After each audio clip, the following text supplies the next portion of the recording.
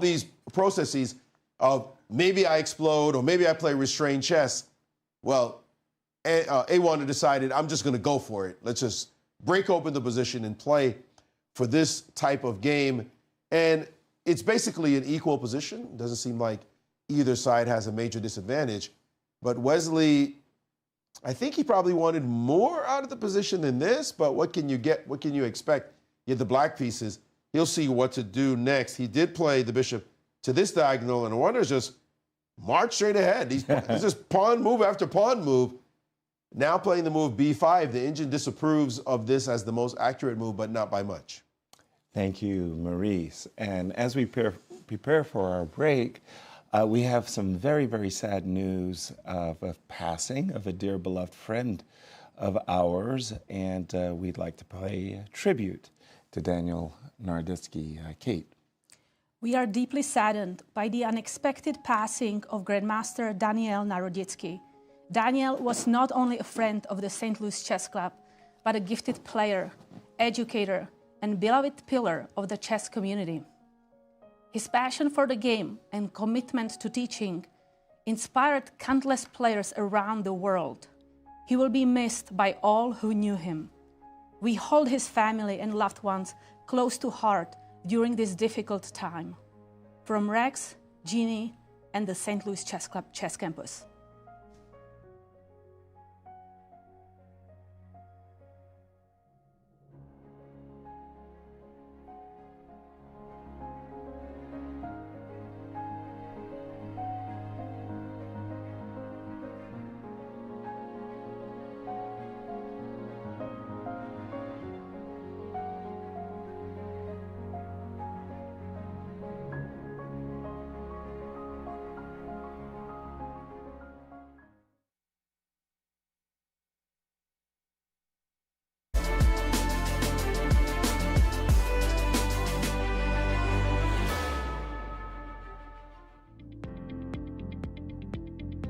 Did you get a chance to see the renovated chess club? It's absolutely incredible. I never thought we would be so quick, because I saw the building, let's say, before I went to Brazil, and I was thinking, oh, okay. No chance. No chance. And suddenly, 12 o'clock. Voila. Voila. Yeah, I mean, it's amazing. Like, the St. Louis Chess Club is, in my opinion, the best chess club in the world. Yeah. And now the fact that it's expanded, like all these renovations that were going on have completed, it looks amazing. It really does. Honestly, this entrance reminds me of, let's say, like one of the older times, like when we used to come downstairs. Like, that's right. In 2021, 2022, maybe. That's right. Is this the same place? Or Yes. Ah, okay. Yeah, very good that you remember the stairwell, but they changed the rooms. I've been at the club in 2019, like since when I first arrived in the US, and then in 2020, after COVID, it all closed down. It's very nice to be back here.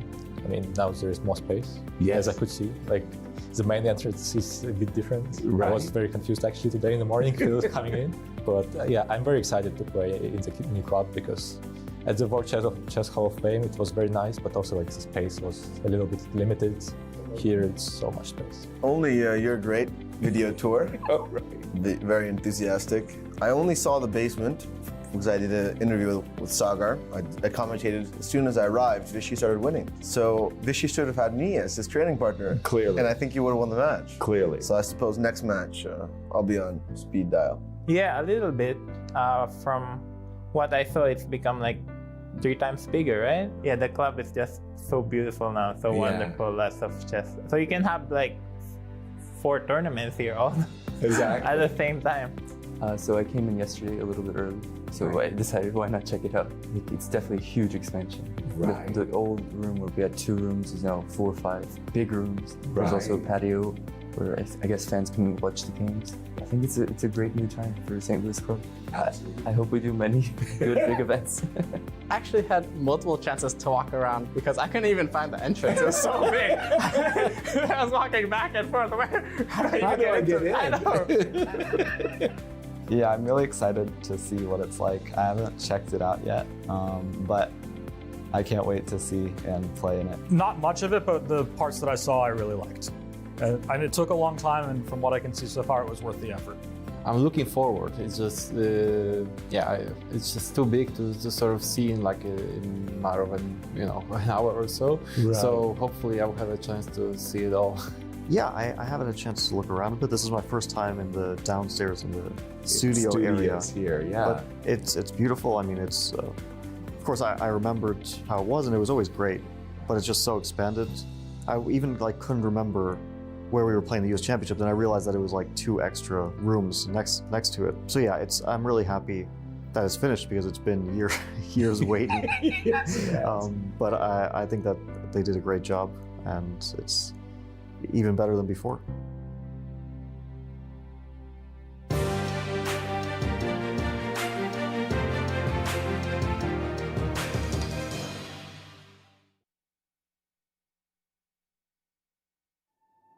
From world capitals to the chess capital of America, titans of chess have traversed the globe to prove one thing: who will be the next Grand Chess Tour champion? Each stop yielded elated winners, but it all came down to 4, and beautiful Sao Paulo, Brazil set the stage for an epic final showdown.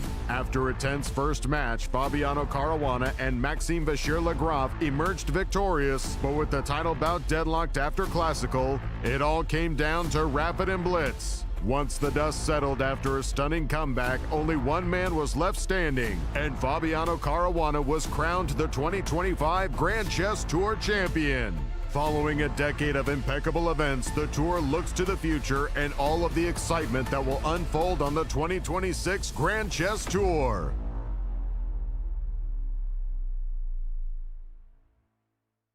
America's top chess players are set to compete in the most prestigious national championship in the world, the 2025 U.S. Chess Championship and the 2025 U.S. Women's Chess Championship, hosted by the newly expanded St. Louis Chess Club.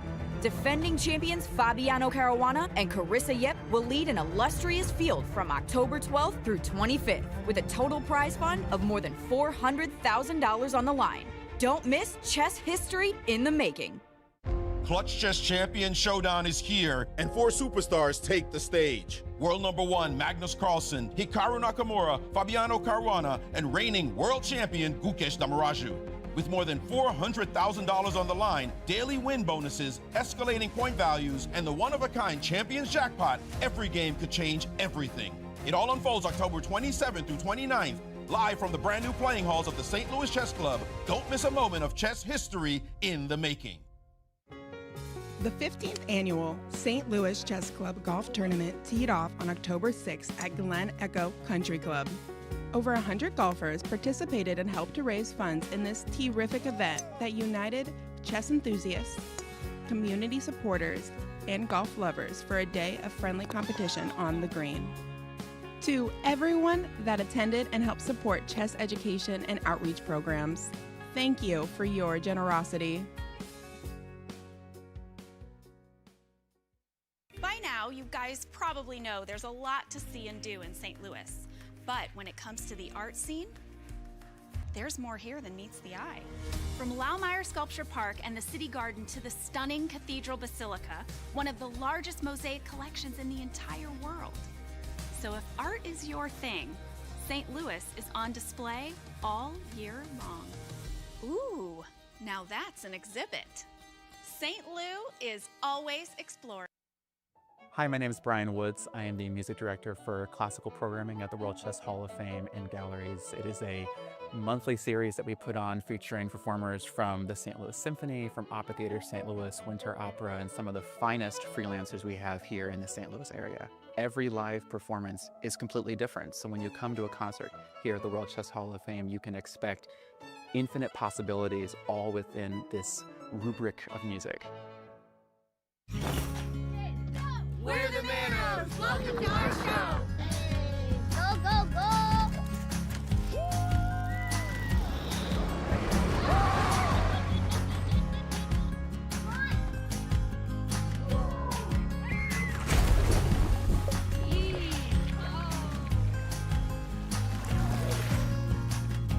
That's our show! Now go plan yours at visitmo.com! When you visit St. Louis, you'll probably want to watch the Cardinals or the Blues. What about after the game? heading back to the hotel would be a major error. Instead, boogie through the city and discover the music that gave the blues their name at the National Blues Museum, Broadway Oyster Bar, or even the legendary Blueberry Hill. So whether you love the Cardinals, the blues, or the blues, come play with us. And you guys know I can't play this, right? St. Lou is always exploring. Hey everybody, what's up? This is Brian Owens, Music Director and Creative Resident for the World Chess Hall of Fame, and I just want to invite you to come out to just a great musical experience. The culture here at World Chess Hall of Fame around our music series has been growing. Audiences can expect an array of genre, everything from pop and soul to R&B and country, and I really love that because it's just indicative of the creative and cultural excellence that we have here at the World Chess Hall of Fame. We want you to come out and experience it with us, and make sure you get your tickets because by next year, may be sold out. So come on down, everybody. We all know St. Louis is a championship sports town, from the 11-time world champion Cardinals to the Stanley Cup champion Blues. But I bet you didn't know about all the championship places there are to get out and play here, like the World Chess Hall of Fame, Westport Social, and Topgolf, and now even our own MLS team. So whatever sports your team is into, you can always bring out your A game in St. Louis. Oops. Sorry, St. Lou is always exploring. We're the Corey family. Welcome to our show. There's my boy, look at that kid!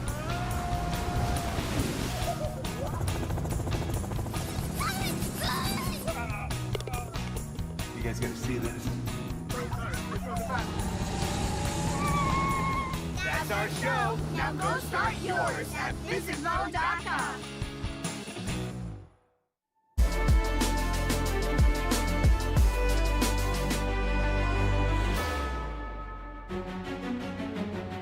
Hello and welcome back to round 8 at the US Championships. Definitely a somber mood has taken over our set as we mourn the loss of one Daniel Naroditsky, well beloved figure in the world of chess. But we have a guest in studio. We're going to send it your way, Anastasiya. Thank you, Yasser. Yes, indeed, I have Shannon Bailey once again, the curator of the Hall of Fame and the galleries here. Yes. Thank you for coming back, Shannon. Thank you for having me back. And also tell us a little bit about your role in the Hall of Fame and what's happening there right now. Sure. So I'm the chief curator, and so basically I oversee all the creative programming at the World Chess Hall of Fame and galleries, mostly the exhibitions, and I help out with programming and other fun events to get people in and excited about chess. Yes, it's really close to the place where we are sitting right now. It's just across of the St. Louis Chess Club. Yes. And I wonder which exhibitions are taking place at the moment, and I heard there is a new one. Yes, so basically we have a chess campus here is what we refer to it, and we're so happy to have the club back open. And I'm sure you're seeing lots of beautiful images of the new space on the commentary. But yeah, we've got 3 shows open, which is great because if you've been following for the last several years, the club has been under renovation, and we've been having the tournaments over at the Hall of Fame, which was magical.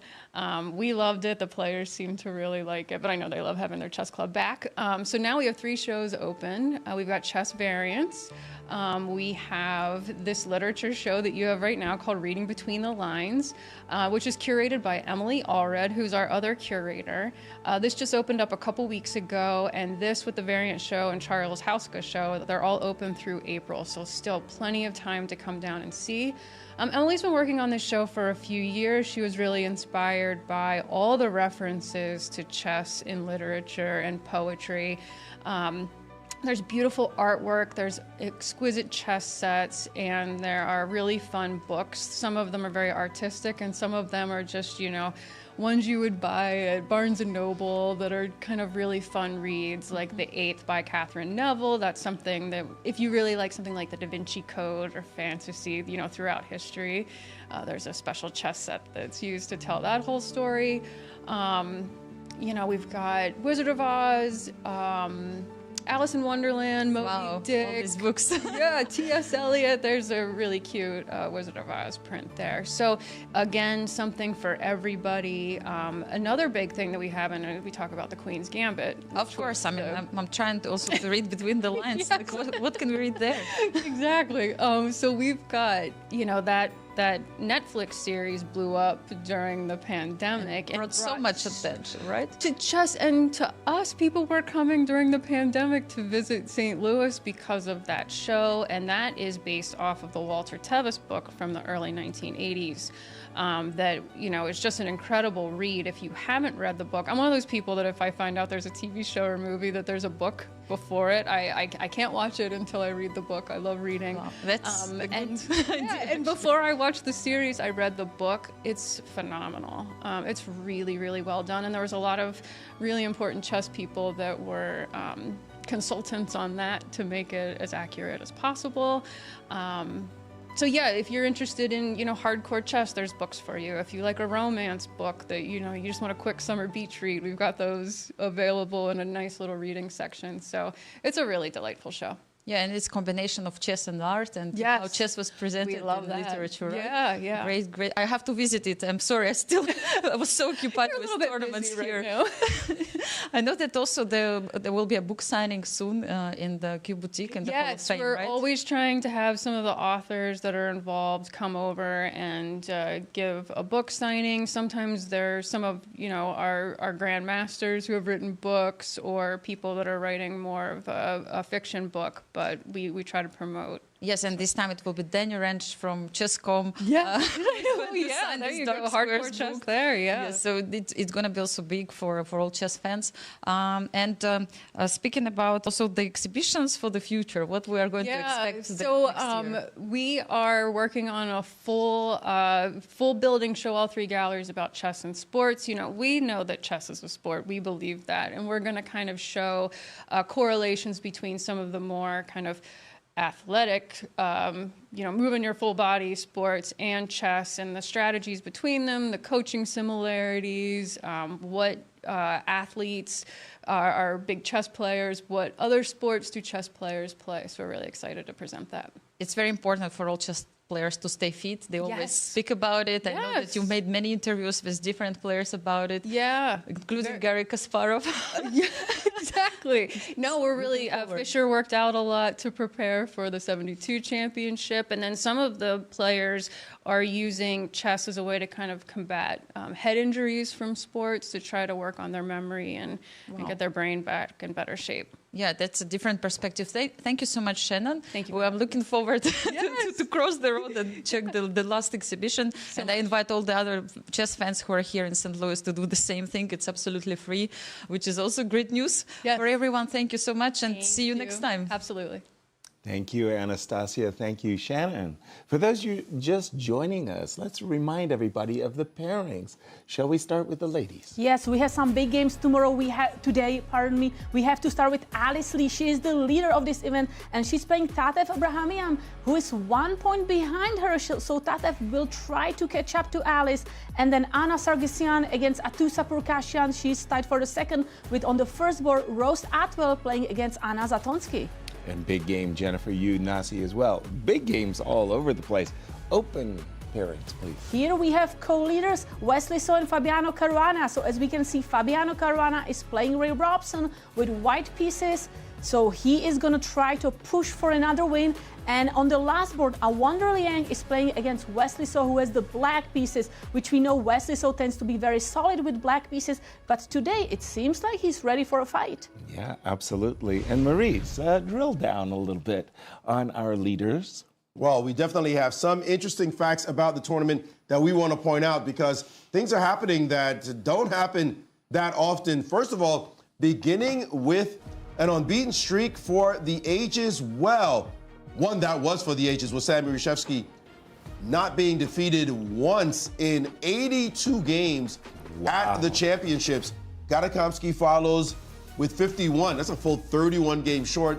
Next, Alex Onischuk, Lubomir Kovalik, and one Fabiano Caruana, who has won 3 championships in a row, trying to become the first man since Bobby Fischer to win 4 in a row. Bobby did that twice, and Sam Reshevsky actually won 5 in a row. So you see Fabi trying to do something epic in nature. And also Wesley So, by the way, he's trying to build up his numbers as he's got 34 and counting. Now, we have a Finish Strong award. The Finish Strong prize is $5,000 for each of the sections, or for both of the sections, if you will, awarded to players with the highest score in rounds 6 through 11. The prize is split in case of a tie. Only 2 rounds have passed so far, round 6 and 7, but some players are already making a run. You see Fabi and Wesley there. Sam Sevian and Sam Shankland are also doing quite well at 1.5. And in the women's section, it's not just 4 or even 5, it's 6 women at 1.5. You see, led by Alice Lee, who's atop the standings, and of course, the rest, Carissa Yip, Anna Zatunsky, and others. And is Alice going to be the next champion? Well, she's got to overcome 5 champions. By the way, these 5 have been 5 out of the 6 champions in the last 19 years. Wow. That's insane. Only Sabina Feuser is not on this list. She won in 2017. But these are the ladies who are chasing the youngster. She's only 16. Leave the teenager alone. Amazing, amazing. We miss you, Sabina. The players are fighting hard, clearly, for the national championship titles, but also for very generous prize money. Extremely generous prize fund. In the ladies section, the total prize fund of $152,000.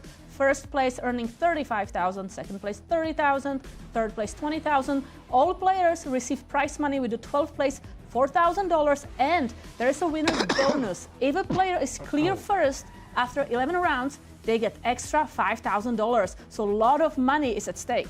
And in the open prize fund? Here the total prize fund is $250,000. First place earning $55,000, second place $43,000, third place $35,000, and again all the way to the 12th place $6,000. And there is this winner's bonus, $7,000. Thank you, St. Louis Chess Club, for all of your generosity.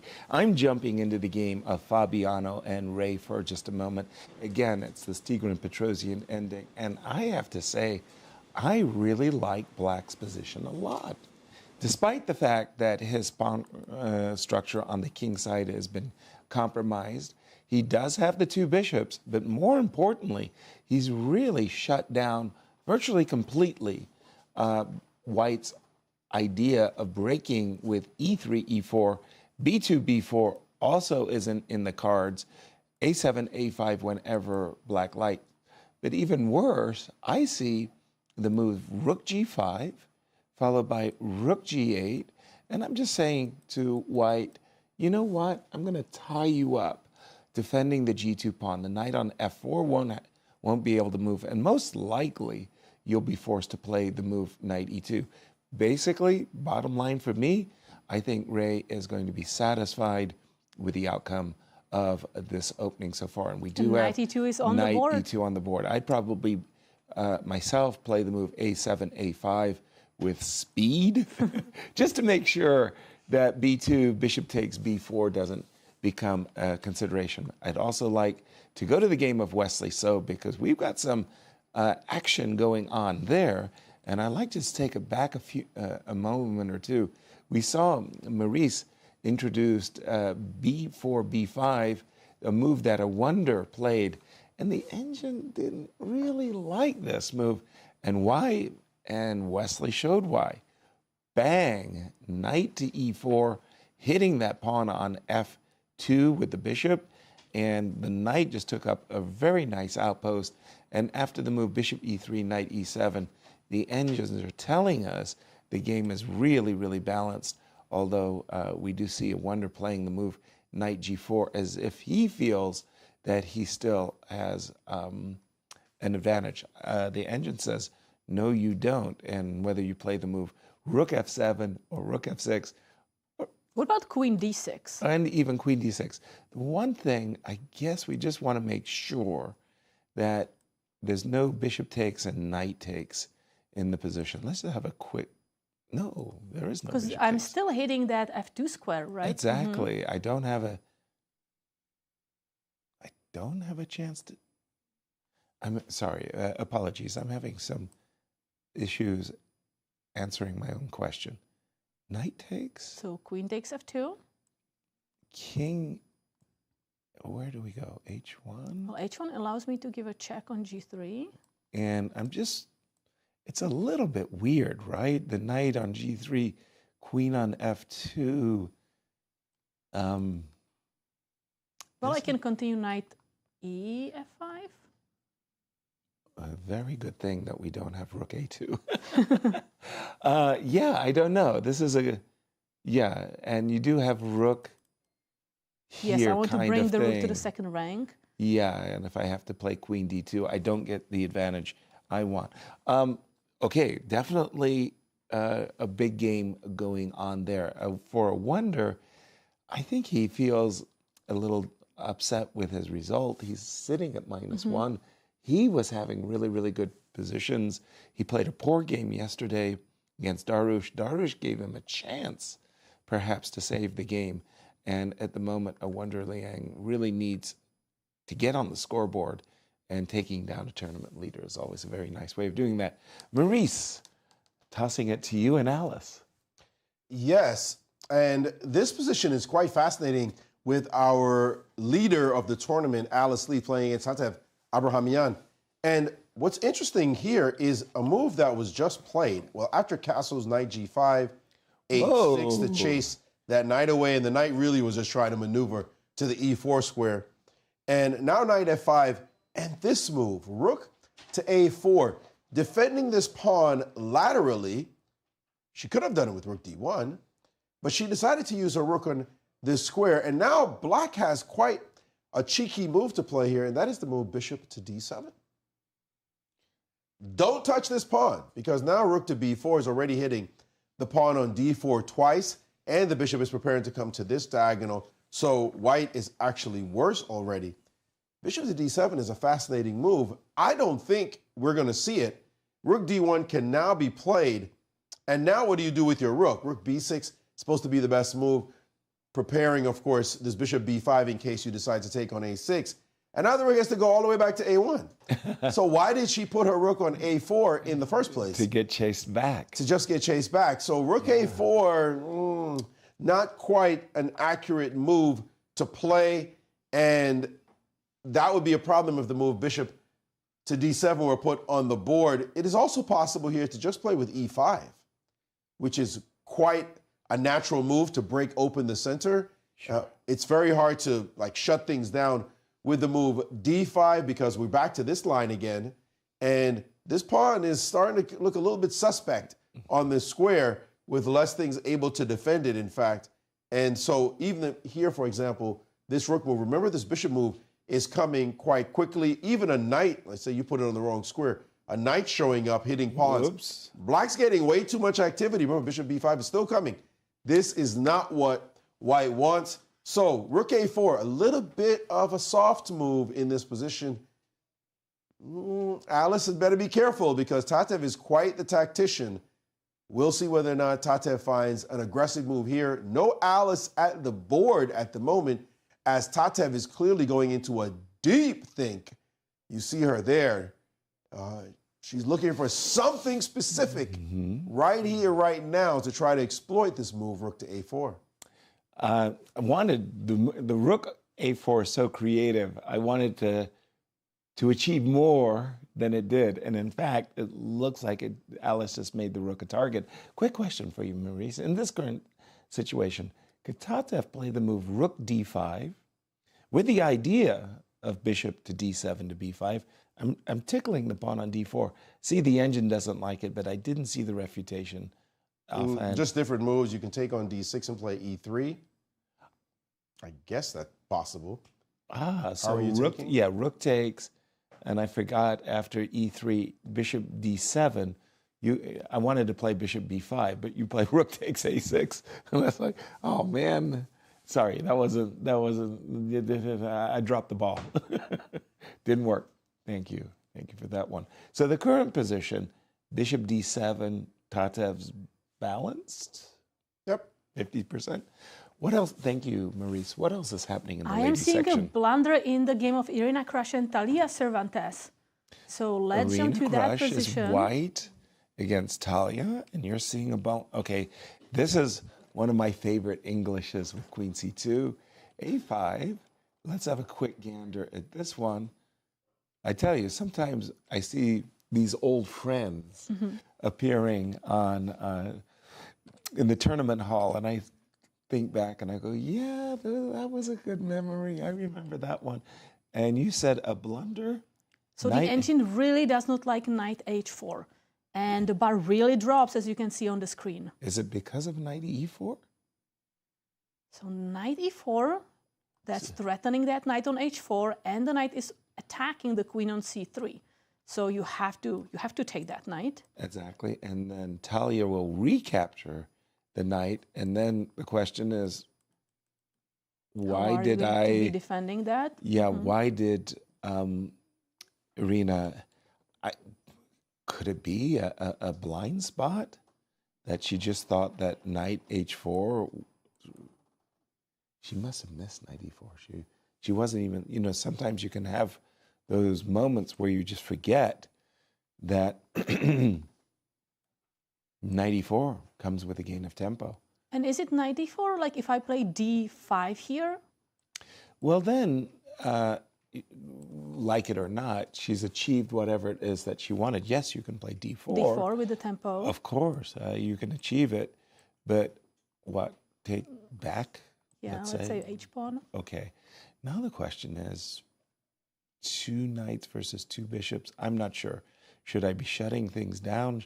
Should I be playing g5? I'm not sure. Let's just say Irina has achieved the 2 bishops, and isn't it wonderful? We don't know if it's wonderful or not. Are you going to play knight d7 and try to bring the knight to a... Because I also want to play on the queen side with some a4, a3. But you're right, maybe I just block everything and I don't have a way to push through. But no, d5, normally speaking, is a very attractive move when you have these open Sicilian-like situations. But I think it's knight e4 is an opportunity for Talia to really equalize or maybe just get a better position. Because I'm just realizing the queen is actually stopping everything on the king side. It's beautiful. Because I'm like, okay, we are attacking this pawn, but we can defend that. Like queen d3. I know knight b4 is coming, but I still have queen b1. But the problem is the queen is just stopping any kind of push on the king side. Right. If you play, for example, bishop f3, it's not like you can go g3 and h4 and get rid of the queen. The queen is kind of there to roost for a while. So a mistake by Irina, it looks like. I want to go to Nasi's game, if you don't mind.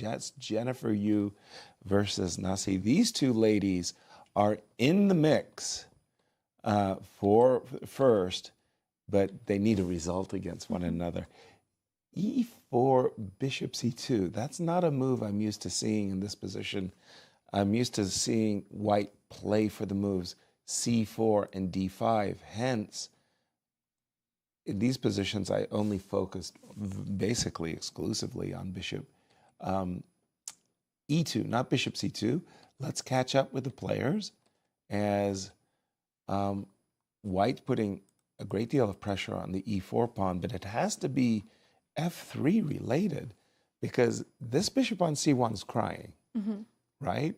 So you definitely need to play the move f2, f3 in the very near future. So imagine it's white to move? It's white to move because queen e7 is the last move for black. Well, let's go. I feel that, you know, I don't have much of a choice, that I have to play this move f3. And I feel like I have to recapture because if I move back this knight d6, you can probably take and force my knight to go away anyway. That would be a relief, yeah. So, okay, you play f3. I do. Capture. Okay, here, again, I have this natural killer's instinct. I can't help myself, I must go. E4, boom, let's go. So the idea is as obvious as it looks. I want to play e5. I want to go after black's king. Now, if you take on g2... I take another pawn. I mean, once I went to this variation, I need to grab as many pawns as possible. Exactly. You might win with a full tummy as well, right? You might as well go for it. So takes on g2. Gosh, I don't have a really good square for my rook, do I? If I play the move rook f4, I just feel like I'm getting in the way of the bishop. But okay, this is a 2-pawn sacrifice. Maybe it's too courageous. Rook takes But Jennifer is a courageous player. Yes, she is. Maybe rook takes f3. Should she play bishop g4? I'll play knight f5.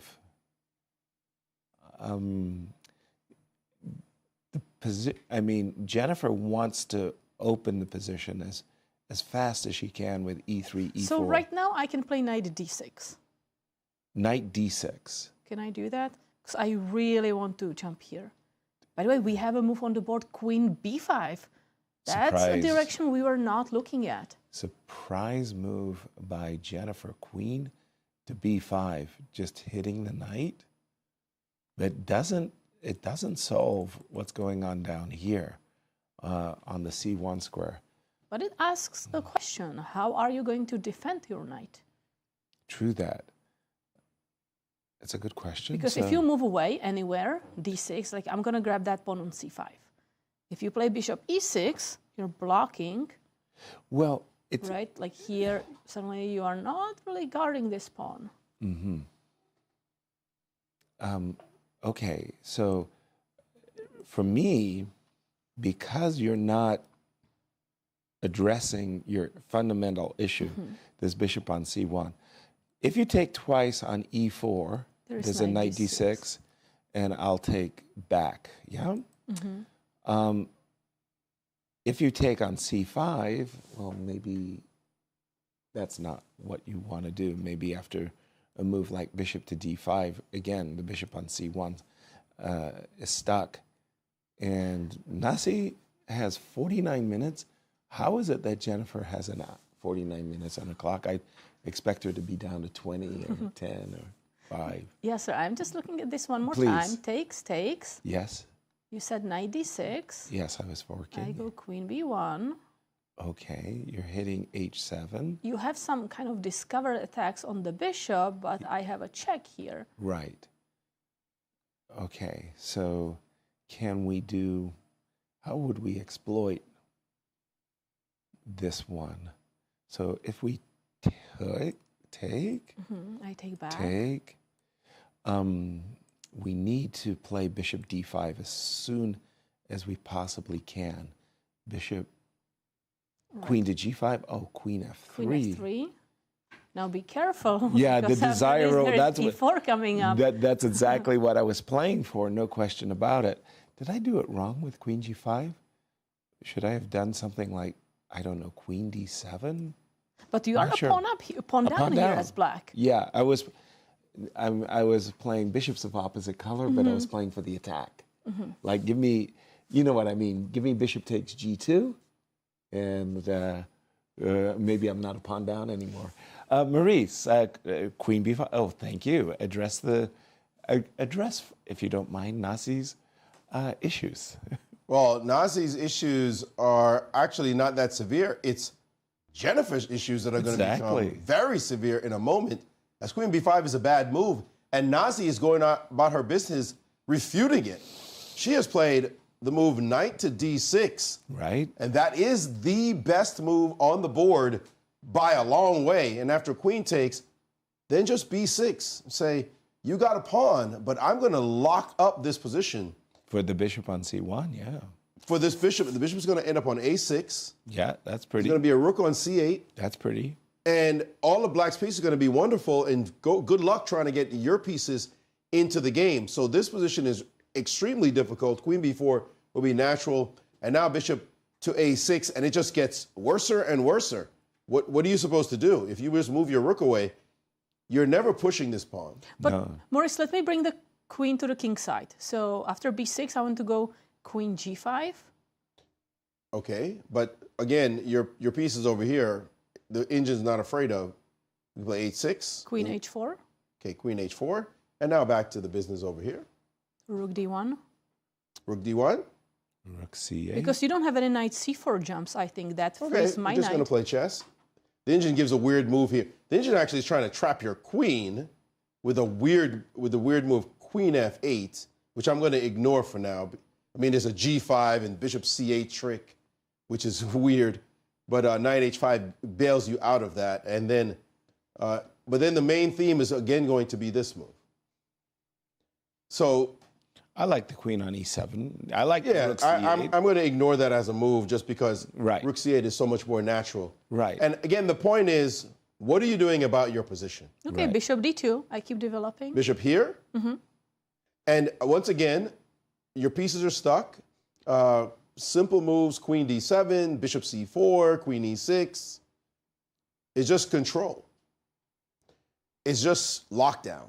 It's a pawn, to be sure. Yasser, you know, I don't like this pawn. No, I'm not a fan. Yasser says he doesn't like the pawn. I'm not a fan. I don't like this. Your pieces can't get out. No. You have the bishop, but it's a prisoner behind its own pawn chain. Yeah. And you could try to trade off the good pieces you have, like a knight h5. Black's happy to get rid of the pieces you have, but otherwise you can't get out. You just can't play c4. Yeah. And if you can't play c4, how does this bishop come alive? It's just a pawn sack for a bad piece. I'm very impressed by this move, knight to d6.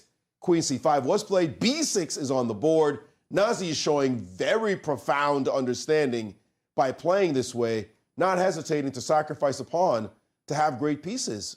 Kudos to her, two-time champion, taking on another two-time champion by playing this pawn sacrifice. I like it very much. I think it's an easy play for Nazi. By the way, the queen g5, h6, if you were going to play that whole suggestion of Maurice's, which was to go queen f8, you might as well do it with the bishop is already on c8. So for example, in this position... So we are still looking at the game Jenny for you and Nazi Paikidze? Exactly. Queen f8 in this moment, threatening g5. And the difference is that, well, maybe with the bishop on this diagonal, I'm threatening to play g5 and maybe knight takes c3.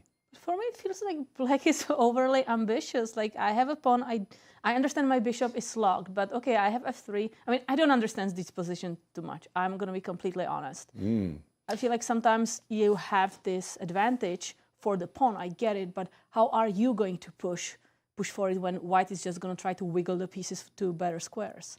Yeah, I love black's position, and I'm a pawn grabber, so we're definitely on opposite sides of this one. I like what Nazi has done so far, but besides, I wanted to go to the game of Anna Sargsyan, because she had blundered the pawn on h2, pardon me, against Atusa, and I was more than curious how the game would, okay, for those of you joining us late, we had this moment where very standard moves include bishop a2 and queen d3 at this exact moment. But Anna's tactical judgment failed her for that split second. She castled, forgetting that the bishop on c4 is en prise. She may have discounted this bishop sacrifice based on the idea that the move knight g4 is a complete fail because white has the defense bishop f4 when needed. But no, it's a misdirection where we're picking the piece back up and having a pawn in the pocket. Atusa won a pawn, and we're catching up with the players. Rook h1 and king g1, trying to make a virtue. So we still feel that white has compensation for the pawn because white's pieces are pretty active. And now the rook on the h-file is pretty also interesting with our queen having some potential to go there, target that square, and then we need to just get rid of this knight. So there are some tactical chances for white as well, but I'm a little surprised that after b4, we have a few more moves. I'm not or you just don't like b4? Well, I don't like white's position at all. I'm not sure I like b4, but I definitely don't like the b5. Why do I need b5? We played b6 with purpose, right? Put our bishop on the diagonal. I think there is a tactical trick. No, I start with a quiet move, bishop d6. I will target your rook. Okay. And now I play b5. And then the difference and I want to trap your queen with Gotcha. bishop b4. Gotcha. So after bishop to b7, bishop to d6, I might have to sacrifice an exchange in this moment by playing, for example, bishop to c6 and let you take the exchange. That was why Atusa played b5. It wasn't intuitive to me why she played b6 and then b5, catching up with the players. But this move, bishop g6, first of all, the engine does not like it at all. Which move, I'm sorry? The last one, bishop g5 for white. Bishop g5, sorry, yeah.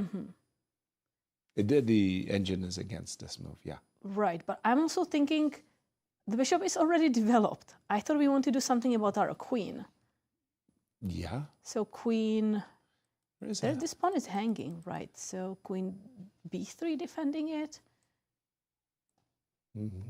But Maurice has some updates for us, so we will come back to this game later. Maurice, what do you have for us? Yeah. Well, just looking at our leaders in this tournament, in the Open, we see that Fabiano Caruana and Wesley So sitting atop the leaderboard. They would like to extend that lead if possible. We saw 5 contentious games yesterday. They won, they themselves, 2 of those. And now we have a situation where we can see on the big board a lot of games going on, but some critical ones that have nothing to do with the leaders. We'll try to update as much as we can. But take a look at this position. This game was Fabiano Caruana against Ray Robson. Fabiano got to break up the team, the structure early in the game, but Ray is doing a great job of holding the position together and not giving Fabi any entry points.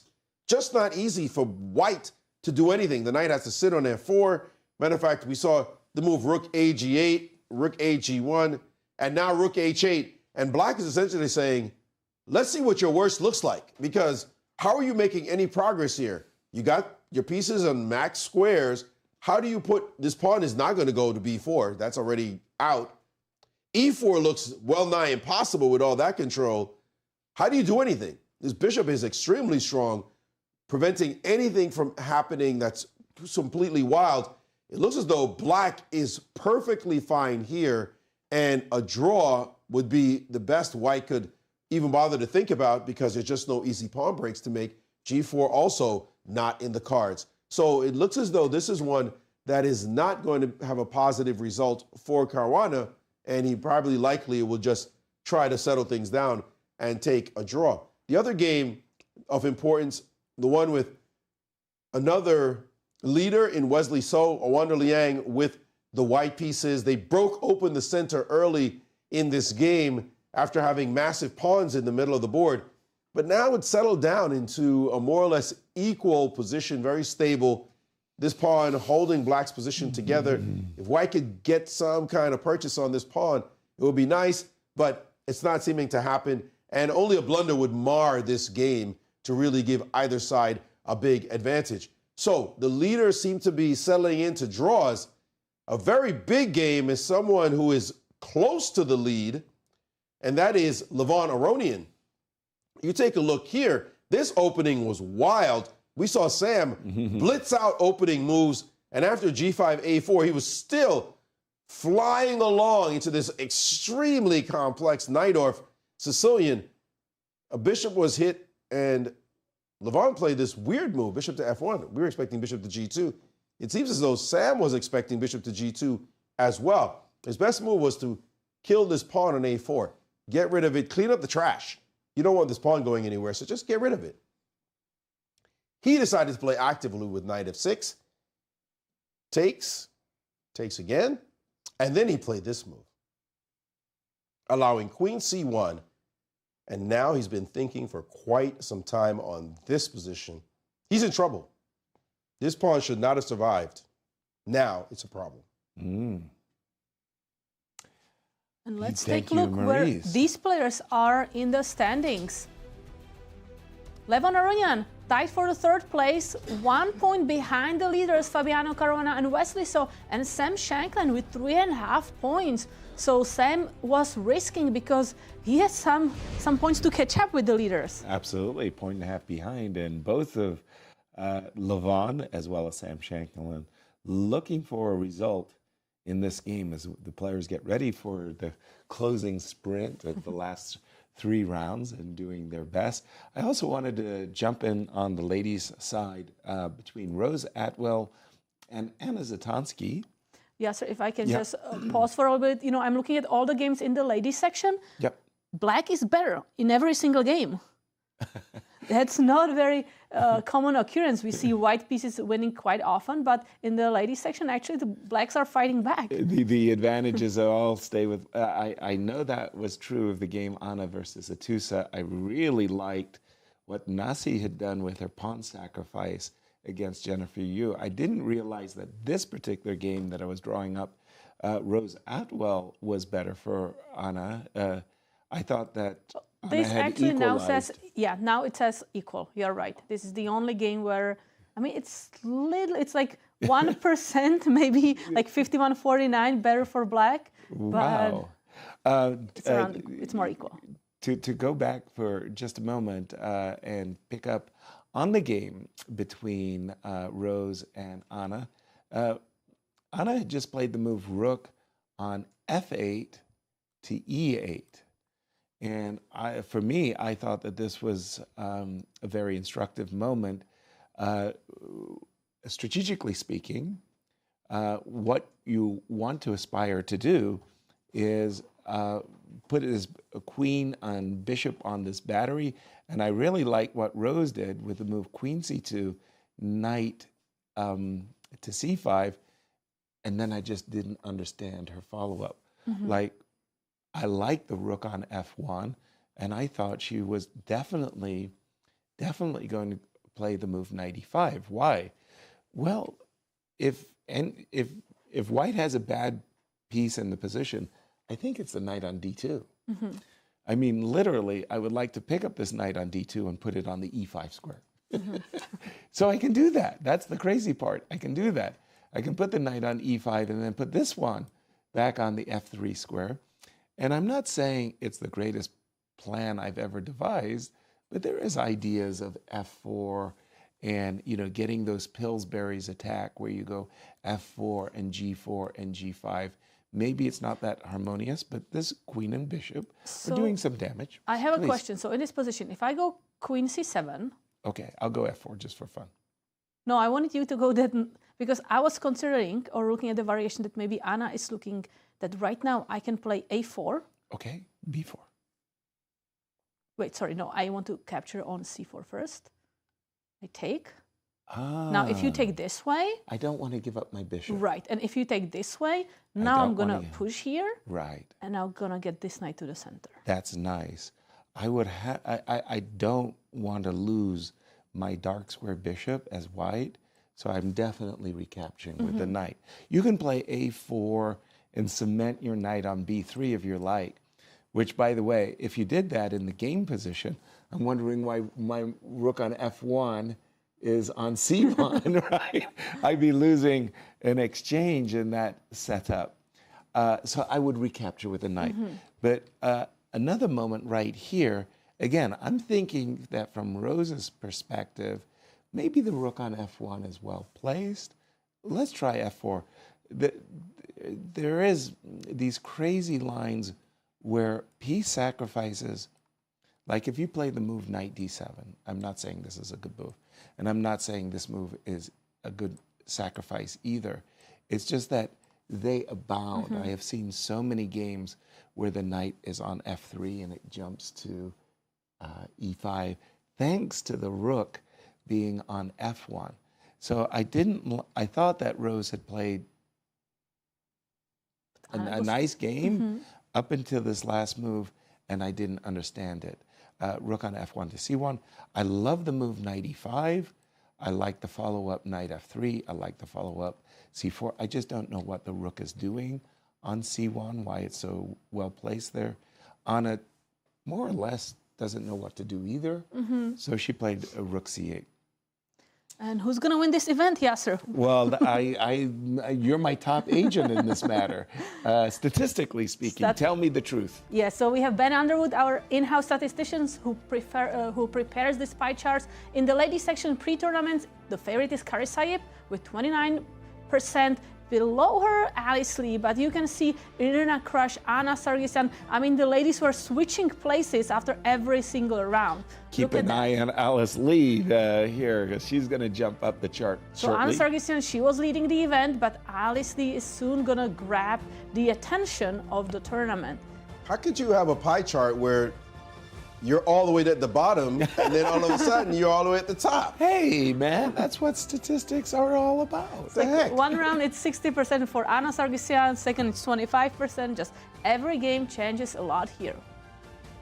But Alice Lee is now keeping the lead in this tournament, and after round 7, wow, Alice Lee 62.4%. That's huge. And you know, surprisingly for me, Anna Sargsyan, she's tied with Anna Zatonsky, but the stats are favoring Anna Sargsyan, despite Anna Zatonsky winning already, how many? 4, what did we say, 5 titles? I suspect it's because of this round 8 pairing where Anna Sargsyan is playing against Atusa, who's having a bad result.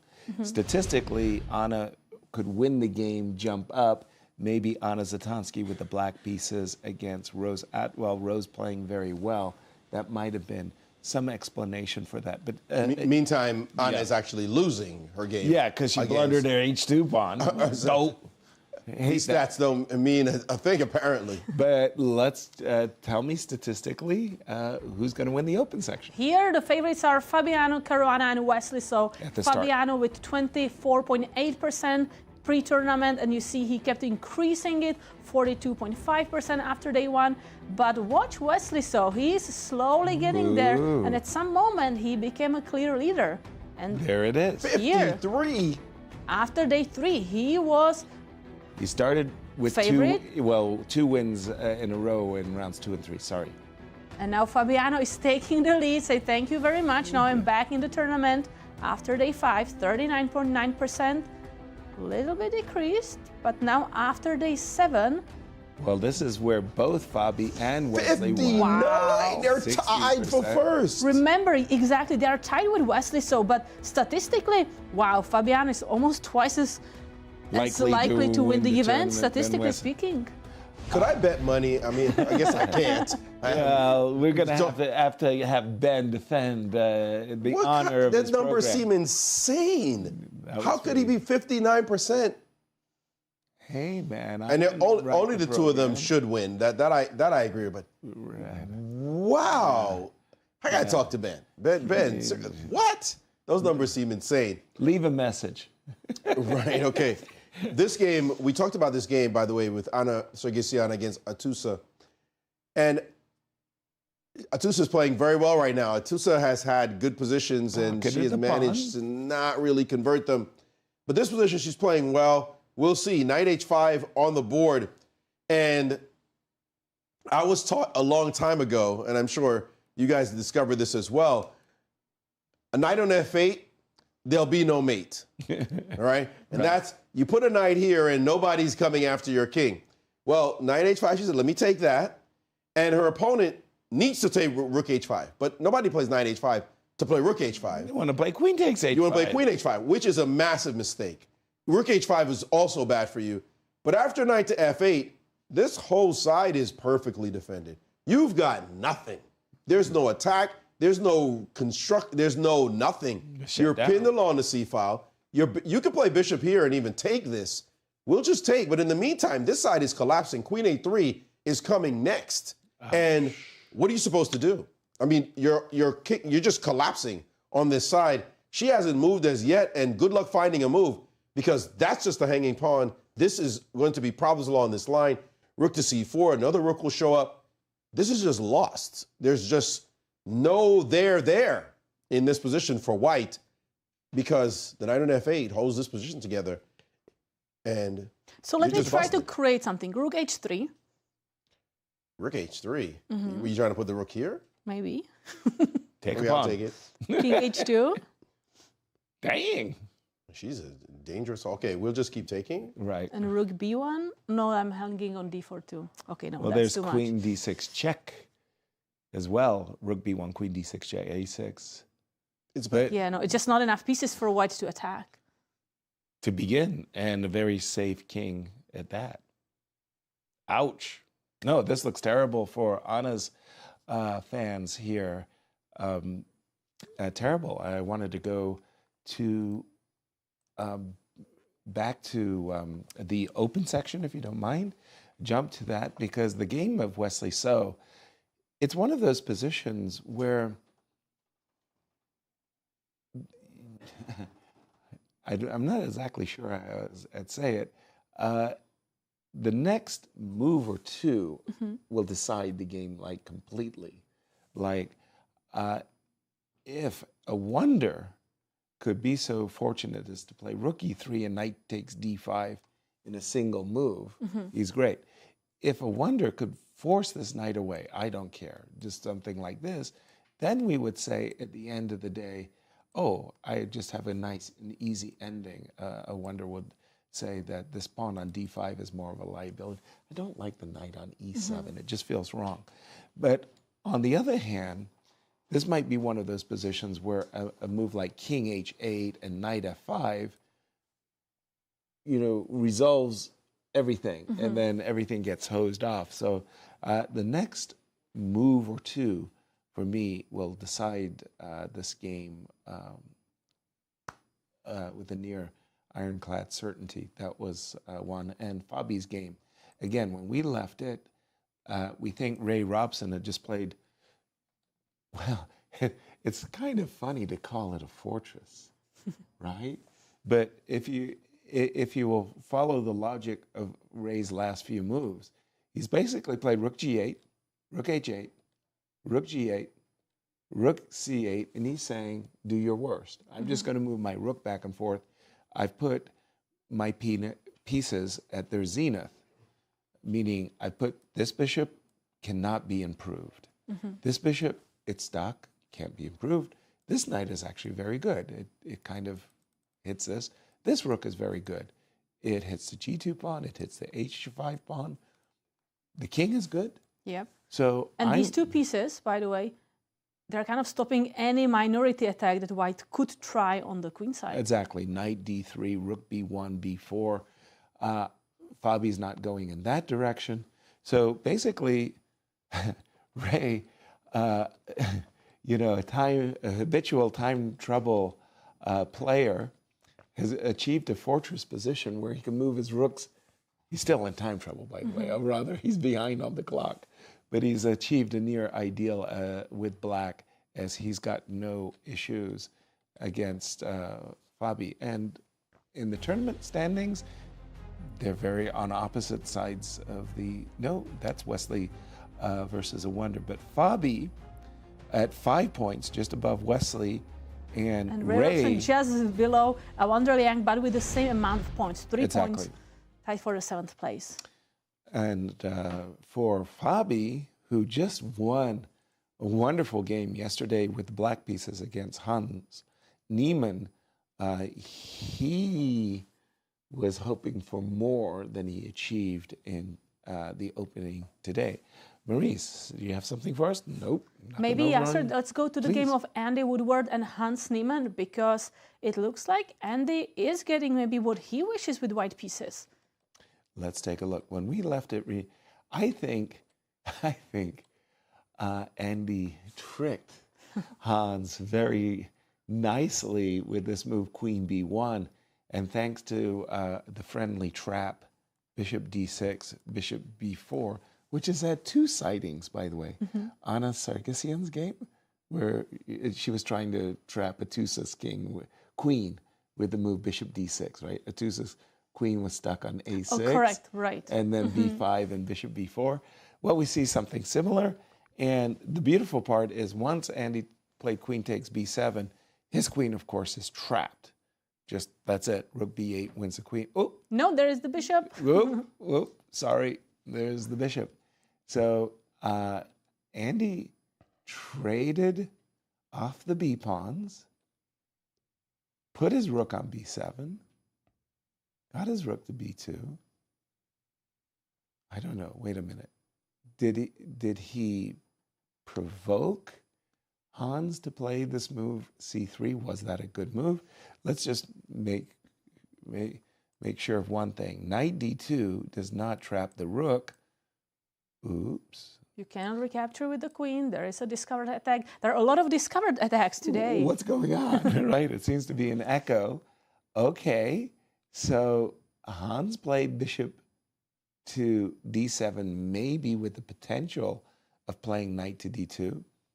Andy said, look, I'm about capturing pawns. I want to take this knight, and I want to play rook takes. And if you play knight d2, I've got the same trick of rook takes c3, and I think we're up to date. Are we? Yeah. We are up to date, and Hans now needs to figure out what he wishes to do, because just capturing the knight and then the pawn is a serious threat. And let's take a look where these players are. Hans Niemann stumbled yesterday against Fabiano Caruana with white pieces, and now he is tied for the third place, 1 point behind the leaders. And Andy Woodward yesterday losing also to Wesley, so actually, but kind of trying to push for a win, not being happy with trying to make a draw. That was unfair. I think our producer had that graphic prepared. He really wanted to use it when it was appropriate. I mean, that's just so wrong on so many levels. My goodness, what is Hans going to do? I like how the players looking at each other. Did you see the eye contact? Like, really, you want to play this? Like, okay, did you trick yourself? Wait a minute. Okay, he tricked himself. He did. Knight d2, rook takes c3, knight to c4. Give me that rook. Well, I can go back to a1. I don't mind. I love how kind Till Kate is. I know. I don't mind. I don't mind. Such a nice person. You're right. Nicest you will meet, yeah. You don't mind. You're absolutely right. And I don't know what. I think Hans tricked himself, because bishop takes e4 followed by rook takes c3 is simply great for Andy. F3 is also possible. F3. F3, move your knight. We'll take your pawn. But I like playing those bishops of opposite color endgames, a pawn up, where, I mean, it's kind of play for two results. Hans is not going to be very happy defending a difficult position at that. Wow. Maurice? Very bad news for Hans in that position. And in this position, bad news for Talia fans, get her name right, is this position here, she did not find the move knight to e4. Very strong move, hitting this piece, takes, against, this is the game against Irina Krush. Right.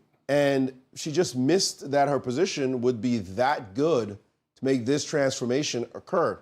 Instead, after knight h4, she played a move that's not bad either, d5.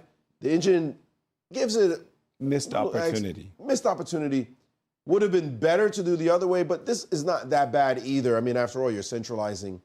You're making a central break. You're looking for stuff in the middle of the board. Knight takes. And another missed opportunity here. The move d4 should be played. d4 immediately, not giving white any chance to capture on the d5 square.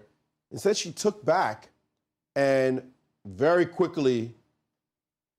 Irina captured. One of those. Okay. I lived twice. I got away with How many lives do you get? Because she got away with that twice. And now if the knight takes, is not much here for black. Before it was going to be really bad, but now black has survived, has not gotten exactly what was needed. Actually, after c takes d5, she played queen takes, excuse me. Queen takes, and now castles and a4 on the board. And now it's actually white who's slightly better here. So a misunderstanding about the position, unfortunately, didn't work out. Wow, I didn't think that white would be better in this position. Thank you, Maurice. Something to think about for sure. We've reached that stage in our show where we're going to be taking a break. And before we do that, we'll check in with our friends at Q Boutique and ask them what today's daily special is. Well, check this one out. own one-of-a-kind wooden chessboard signed by the entire field of the 2025 U.S. Championships, America's most prestigious, strongest national championships. This board is available online at qboutique.stl.com, or please, if you're in the Central West End in St. Louis, come in person and check out our wares. And now we have stumped the commentators. So what is the question for today? Under US chess regulations, what is the minimum opponent rating required for a game to count as activity toward earning invitational points for the US Championship? Wow. A, no rating minimum, 2,000, 2,200, 2,350. Under U.S. chess regulations, that sounds very, very tricky. I'm going to call a friend, Chris Berg, and I'll be right back with an answer. I'm going to go with I wanted to allow Maurice Ashley to go with his first answer. He always complains he's the last one to choose. That is true. Yasser. What a complaint. Invitational points to the U.S. Champion. To count as activity. Like, you have to play a number of tournament games to be counted as active. And that's 30. You have to play 30 games. You have to play 30 tournament games over the course of the year. Less than 30, then you are losing those points that you are missing from your average rating. But it's the minimum opponent rating. Correct. So you cannot play maybe you can, but I don't think you can play unrated 30 games, win against every beginner, and then have that as an activity toward U.S. invitation. I got my answer. Okay. No, I'm not Write saying it down. I got my answer. Okay. We'll come back, but I'm not giving you guys You're not any at info. liberty to disclose NDAs and all Have that. you guys gotten any right so far, by the way? Yes, of course. Ray Robson was the last one. It was 7. I'm sure there was something. I don't have any right. I know I have more than you. That's all I know. We have to go to the first part of the tournament. So as we go to break, Yasser sat down with the men and asked them what they think of the new chess club. Take a look, and we will be right back.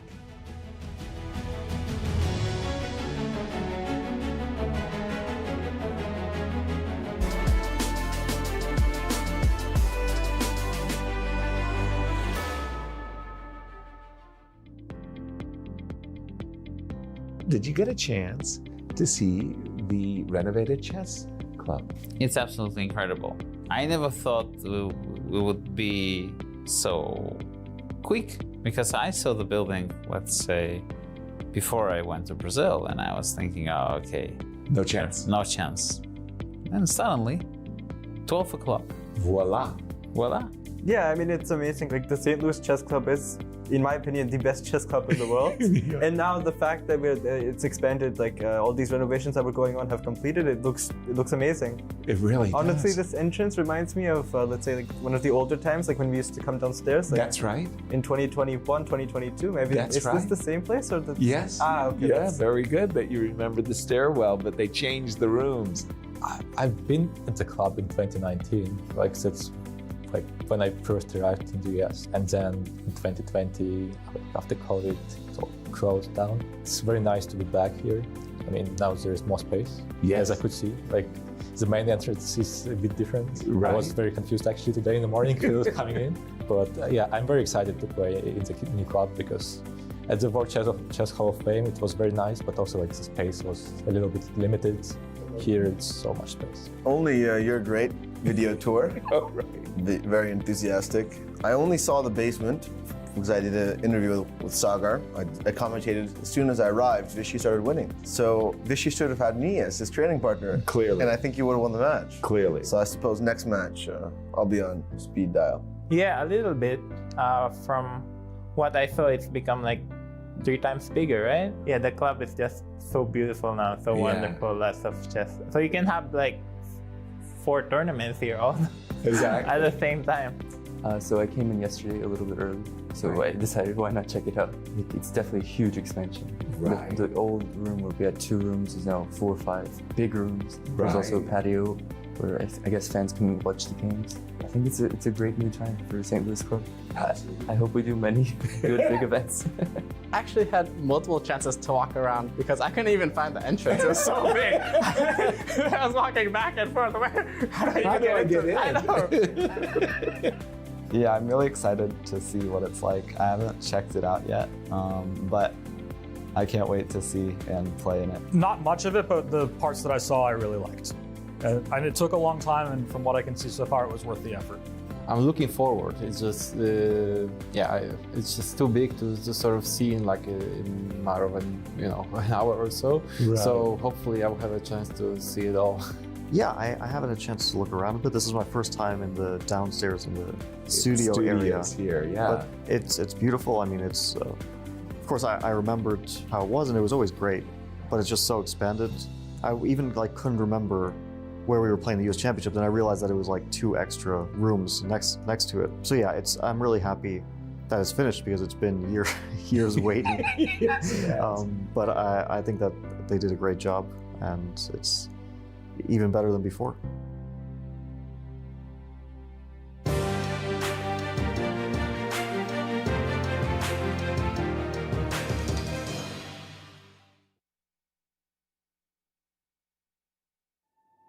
From world capitals to the chess capital of America, titans of chess have traversed the globe to prove one thing: who will be the next Grand Chess Tour champion? Each stop yielded elated winners, but it all came down to 4, and beautiful Sao Paulo, Brazil set the stage for an epic final showdown. After a tense first match, Fabiano Caruana and Maxime Vachier-Lagrave emerged victorious, but with the title bout deadlocked after Classical, it all came down to Rapid and Blitz. Once the dust settled after a stunning comeback, only one man was left standing, and Fabiano Caruana was crowned the 2025 Grand Chess Tour champion.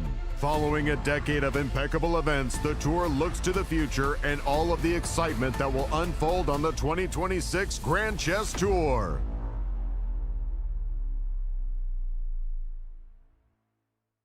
America's top chess players are set to compete in the most prestigious national championship in the world, the 2025 U.S. Chess Championship and the 2025 U.S. Women's Chess Championship, hosted by the newly expanded St. Louis Chess Club. Defending champions Fabiano Caruana and Carissa will lead an illustrious field from October 12th through 25th, with a total prize fund of more than $400,000 on the line. Don't miss chess history in the making. Clutch Chess Champion Showdown is here, and 4 superstars take the stage. World number 1 Magnus Carlsen, Hikaru Nakamura, Fabiano Caruana, and reigning world champion Gukesh Damaraju. With more than $400,000 on the line, daily win bonuses, escalating point values, and the one-of-a-kind Champions Jackpot, every game could change everything. It all unfolds October 27th through 29th, live from the brand new playing halls of the St. Louis Chess Club. Don't miss a moment of chess history in the making. The 15th annual St. Louis Chess Club Golf Tournament teed off on October 6th at Glen Echo Country Club. Over 100 golfers participated and helped to raise funds in this terrific event that united chess enthusiasts, community supporters, and golf lovers for a day of friendly competition on the green. To everyone that attended and helped support chess education and outreach programs, thank you for your generosity. By now, you guys probably know there's a lot to see and do in St. Louis. But when it comes to the art scene, there's more here than meets the eye. From Laumeier Sculpture Park and the City Garden to the stunning Cathedral Basilica, one of the largest mosaic collections in the entire world. So if art is your thing, St. Louis is on display all year long. Ooh, now that's an exhibit. St. Lou is always exploring. Hi, my name is Brian Woods. I am the music director for classical programming at the World Chess Hall of Fame and Galleries. It is a monthly series that we put on featuring performers from the St. Louis Symphony, from Opera Theater St. Louis, Winter Opera, and some of the finest freelancers we have here in the St. Louis area. Every live performance is completely different. So when you come to a concert here at the World Chess Hall of Fame, you can expect infinite possibilities all within this rubric of music.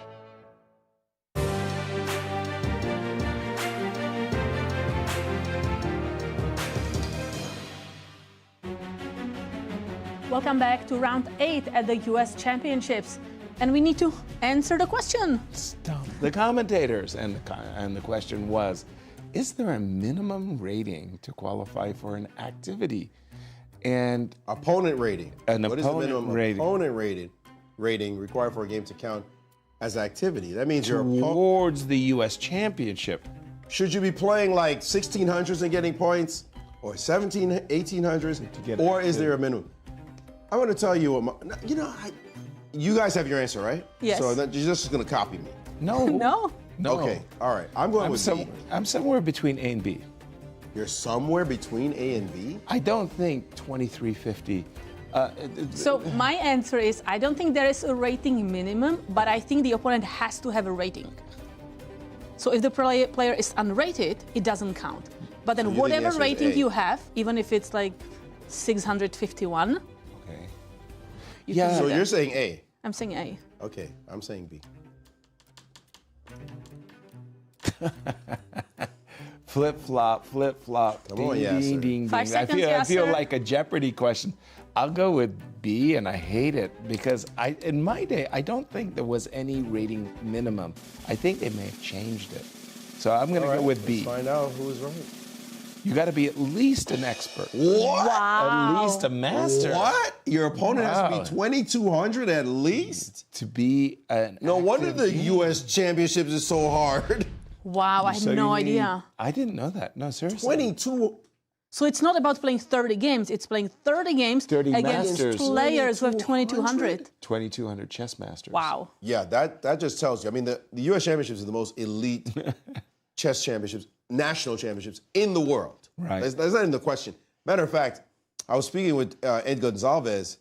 We were texting, and he's the crackerjack. Behind all the crackerjack statistics. statistics guy. And he said, this tournament should go back to a 14-player round robin, the one they did back, I think it was 2022. Because we have so many strong players. And he said, can you believe Jeffrey Zhang is 70th in the world, top 75 player in the world, and can't qualify for his national championship? Exactly. Wow. Like, how strong is your tournament? That's exactly right. Like, that's insane. You're 70th in the world?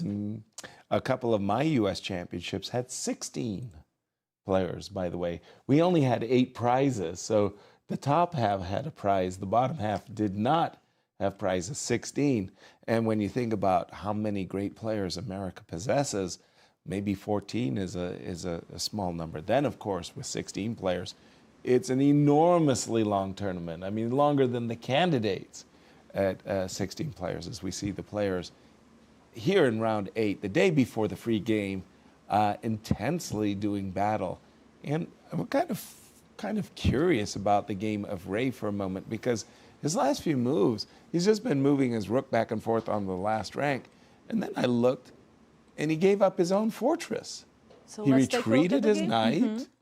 He had just been playing, check this rook on A8. Whoop, whoop, whoop, whoop. So he's just saying, I've got my pieces on ideal squares. The next time I looked up, well, he moved a knight, and he moved his rook. I thought they were on perfectly good squares. Not that Fabi has made any great inroads in his position either. I think Fabi is actually playing to put the knight on D3. A moment ago, this knight was on E2. At least from the D3 square, again, if everything worked out very, very well for Fabi, he could potentially play for B4, rook B1 and B4. But I think this is a very balanced position. Where would you like to guide us? I want to take a look at the game between Anna Sargsyan and Atusa Purkashian, because there was a tactic that was missed, but Atusa is still holding big advantage in her position. Exactly. When we left it around these parts. And we really liked Atusa's decision very, very much to trade on H5. And it was a very instructive moment that Maurice was sharing. Bent Larson famously said, with a knight on F8, I don't get mated. Well, Atusa said, I read that book. A4, the idea behind Anna's A4 was she didn't want to have to deal with queen takes A3, but this is kind of one of those jumping out of the frying pan and maybe into the fire, because that's pawn number 2, and her position still hasn't drastically improved until we saw the move bishop e7. This was a funny moment. Right, so White's idea is clear. White is targeting this knight because the knight is defending H7, so White wishes to take the knight and then take on H7. But we already saw it once in this game. Bishop takes h2 check. Yes. When Atusa? She captured the bishop here, and then when queen c7 and capture bishop on c4, because we talked about loose pieces getting lost, and this is a loose piece, and for a second time with the second bishop, Atusa can try to do the same trick. Bishop captures g2. That's hilarity. Queen b7, and if you move back, Atusa can just take the bishop and ask, hey, do you have another bishop? I want to try the same trick for the third time. Yeah, I can take a pawn on f2 and then capture a loose bishop. That would have been a beautiful way of finishing the game. But she did not play bishop takes g2. She said, hey, wait a minute. I see what you're up to. You want to take my knight and take my pawn. You know what I'm going to do? Whoop. I'm going to defend the pawn. You're welcome to take the knight on f8. I'll recapture. I'll happily trade queens. By the way, this is a runaway pawn over here, not to mention rook takes c3. Hence, bishop c5, stopping rook takes c3. And Atusa has just played the move queen d2 and said, you know what? I'm a materialist. Give me the rook. How on earth is Anna supposed to deal with Anna this? dropped back with the queen, offering a queen trade. A clear, and guarding the rook. Yeah, clear indication that it's all gone wrong. So now, currently 2 pawns down, she is going to be struggling, if at all possible, to save this game. Maurice, over to you. Well, you talk about struggling to save a game. Sam Shankland played this amazing novelty in the sequence of moves that we were quite shocked by when he started with this move, queen to f6. I mean, this is already a chaotic position of rook on h3, and you just got wild elements on the board, this pawn on g6. And we saw this game proceed with bishop h5, takes bishop to g4, rook sacrifice on c3, and exchange sack. Quite enterprising play by Sam. But then it started going wrong. Right here, he attacked the bishop when this move, bishop f1, was played. He needed to take this pawn on a4.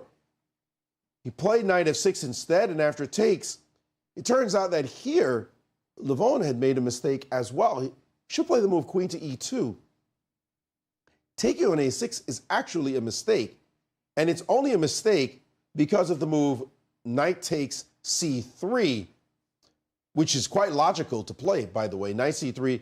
Now if you play the move queen d2 or queen to c1, but let's just go with queen d2, the knight will simply go back. And then when you attack the knight, this move gets to be played, d5. And this bishop that's been asleep for the longest time suddenly is going to emerge into the game. There's a bishop b4 check problem. There's a bishop c5 problem. The position is not what you wanted with white. I should mention there's also a knight g4 problem on the board coming as well. So how do you defend against all this? How did he play? Instead, he played g4, a serious mistake in the position that allowed this sequence, queen c1, a fantastic move, challenging this piece. And now he really needed to trade, but he played queen h7 instead, a big mistake. Now bishop to b5, check king f7, and check this out. You're supposed to castle your king to safety? Who needs pawns in front of your king? We'll just castle. It's safe enough. And now king to g8 on the board, and bishop to g3, Levon now finding all the right moves. If you take this piece, then he does have protection. The queen's going to be able to come over to this side very quickly. This pawn sits on the board. This king is secure for now, but these pieces are going to be chased in a moment, and white is for choice. I would say that even though white is for choice in this position, now I was going to say it's still some counterplay, but this bishop can't go to b7. It just has no future. So these pieces are frozen over here. So bishop e7 is on the board? Bishop e7 has been played. And now correct is to play queen e3, queen e1. Queen e3 looks like the best one. Bishop g5. And now bishop to f4. And you have to back up. You could also try to sacrifice, but bishop f6. It's an erratic position. You still have to break down this side. But it's white for choice. Thank you, Maurice. Yeah, and where do these two players let's stand? take a look. So we have Levon Aronian, who is tied for the 3rd place. He's 1 point behind the leaders with 4 points. Sam Shankland, 5th place, half a point behind Levon. So that's why we see so much fireworks on this board, because both players are trying to either catch up to the leaders or to catch up to actually Sam Shankland to Levon. Right. Staying with the open games for just a moment, we know that Fabi and Ray have basically a very balanced position on their board. And I'm thinking that the game between Awonder, Liang, and Wesley So, there was a moment ago where I thought everything was going to be resolved in just the next few moves. That was this position. Remember when we got this position? I said, I have the feeling that this is a position that in just a few moves, we're going to know the outcome of the game. After the move Queen C5, Queen takes B5, and guess what? Everything got wiped out on the queen side. The pawns, the queens, pair of rooks, and we currently have a position. Oh, I was just about to say, I was expecting the repetition. Rook back to F8, followed by rook to A7, followed by rook to F8. 3 versus 3.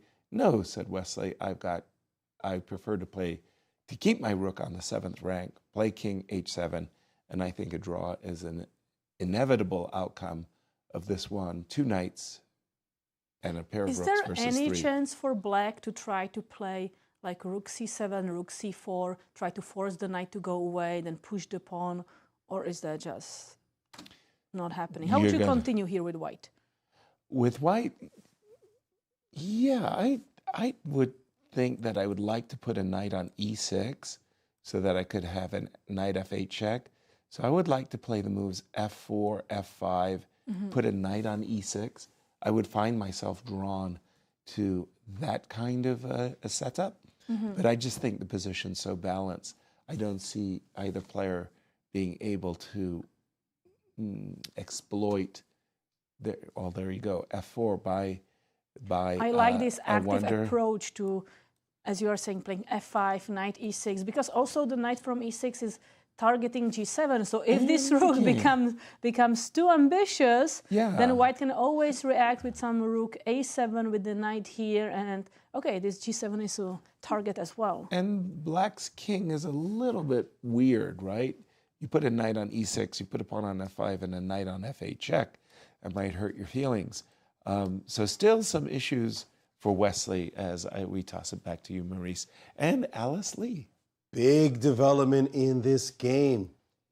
So we see a somewhat slightly off Catalan looking type position, and the move E5 played. Now, best is just to clean up in aisle 5, take on E5 here, clean up the position a little bit. But she played D5, and now this pawn, it's okay. You know, things seem all right. But here, the move bishop D7 would have been problematic, trying to take advantage of this line to be able to play this move, rook to B4, and there's a bishop showing up on this diagonal. If you saw that, you'd be doing really well. However, in the game, knight C3 was played. Sorry, bishop B7 was played. Bishop B7 followed by knight C3. And now rook B6, the rook moved to D1, rook to E8. And now Alice did something extremely bizarre, quite strange. She played bishop to E4. Okay, that's a tempo on the knight. All right, so we defend it. And now she played bishop to B1. What? She felt like the bishop didn't belong on this diagonal, so she wanted to put it on a more active diagonal. Get the board back? A more active, so to speak, active diagonal on this side, but it's hitting at nothing.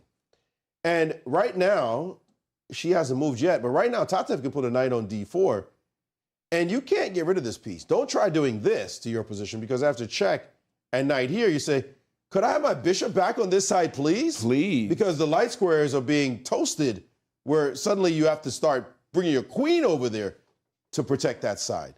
No, but after knight D4, I want to go queen D3. I want to create a battery and go to queen H7. That's a good point. You've created your battery. Now what are you going to do with it?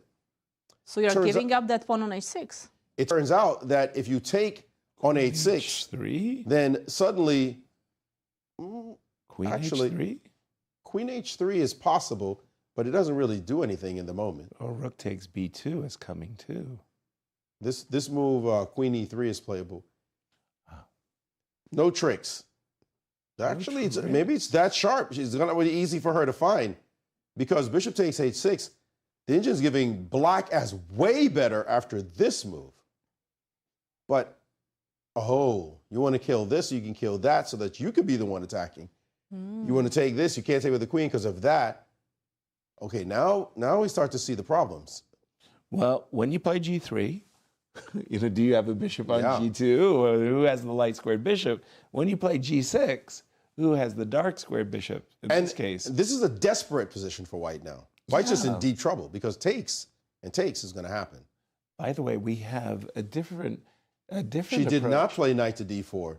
She played her knight d7 back and did not realize this opportunity and has changed the whole complexion of the game. Again. White can play any move on this side, b3 or b4, but white dodged the bullet, did the youngster. She could have faced pure torture in the line after knight planting itself on the d4 square.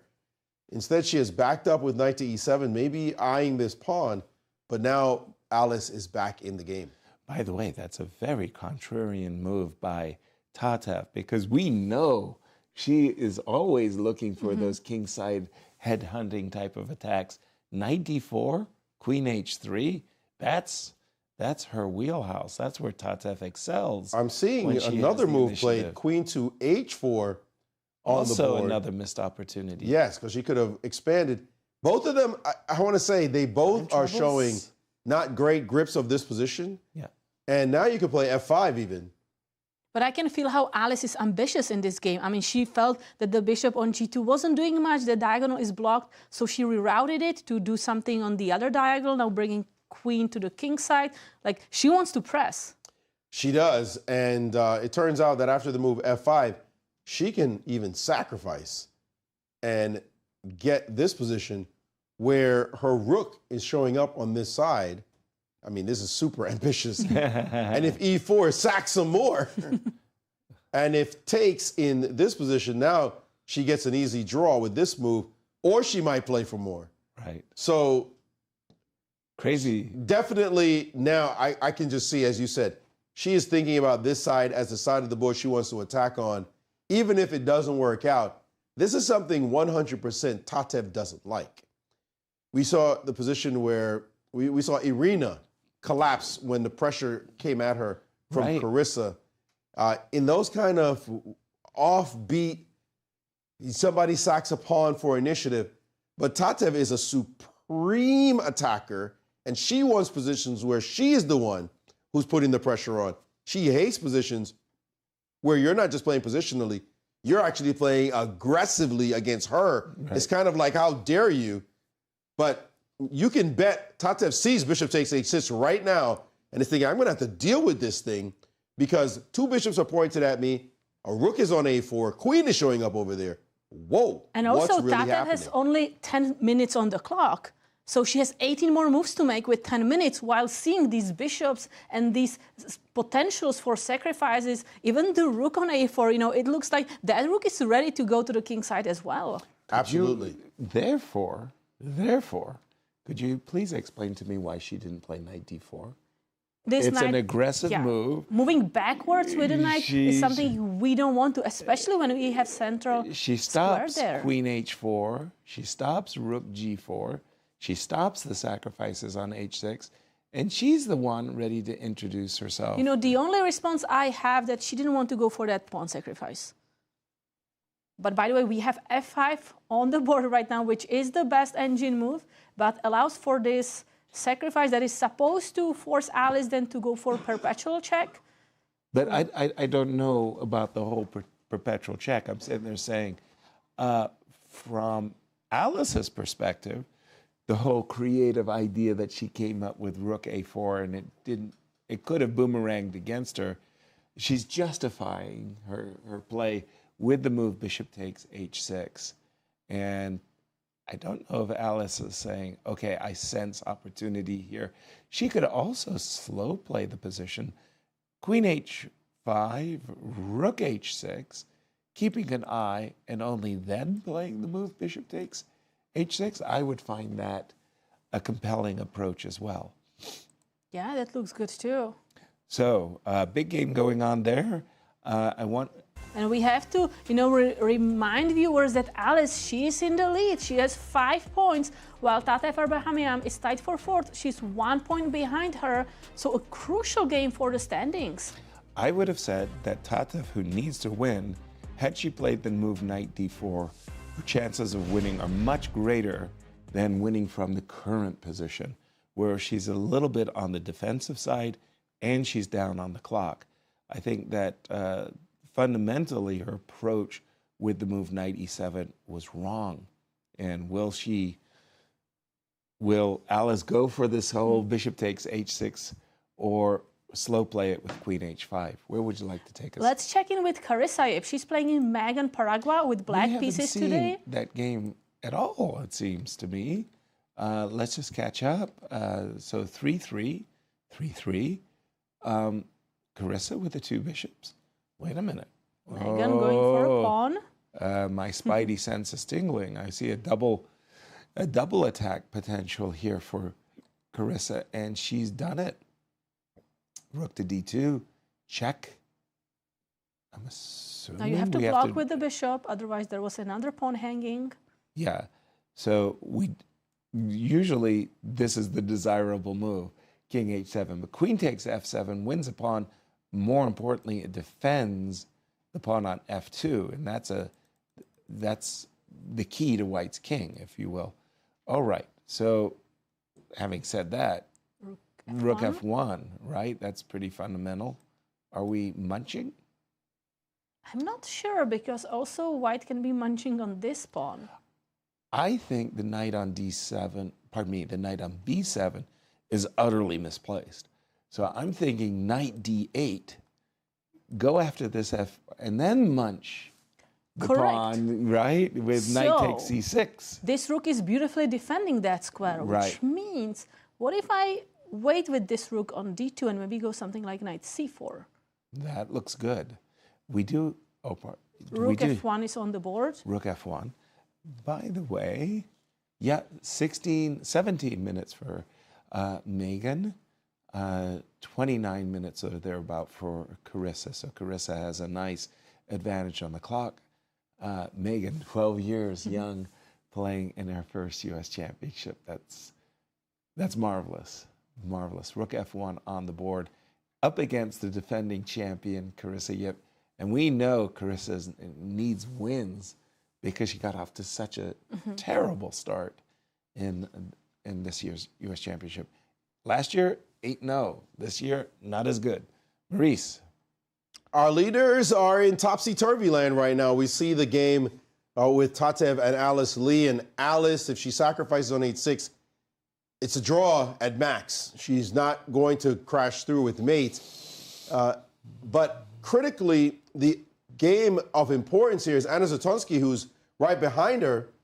And Anna's position just got really bad. Really bad? Got really bad. Here after rook to a1, she played the move queen to b8, offering a trade. But guess what? This trade allows queen takes and rook a7. And knight a5 is you got a couple of problems with the knight jumps that are about to happen with your pieces on the wrong side of the board. Totally. How do you defend over here? You're going to have to push this pawn and give this rank. Then your knight d4 could come, and your side starts to collapse a little bit. So in this position, the engine's saying, give the pawn up now, like this. That's how serious and severe it is. And after it takes, rook to d1, bishop to f1, and now the move rook to b1, which seems to just allow this, and then a move like e5. Come on, this can't be strange way logical play. Yeah. How do you? Nobody's going to want to play like this after they see the move rook a7 land on the board. The more logical way to play would be to try to somehow save this position, but it's not so easy. You play the move c5, then actually knight c6 is strongest. And where are you putting that rook? Terrible. Rook e8, ridiculous. Rook to e8. as you said. And now we can actually play the move b5 and go take this one, and you can resign. That's virtually in this position. It's completely horrible. So rook a7 on the board, 16 minutes on the clock with 15 moves to go. And Rose, who has been surging, could actually take down Anna and come really close to the lead, as Alice will Alice's game is still up in the air, but this would be a huge win for the youngster. Absolutely. Wow, that would really shake up the standings. And again, if Tatev can hold Alice to a draw or worse, I mean, Rose is doing so well in this event. Will really climb into the event. By the way, Carissa did play the move rook on d2 takes b2, and I think this is the moment that Megan needs to play the move knight d8. And should she play the move knight d8, I actually think she's got an absolutely very decent position. No issues here for white in this game. And where would you like to take us, Katja? I want to take a look at the game between back to Anna Sargsyan and Atusa Prokashyan. Yes, when we left it, we really thought Anna was in dire straits. Let's catch up on that game. Queen to d2, queen to d1, trade the queens. Atusa protected the pawn on a4, knight to d7. She captured that bishop. And we've caught up with the players. So at a certain point, what are we supposed to do here? So by the way, how is the material? So black has 6 pawns and white has 4 pawns. So the 2 extra pawns for black, there's still a little bit of a problem issue on a back rank issue. So then it's knight b6. So the move I want to play is a5, and the problem I'm having is a5 just runs into, the immediate a5 runs into b5. And I drop with my bishop, and unfortunately I don't have, you know, a really good, I'll probably end up having to sacrifice my bishop, get a draw that way. I'm assuming black is playing for the win. Let's play a move, yeah? Just a move.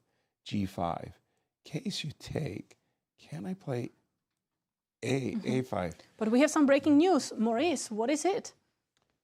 Yes, it's so interesting. In chaotic positions where structure, it's usually very much to do with the pawn structure, not defined, players will make mistakes. It's just, I don't care how strong you are, you're used to certain kind of setups and you're used to certain kind of structures.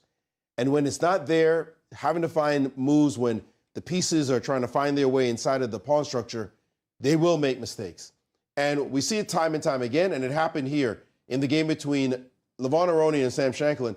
Levon was doing quite well. He got everything he could have wanted now with a pawn on a6.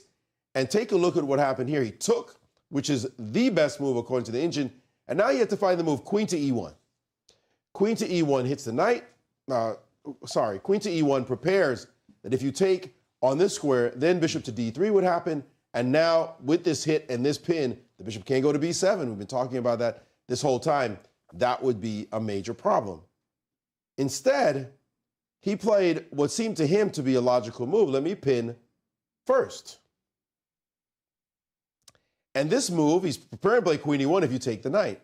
The problem with this move is Sam has a fantastic response in queen to h4.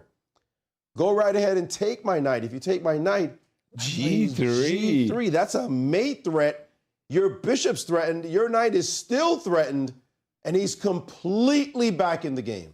Wow. Completely back in the game. And in fact, he missed it. He started with g3. And this move is just a mistake after takes. Wow, and he has played queen to g6. He missed now that queen e1 does keep him nailed to a wall.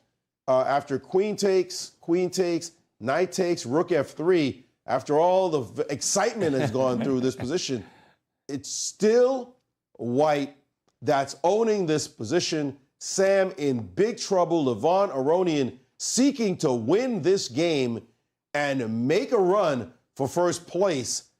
What a sequence of moves. Sam had to find a move And he had time on the clock as well, missing his opportunity here to play queen h4, playing g3, and allowing this position on the board. But Sam in big trouble now as Levon about to take this one home. And for Levon, as you were just saying, a point behind the leaders. This win, should he achieve it, couldn't come at a better time. I want to turn our attention to a game between two former ladies champion, and that's Jennifer and Nasi, because it was actually very funny. The play really reflects a lot of the analyses that we had. It was h6, queen h4. Jennifer didn't know what to do. Her pieces are so passive. She played the move bishop to d1, knight to d5. Let's trade queens. Okay, said Jennifer. I want to play bishop a3. I see that. Knight c4, bishop rook, f2, f3, a move that I was really, pitching for earlier. And you see this really great positional grip that Nasi has and trying to restrain the bishop on c1. f2, f3 came just in time. If Nasi just could achieve the desired g6, f5, I would call this a kind of a positional domination. But with the move f2, f3, once again, this is one of those takes, probably you can't stop e4, but it's like, okay, if I could play knight f5 and e4, now it's Jennifer saying, hey, I've got the two bishops, I've got the center, let's go. And we're seeing these ladies, they're maximalists. They're playing for victory. And Jennifer likes complicated and open positions. Chaos on the board. That is where she thrives. So this is a moment that she's, I think, very happy about with this f3 threatening to fight in the center. I think it's her best position in the game. I truly do. By the way, we have another big game between Andy Woodward and Hans Niemann, and it looks like Andy is getting some chance to play for a win. Yeah, with this really strong last move. When we left it, we really liked his chances of simply winning the pawn on c3. And Hans, recognizing, something has gone wrong, went g5, bishop g3, rook c6, and it was that bishops of opposite color position I spoke about. I like playing these types of positions on the white side. But this f4 move, by the way, was very strong because we are forcing an opening on those dark square diagonals, and also for the white queen to maybe, absolutely join the attack there at some moment. Queen h5, bishop takes on g5. Let's start with the obvious. This idea of putting the bishop on e5, putting the queen on h5 makes a lot of sense. I'd love to include the rook b3, right? If I could. So I always say, whenever you're attacking, be sure to send an invitation to everybody. You want everybody to join the party. So you got check, you got queen h5, you got queen h8, and young, 15 years young, Andy Woodward doing his best. And I'd like to make a point to follow up on that, because remember, this youngster in his first campaign, he's now at -1. But if he manages to win this game, he will have played #1 seed Fabiano Caruana, #2 seed Wesley So, #3 seed Levon Aronian. He's played all the games. Not #3 seed would be Hans Niemann. Right. #4 seed Levon Aronian.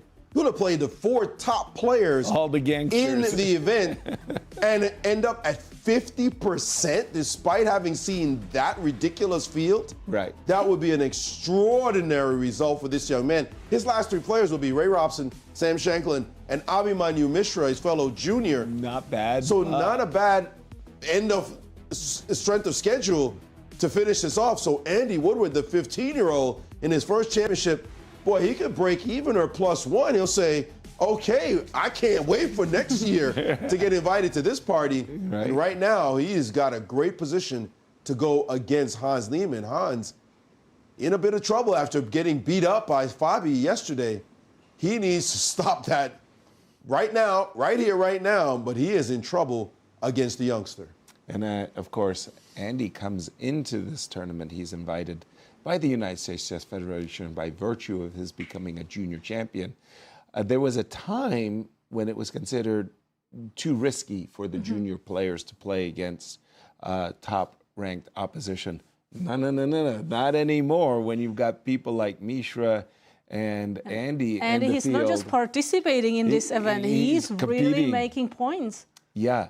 Rook b3 on the board. Again, I would have been anxious to make sure that I don't do something super suspect. I want to open that bishop's diagonal, but he has played the boss move, rook to b3, and he's looking. The other problem when you have a bishops of opposite color position, it's about who's attacking. But could you tell me what counterplay Hans has in his pocket? You know, that's what I'm trying to figure out. What are you going to do with this bishop? This bishop has no real future. Okay, this queen is doing a good job blocking any kind of pushes with the center pawn, but where do you want to do any counter-attacking style? You cannot just try to go and attack these pawns because, as we were mentioning, you have to be careful. There is this back rank, there is this queen flying over. If I decide to open this, I have even bishop joining the attack. Like, you have to be careful about your back rank issues as well. No question about it. I don't see good play here for Hans, who, by the way, he's behind on the clock by 5 minutes to make a time control. Don't know how many moves they have, but I like Andy's position. I really feel that one or two more moves, and he might just be clinching a victory. So I have an idea, Yasser. Please. What if I try rook g6 here? Okay. With wishing maybe to play g4.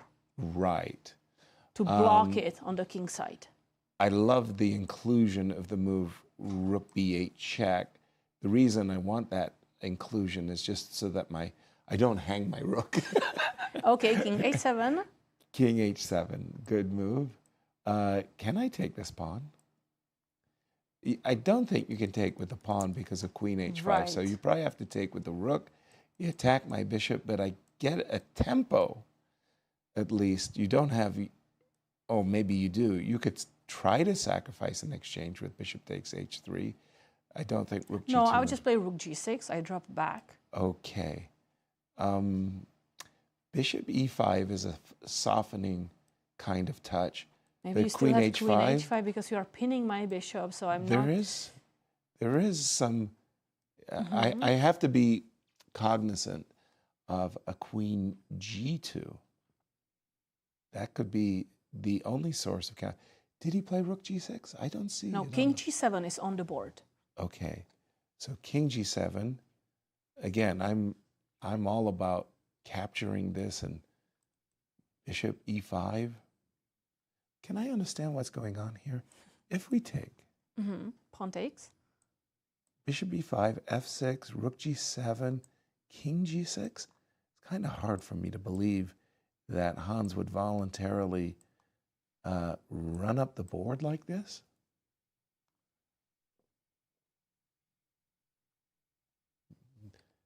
Is that the way you play chess?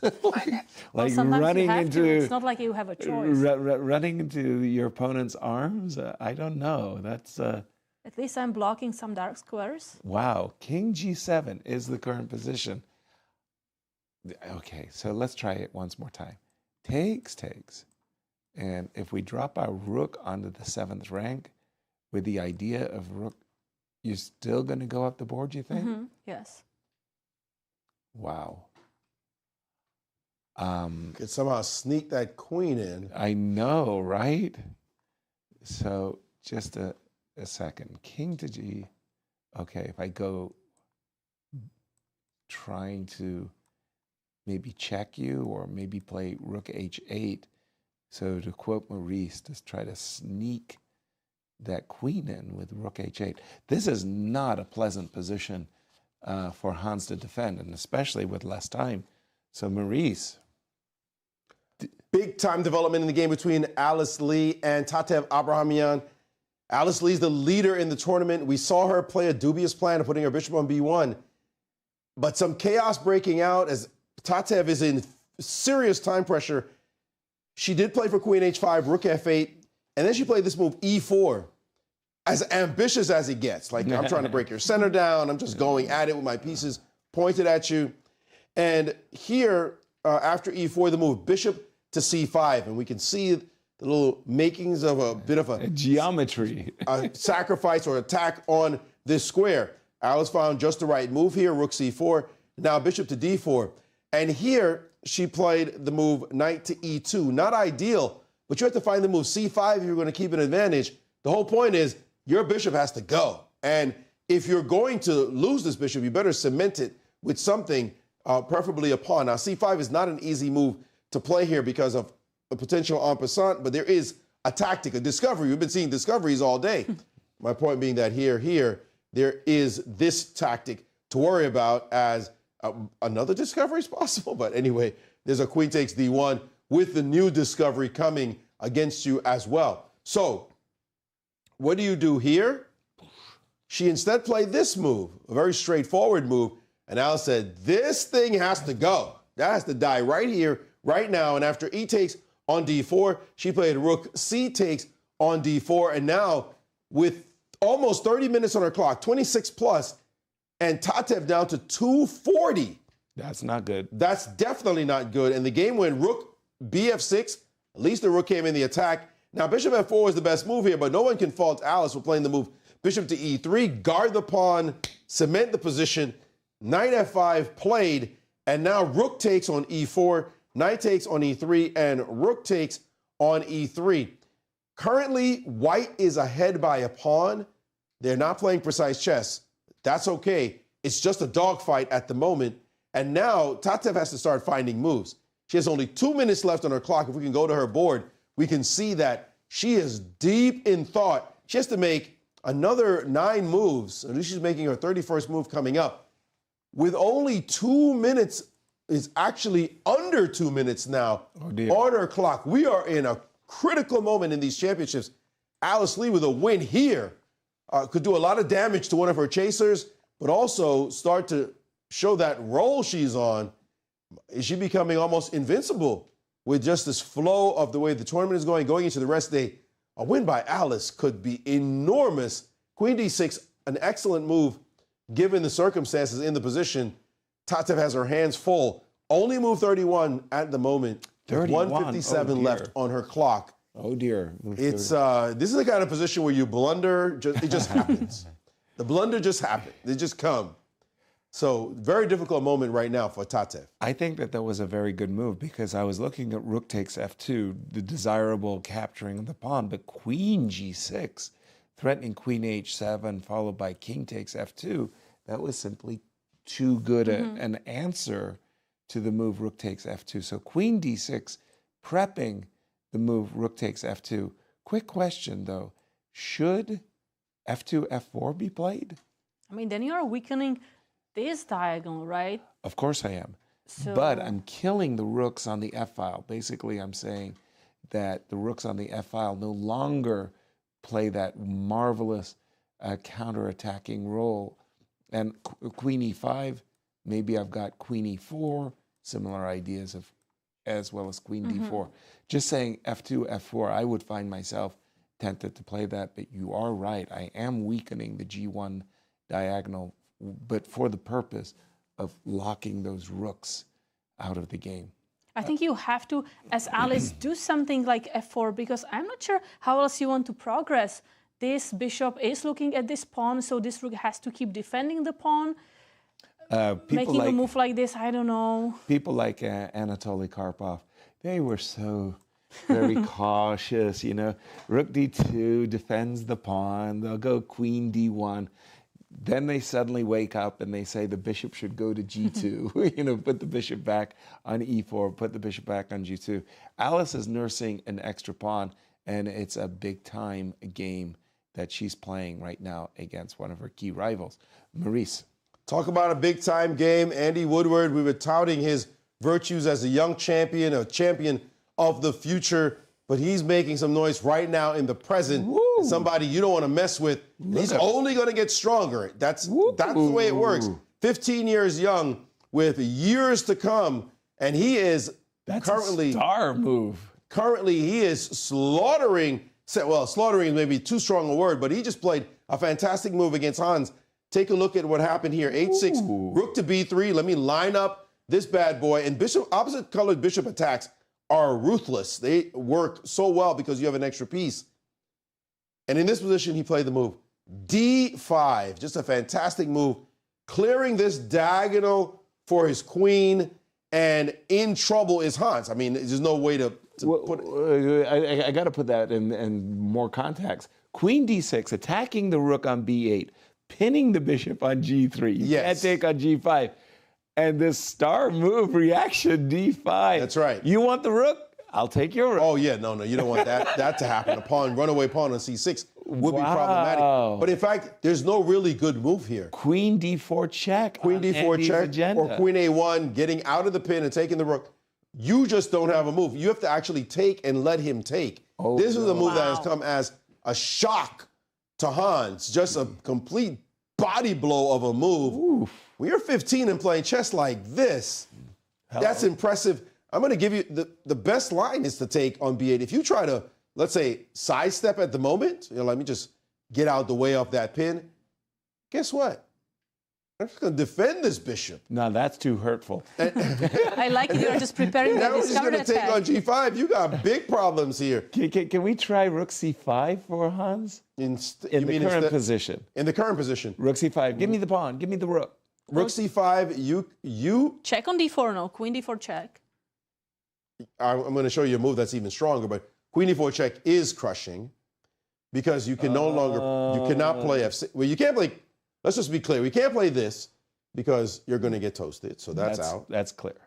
But you cannot play f6 because I take on g5. You can't play this because we take. I'm crying. I was pinning the pawn. No, you're not pinning anything. No. So rook c5 does not get the job done. In fact, it's so bad, rook c5, not to hurt your feelings, yes, but even this is playable because if you take, then there's a check coming anyway. So all bad in that. All bad. D5 is a blow.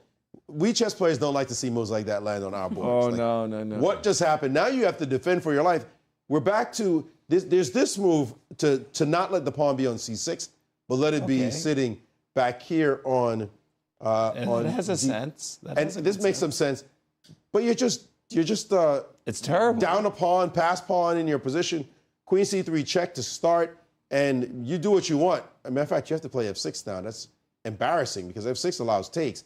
So let's move the king away, just trying to get out the way. Let's put it here. Doesn't really matter. And takes is happening. And what? I can't even do this because Queen of check. f6 check. Oh my goodness. This is the funny part is if you played f6, not that it's the best move. I think you take on g5, but queen takes f6 check. Oh, it's also possible. Take the queen on d8. Oh, no. Every single move. Queen f6 is coming regardless. That's the problem. Queen f6 is coming, and it's toast. There's no surviving this last blow by Andy, and he will jump to 50% after 8 rounds against these gangsters. This will be an amazing result, despite the fact that he's not going to win the tournament, but to have this kind of result. When you're in your first campaign, usually if you score -2 or 3, congratulations, good job, buddy. And he would win I don't think so. A lot of rating but points. Also, he's going to tie for the 3rd place if he's going to win. Wow. Like he's playing for the medals. He's not there just like to say, yes, I won the junior championship and I'm going to give a shot this tournament. No, I'm seriously playing. I'm a strong competitor. D5, big time move, and Hans has just gotten into a tank. I think he spent 9 minutes thus far, and he doesn't have an answer.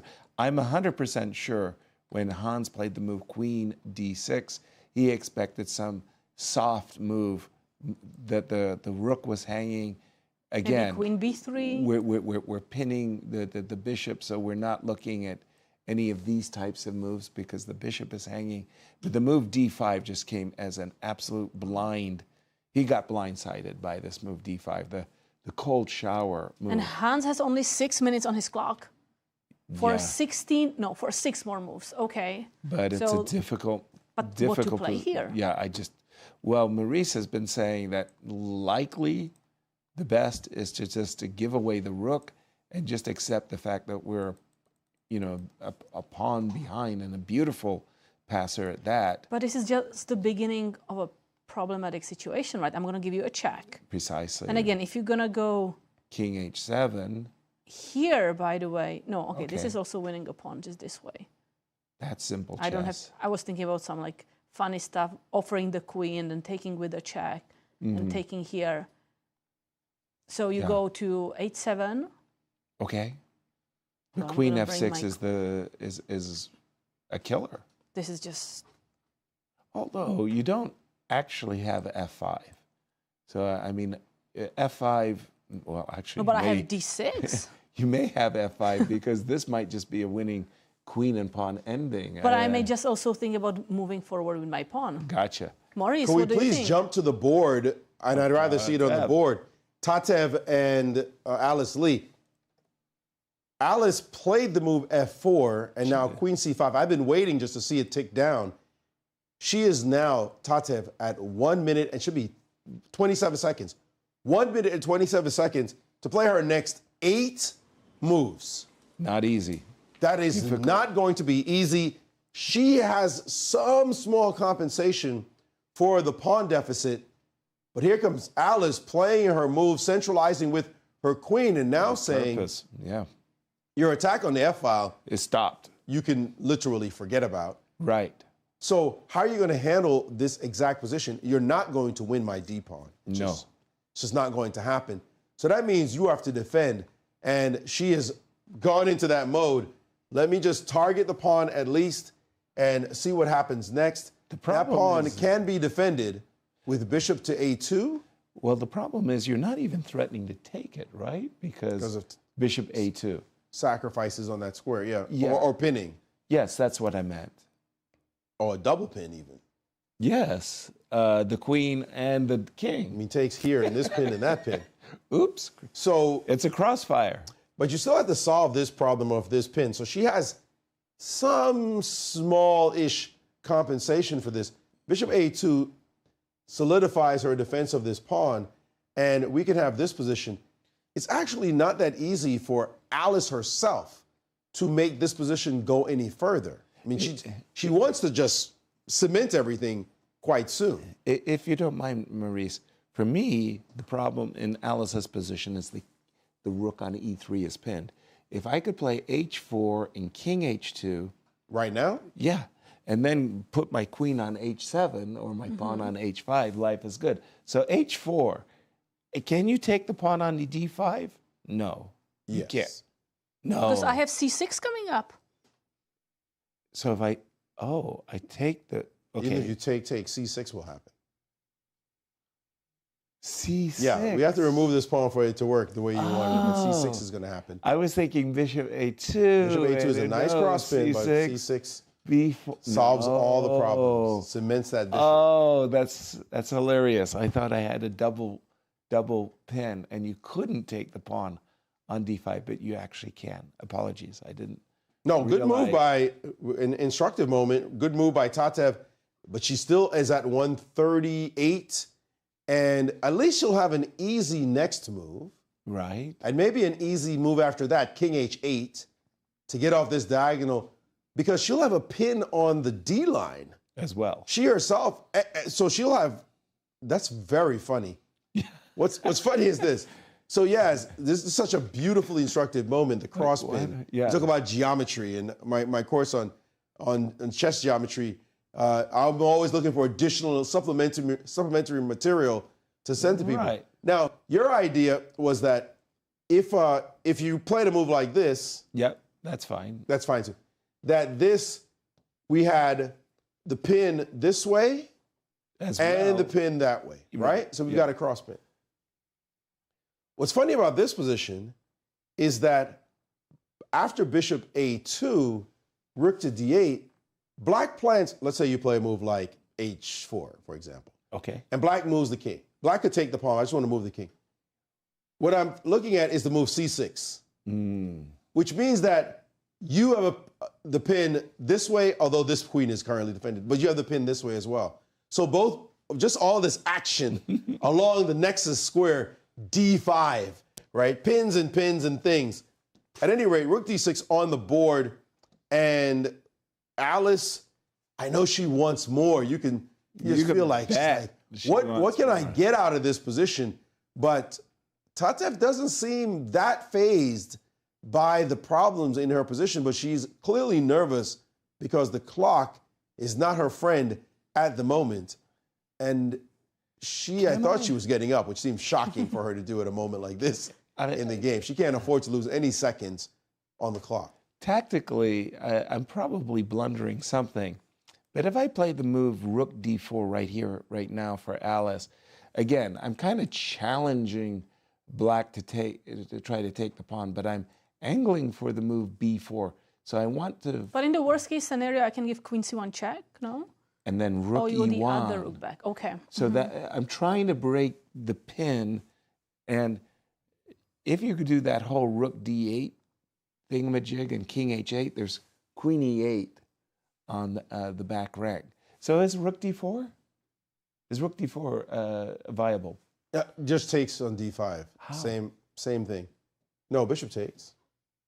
b4? b4, queen c1, Check. back, and just come back. Okay, now rook takes d5? Queen takes. And c6 again. At the end, c6. Always c6 there. I got the vision. I thought I'm... c6 again. Thank you, Maurice. No, dynamic opportunity certainly for both players, but Alice is the one who was up a pawn. Alice Lee came into this round. She's played queen c3. Queen c3. Queen c3 is a playable move, and I think she's just trying to shut down all the problems in her position with this move, queen c3. She's also angling for this darn c-pawn. That's been annoying for quite some time. That is right. And she's trying to resolve the problem of the pin on her rook. I don't think Tata will want to trade in this position. Just not a pleasant ending. Not in her personality even, to want to trade here, even if it's the best thing to do. And in fact, it is, according to the engine, the best thing to do. The other move, though, queen back, allows the interesting king to g2. And now, let's take a look at this line. Takes. Bishop to a2. And now there's rook e7 untapped as well. Hold on, I messed something up. King g2 takes. And bishop to a2. No, black is fine here. Seriously? So queen b6 is playable. Queen b6 is playable. She's not trading queens. That's not Tatev. I think she's going to play queen b6. She traded queens. She traded queens? Yes. I guess I don't know my Commentator's curse. Welcome to the show, Maurice, where commentators get tested. Right? I would never have thought Tatev trades queens in this position. No. I would have bet money she doesn't trade. And well, now she's simplified. Now it's a two-result game. Of course. Now it's a two-result game. That's the surprising thing to me, why she traded in this position when she didn't have to. But guys, one result game is now between Andy Woodward and Hans Niemann. A one result game. One result game. We have big progress there because they traded the rooks. And it seems like Andy is winning another pawn. Ooh. And I think we may see resignation soon. Tatev had a trick, but I think she tricked herself. I think Tatev just played the move c7, c6, and trying to take advantage of the rook. So you want to go back to the Alice game, Yasser? Okay. Yeah, because Tatev has no time, and Alice just had this really nice trick that Tatev fell for. When Tatev traded queen, she hadn't intended c6. Now she realizes that her desired capturing on d5, winning the pawn back, no. Rook drops down to e7. You can't play rook f7 because of rook e8 check. And if the bishop moves, rook to e7, and that's winning. I think that's a winning move. I think rook e1, and whoops. It's a fantastic move. She had a much better 13 move. seconds. 13 down. We will say rook b3 was even stronger than rook e1, but you're right. King f7. Her position is collapsing now, and that last move is a real mistake. That looks... Because now bishop a2 is a big move, and you cannot really capture on d5. Precisely. And if you try to get your king away, let's say to f6... You can't capture on d5 because of that skewers the old double attack. We know those. And if you go king f6... then rook e6. Rook e6. You got nothing better than rook e6. And So I'm just going to save that pawn, no? No, you're just saying at the end of the day, this is a huge passer. I think that just clinches victory for Alice. There's a strong move here for Alice. That rook b3 you mentioned? And she's about to play it. Bang! She found it. Rook to c1. Rook e c1. That's a star move. Wow, what a find. She's after the pawn straight. She's going to have a nice pawn on this square. You obviously can't take the pawn on d5 because takes just runs into rook c7. The game is over. And she found this beautiful move. Nice. How do you defend this now? And you obviously cannot play this move because of bishop to a2. This one right now, in the crisis moment to find all the right moves. Rook d8. She has no time. This could be the one that wins her the championship. Absolutely. She played rook to d8, but what does that do? I know. Hand over the goods. Is there a check downstairs that maybe? Well, remember, there's a check coming here. So even if you play this check. Just king f2, yeah? I'm just wondering if you have another check somewhere. No. You could get this check, but then That's it. You're out of checks. King e3. Okay, so no more checks. Nope. There's nothing. No, and there's a passer. Nothing. Nope. That wins. It's disastrous. Rook f. All she has to do now is just take her pawn and say, I don't believe anything you're doing down here. She's got 15 minutes to play 3 more moves while you've got 42 seconds and collapsing. That moment when she played queen takes c3, I'm going to say, I'm shocked at Tatev for playing that way. And now we're waiting for the capture, and she's reaching for that pawn. With every fiber. Thank you so much for that second free beat you've given. That's 2 pawns down. Alice is about to win this game. And cement her lead in this U.S. Championships.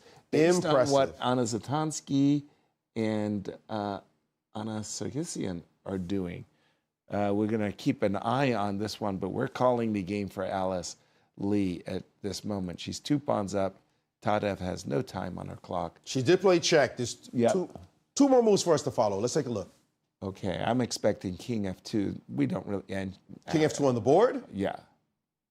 Now she just has to make, after this, 2 more moves for Tatev. What can she do now? She is now in resignation land. Exactly. She's 2 pawns down. She'll make time control in a completely dead endgame. She may be reaching her hand out across the board.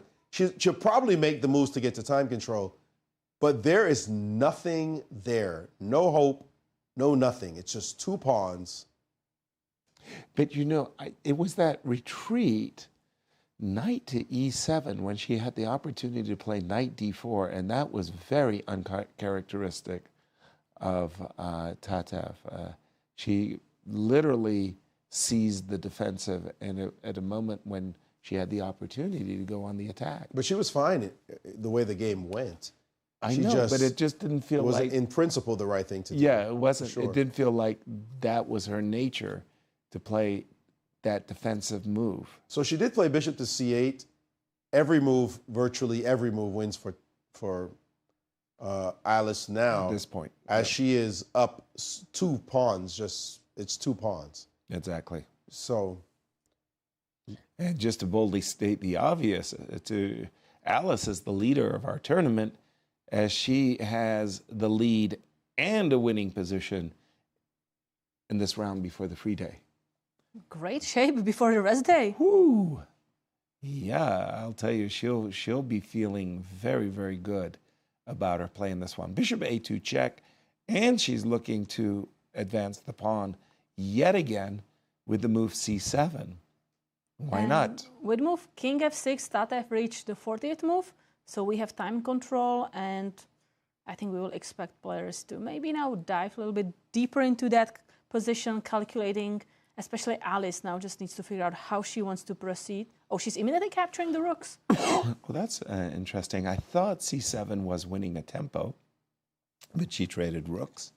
I mean, certainly a decent move, king e3. I don't want to see, I don't allow those types of moves in my game. King e2, king e3, just bringing the king into the center. did I miss something? Was there a reason why she didn't play c7? Because it looks objectively so much simpler. What would have Tatev done? I'm just surprised she's playing so fast. I thought she's going to say, okay, Move 40 41. moves, let's go for a walk. Okay, rook c2. She defended against the threat. Yeah, this is winning. Let's go to the Atusa game. Rose Atwell, Anastasiya first, because when we left it, we thought Rose Atwell was really for choice. Is that still the case? Yes. Although Anna has been making So a mess of material things. is equal, but that rook on b7 is targeting the b6 pawn, and it's only a matter of time when she captures it. So let's assume we King have g2. King g2, and let's assume, I don't know, rook. Maybe rook e1, no, to attack the other pawn. In every case, I thought I was going to play e3, and then the rook was eventually going to have to come over. So Rose is definitely going to be a pawn up, and a rook and pawn endgame with all the chances, a 2-result game there. But Maurice, you've got Levon and Shankland. And a 1-result game in this one. A 1-result game. This one's over. After the trade of queens, we saw that happen too in the Tatev game. She should never have traded queens. No. I mean, that just, no chance after that. Well, she blundered with c6, but to get rid of the queens, your pawn down already, required very accurate play. But this game, this one he could have played rook f3. No problem. Rook f3, he's definitely winning. But he found another path. He said, I like this too. What's wrong with this? I'm going to put a pawn on a7. Oops. And prepare rook b8. Why isn't this good for me too? I understand you have 2 pieces for the rook, but that pawn on e7 is a problem. We'll take that one. Now you have 2 pieces for a rook and pawn, and I got a passer that's running down the board. How are your pieces going to stop me? And by the way, your knight can't move just yet because of bishop to e4. So your pieces are somewhat frozen. What are you going to do with this piece? You can't move because of bishop e4. Hello. King e7. Let's march this one up the board. King d8. Oh, you're trying to get your king close, but look who you left behind, this button. And I still have the move bishop to e4. Bishop to b7. Okay, you kill that. Let me get my tempo. And now let me kill this one. And when the smoke cleared, the pawn is still sitting on a7. This one is passed. You're just going to have victims to worry about. Bishop e2, rook f8. No, let's trade down. Let's get to this endgame. I want to play this move, bishop f3. I want to play rook f7. Beautiful it's horrible. Play. Beautiful play by fantastically forceful play. This one is resignable. You can see it on the face of Sam Shankland right there. He knows that it's over. No chance. He's played the move. Rook to f6. On the board. But, I mean, we could take that. We can go after this one. How do you defend it? I don't want to play e5. You definitely don't want to play this move. No, I don't. Wow. And the trade has been done.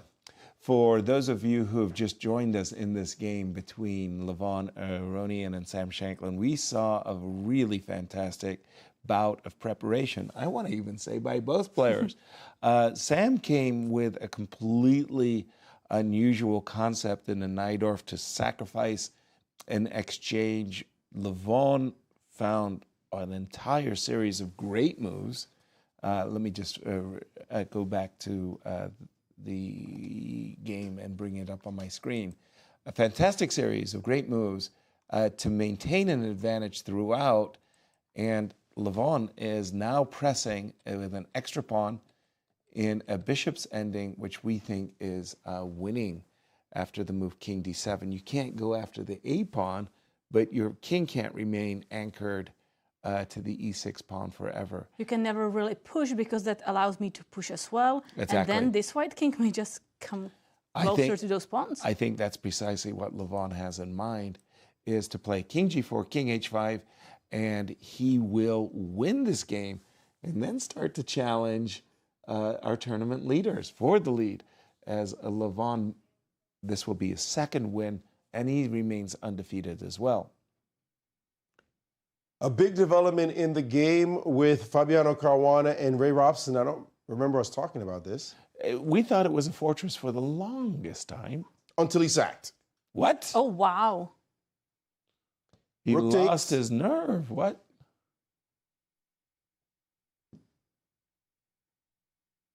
What? Okay, is this a fortress as well? 2 pawns for the rook? I'm not a big fan. I mean, because the pawn structure is terrible. Exactly.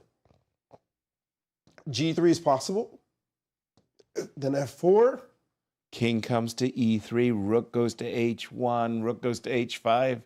Oh boy, oh boy. It could be one of those things where Ray misjudged his piece sacrifice. He didn't need to do this. We were thinking that Ray had a nice fortress by just simply waiting. So it's this moment where Ray just has to be more patient. Yep. Just here to be a little more patient, and I mean, it is inviting you to capture, right? When you see this bishop, this knight capturing here. He trapped him in he ensnared him to make this move rook takes G3. But again, if So you think maybe something like rook G7? If Ray had just played bishop back to E6 and just said, look, I've achieved my maximum. Literally, Ray has had the same position for the last 10 moves. That's and maybe true. his king was on E7 and his pawn was on B7. I would have probably kept the pawn on B7. And Fabi did absolutely nothing. I mean, and by making the sacrifice, I think he's given Fabi chances of winning the game. And if Fabi were to win this game, would that be 3 in a row? So he won against Hans? Yeah. No, he drew with Wesley.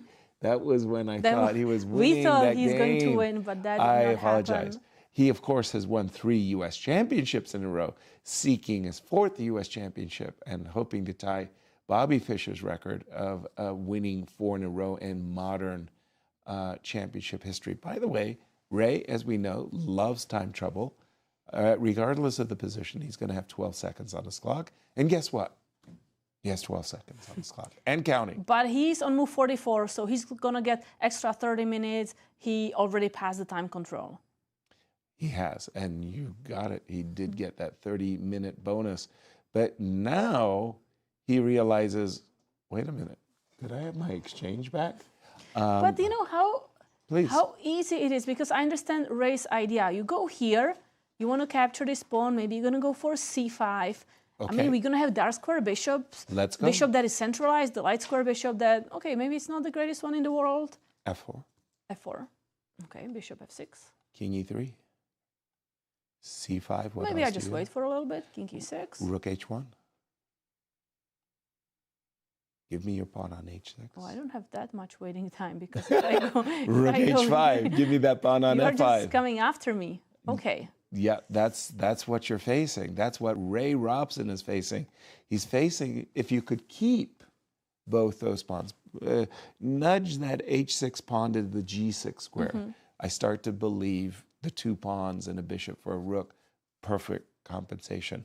The fact that F5 is weak and H6 is weak. C5, take on C5, take with the B pawn, rook H1, give me the H6 pawn, and we're back to the same thing. I mean, I respect the fact that you have a passer on the D file, but I don't think it's enough. Yeah. I think it's a 2-result game suddenly at this point.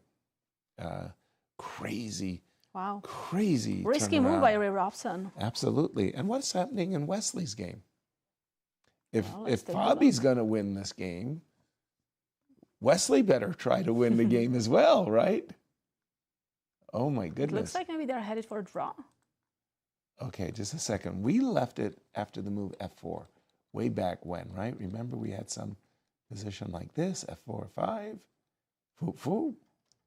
Whoa. Whoa, what a beautiful trap that is. Did you see what Awonder has, what a cheapo. Very sneaky trick, knight G6. Oh my. Threatening the rook, but mostly threatening the checkmate. Oh my goodness, what a nice one that was. Knight E6, Wesley said, I see that. You're not gonna get me.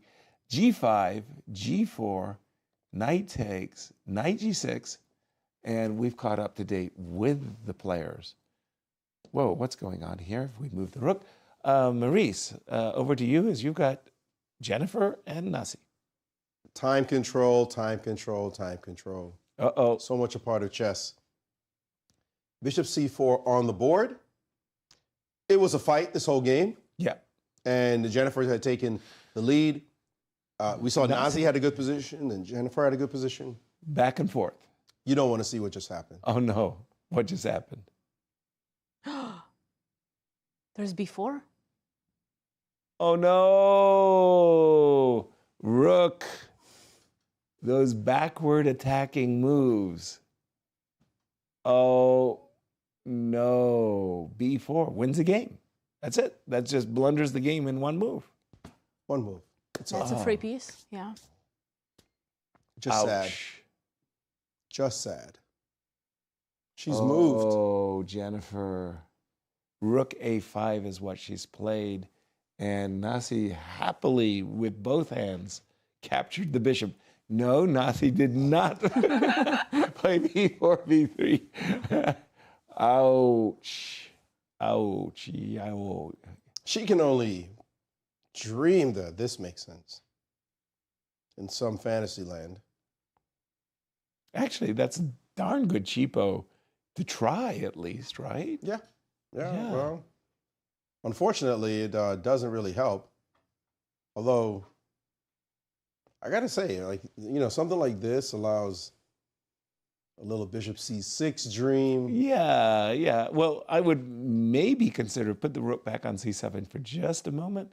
I would maybe. By the way, this is also just completely winning, but yeah, maybe just even start with a2.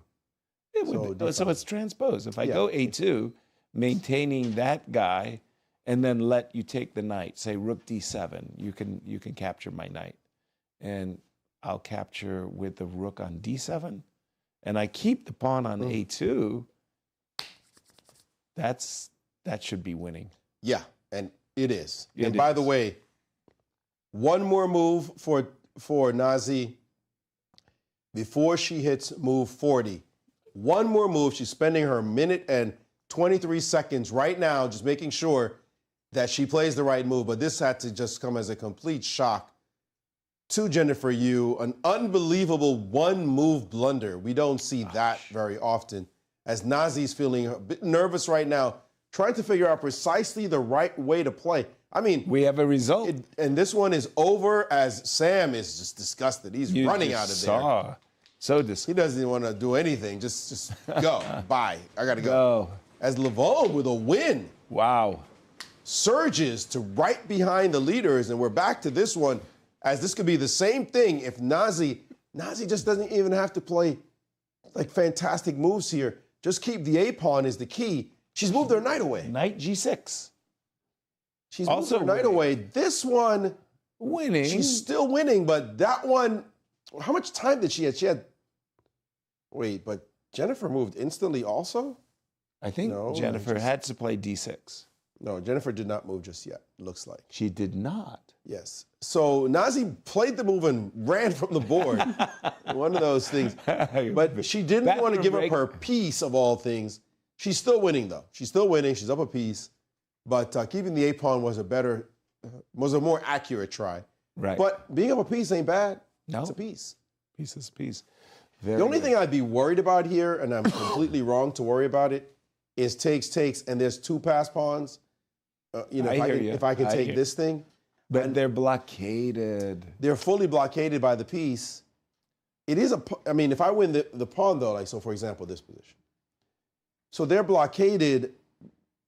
What's the strategy for winning? I guess. Put the rook back for a moment, Maurice, because I was thinking that black should go king f7, king e6. So put the rook, I don't care, on b7 perhaps? b7, okay, I'll take the And pawn. then king f7, king e6. And that's my strategy for winning. Like put the king here and then just bring the piece around. Exactly. That's Should be enough. I'm seeing a draw coming up really, really fast in the game between Wesley So and Awonder Liang. I think we're about to see a handshake after the move 6 check. F6 is on the board. King has to take on F6. Rook will go to A6 with check. And we're going to see King G5. And we are starting the repetition. Rook A6 check. Yep. King going there. We're going to give check again. And Wesley's going to say, what happened in Fabi's game? And he's going to say, well, Ray Robson decided to commit suicide. What? What? Wesley will say, Ray had a fortress. And this is a repetition. They're not even waiting for Chris Bird to confirm it. They shook hands, paused the clock, and they're about to sign the score sheet. I think sometimes I should just play 4 times repetition so you make sure there's no question. So Wesley goes into the locker room with a +3 score after 8 rounds of play. Very impressive. And Anastasiya is with Levon. Anastasiya, over to you. Thank you, guys. Yes, I'm here with Levon, Aronian, who just managed to win his game against Sam. But the round started with sad news. Levon, and if you would like to say something, please. Yeah, of course. I mean, it's heartbreaking. I mean, I knew Danya quite well. I can say he was always a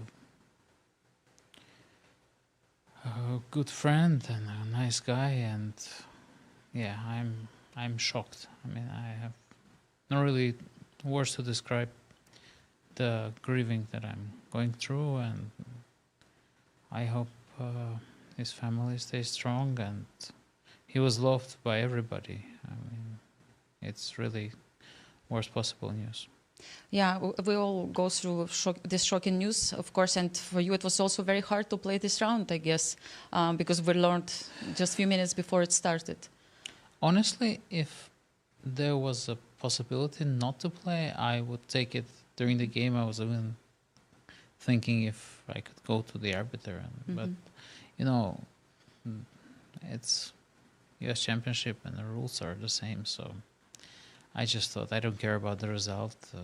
I'll just play whatever. Yeah, I think Danya, we all know how much he loved chess, and yes. I think he can understand, and he was chess player until the end, and yeah, it's still very shocking news for us. But coming back to this game, we didn't see you for a long time, and there were many draws. Today you managed to win. How do you think about the tournament situation now? It's okay. You know, I'm playing. I'm enjoying chess. So. You know, it's such a luxury just to play chess and not to think about things and be away from real life where all kinds of things can happen. So it's, yeah. So we should cherish what we have. Absolutely, Levon. Thank you so much for coming here and sharing the thoughts with us. Thank you. Really appreciate it. Go back to the studio. Anastasiya, thank you. I think Levon is speaking for everybody here in our production at the St. Louis Chess Club as we're all grieving the passing of a brilliant young man, Daniel Naroditsky, and really feeling very, very, very somber mood here in studio. Nonetheless, he did get and achieve a very, very important win to put himself right behind the leaders at +2. Maurice. Yes.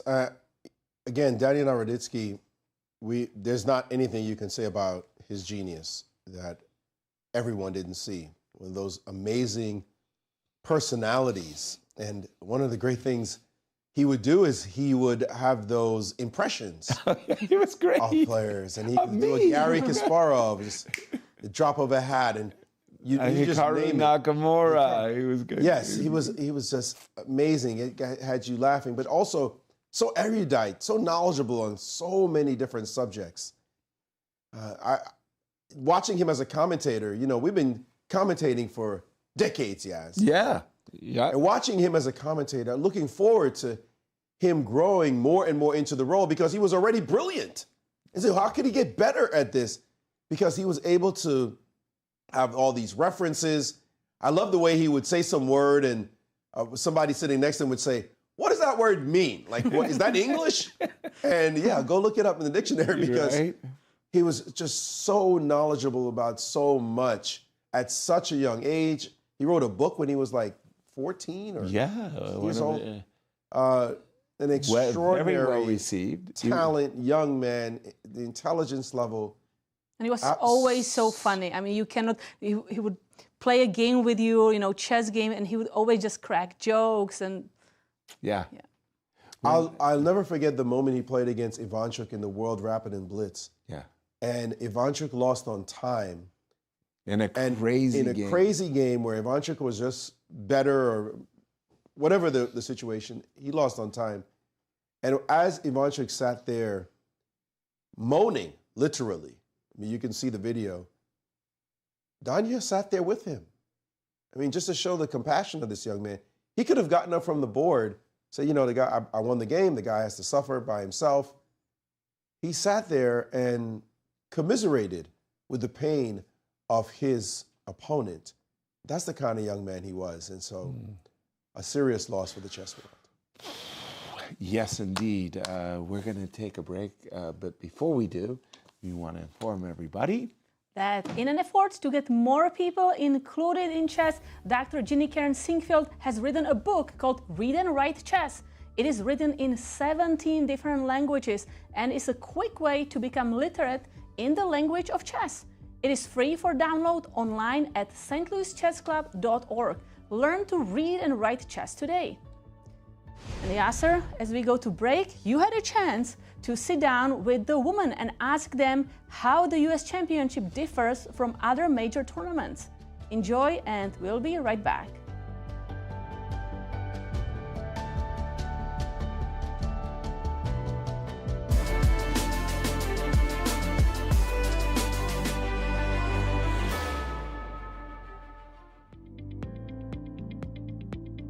When you think about the US Championships, the competition, the atmosphere, how do they differ from other competitions that you play? So first of all, we are very welcome here. We're really feeling very important, and I love very strict rules. We have great anti-cheating rules. So it's really because I'm in general very suspicious person, and here I feel really safe.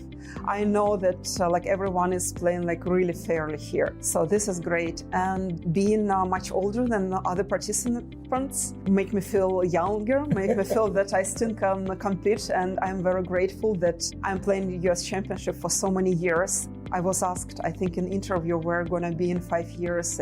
I said I want to be able to qualify for US Championship. I still want to play US Championships. First, it's a really long tournament, so it's 2.5 weeks, round robin, and 11 rounds, so it's the most intensive tournament here. The US Championship is just like a marathon, but I always do enjoy it because I remember I've had bad starts in the past, but it's allowed me to come back because of how long the tournament is. I think US Championships are always my favorite event. You know, so many friends are around. I usually do pretty well too. I think this year, I'm gonna try to do a little better than last year. Last year was maybe my best run yet. I think I kind of showed myself what I was capable of, and now I'm 50 points higher than I was last year too. So I'm really hoping to kind of do well. It's just a really familiar but really nice feeling being able to play here in St. Louis, and I believe this is my 5th US Women's Championship, so I already gotten a little bit used to it, but it's still my favorite tournament of the year. Nothing really compares to it. I've been living in St. Louis already 3 years and watched the US Championship every year. I'm not gonna lie, as a chess player, it is not easy to see such a strong, prestigious tournament happening right here and not being able to play in it. Exactly. I was watching it, I want to play. Yeah, I want to play there. Right. So it feels very special to finally be part of this tournament. But at the same time, I had to make a difficult decision, transfer the federation. But I feel like it's part of my growth, and I'm ready to embrace this new chapter in my life. As soon as I got the invitation, I was like, yay, I'm playing in this, because at such a young age, Like for How me, old are you? I'm 12. Oh my goodness. Yeah, I'm turning 13 in December. So for me to be able to reach this level at such a young age and playing this like prestigious tournament, I'm really, really grateful. It's like a milestone, like the key steps into the bigger stage. Yeah, obviously it's very prestigious, and I'm very happy and grateful to be here and to play with some of the top players in the country. Right. Yeah, the atmosphere is very nice. Everyone at the chess club is very jovial, very honest, very wholehearted. It's very wholesome. Actually, the first time that I played here, I was just surprised because everyone wanted to win against you. And even though, like, let's say, even if you're a high-rated player, every player wants to like beat you at the board. So everyone is so competitive. So I think that's the thing that is different than the other tournaments. Because when you play in open tournaments or other tournaments, if you're a high-rated player, people would scare you most of the time, and they agree on a draw even if you're slightly worse. But here the situation is different, so everyone wants to play their best. Yeah, absolutely. It's my favorite event. It has been for the last 10 years. It's the strongest event I play in, and every year it gets stronger and stronger. I think it's mainly just because I've been playing here. I don't know how many times I played here. This is probably like my 8th or 9th US championship. You're a veteran. I need to count. And I've been here since I was 13. So it's like some of these players you've gotten to know really well over the past few years. And every single year it's a new kind of challenge. But it's also a space I'm really comfortable in just because I feel like I've somewhat grown up here. Like this year, I had this realization that I almost wasn't gonna qualify because the past few years I've just been messing around too much, lost all my rating. So I was like, there's no way I can't after been here every single year. So that was kind of a very sobering realization that I was like, I need to come back and get this back together. Yeah, the US Championship is for sure special, right? It's like a chance to add more titles. Yeah, I would say it is the most special tournament of the year for me, and we'll see, what kind of form I'm going to be in here. I don't think I can compare a US Championship to any other tournament because most tournaments I play in are open tournaments, and it's just a lot of players of different rating categories. The conditions are different. Maybe you're playing in some big hall or you're playing in a hotel. So of course the US Championship is very professional, well organized. You're in an atmosphere where you feel like chess is welcome here, chess is respected, so you feel very welcome and very appreciated as a chess player, which in an open tournament you just feel like you're one of many. You don't really get the same feeling. And of course we're also surrounded by these great players. I think as American players we're very spoiled because we just have such direct access to constantly interacting with so many top players. Of course we're very lucky so many top players live in the US, and I think just playing in the same playing hall is also very exciting.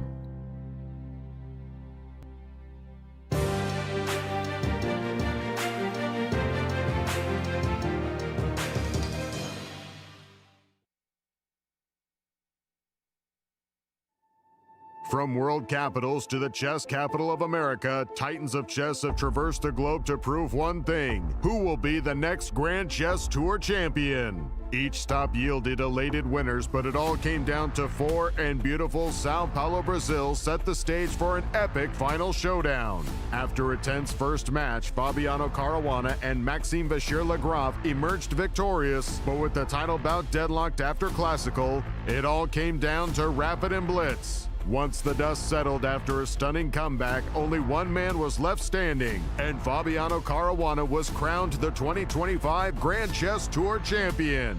Following a decade of impeccable events, the tour looks to the future and all of the excitement that will unfold on the 2026 Grand Chess Tour.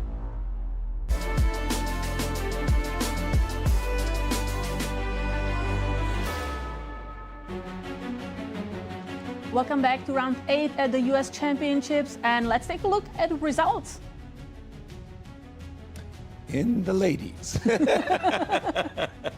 We are getting there.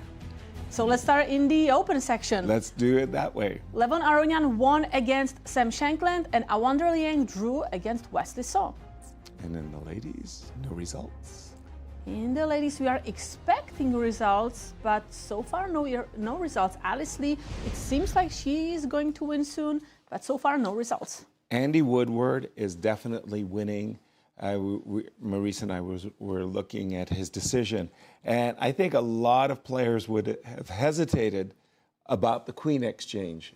Andy understood that, in fact, this ending is absolutely simple. After takes, there's nothing that Hans can do. Pawn is going to c7, king is going via g1 all the way over to support it, and there's just these 2 pawns. And we have a result. Alice Lee won her game against Tatev Abhimanyu. That's huge. It was a very nice victory for Alice, and a crucial victory. She knocks down one of her rivals in the tournament. When we left it, we thought that Alice was doing very, very well right here. 2 pawns to the good. And just how was her technique? She just chased Tatev's rook about the board. And yeah, this nice. Bring h2, h3. She's about to play the move bishop to g4, breaking the blockade of the c7 pawn. And Tatev said, well done, and congratulated. Big time victory for her. And let's take a look at a game that's of real import, is the game with Anna Sargsyan versus Atusa Porkosyan. This one, obviously Anna wants to stay in striking distance. Clear. But the lady just won. The young lady just won. You were half point behind. So now you're a point and a half behind. So you need something. I got to stay in something. But you're suddenly down a pawn and about to lose the other pawn. You're going to lose this pawn. But we know this endgame is drawn with correct play. But you're 2 pawns down, and you better play accurately because you're going to lose the endgame if you don't. So this position is technically a draw. It's not one of those, I'm just going to do it like this. So we're going to see what knowledge Anna has of this endgame, 2 pawns down, but versus the F and H pawn. Very famous ending that you should study, you should know if you are serious about becoming a top player. But this position is major danger for her. And I'll point out another game, another chaser, is Anna Zatonsky. And Anna is going to survive or look, well, it's not over yet, but there was a moment here where the youngster, these rook and pawn endings, we see another one here, the youngster Rose Atwell could have won the game in a forcing manner from this position. She had to play rook g6, give up this one, say, I don't have a problem. You take this one, go after this one. Now, you could do whatever you like. You can play h5, you can play rook e5, so you can take the pawn. Let's play rook e5. We'll trade this one for this one. And the key move is this move. Now we're going to play rook f4, and your king cannot do anything. We're going to march our king around and then pick off that pawn. And once we get a rook in 2, this is not the rook and f and h. These are 2 connected passers, and you'll just lose straight. After king h4, unfortunately, she went after this pawn instead, allowed rook to b1, took immediately, and this endgame is a very different kettle of fish. And it's still losable, for sure, but it's a much easier defense. The other one was just lost. So now we have a game again. This one, we had the tale of the 2 Annas. Anna Zatonsky trying to save this position. She was going to be gone. Was anyone going to be within a point of Alice? If there were 2 losses, they would, well, by the way, they could both draw now. Maybe Rose would be a point and a half behind Alice. If Rose had won, she should be only a point behind Alice. She's a point behind. A point behind Alice. Right now, it's 2 points behind. Right. Yeah. So Alice Lee with a victory, boy, she's just burning the road. Yeah. and right now, the leader of our tournament in the women's section is with Anastasiya. Thank you, Maurice. Yes, I'm here with Alice Lee, who managed to win 1 more game. I mean, what a surprise.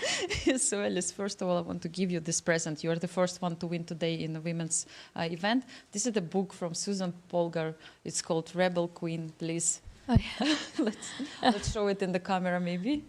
Yes, next to your face, yes, so everybody can see it. Okay. Thank you. And I hope this book will inspire you to for more and more great results.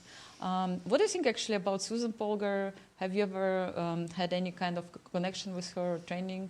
Yeah, actually, Susan Polgar, I think, has a tournament every year, the Susan Polgar Foundation Girls Invitational, and it's held here in St. Louis. So I played in there in 2019 and 2023, and I had the opportunity to actually meet her. So that was really great for me. Yeah, exactly. Now, it was so long time ago, even though you're so young, it's unbelievable to even think about it. But for now, you are leading the tournament with +4. What do you think about today's game and the result? Yeah, I don't think today's game was particularly great, but I think at some point when she got into time pressure, I started to get a good position. I kind of misplayed, but once we got into the end game, I was pretty happy. So which maybe like one critical point you can tell us about, like very quickly, like which moment you think? There was a moment where she could have played c5, I think. And that was after rook c4 in the middle game. After rook c4? Oh no, after knight e2 here.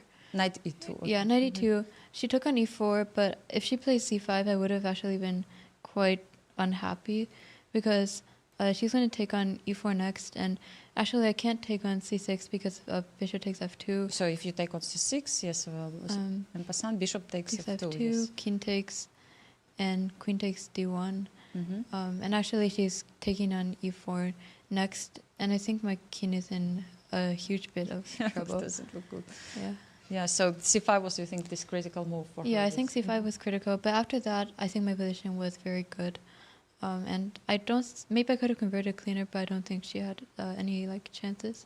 You just came from the tournament hall. Like, how does it feel, the situation on the other board? Where are you checking what's happening with the rivals? Yeah, so there's two people before this round who are half a point behind me, the two Annas actually, and both of them look like they're in either a draw or losing, so I guess I'll be 1 point ahead of the field, but I think I'll be playing a few people who are like 1 point behind me, so it will be difficult.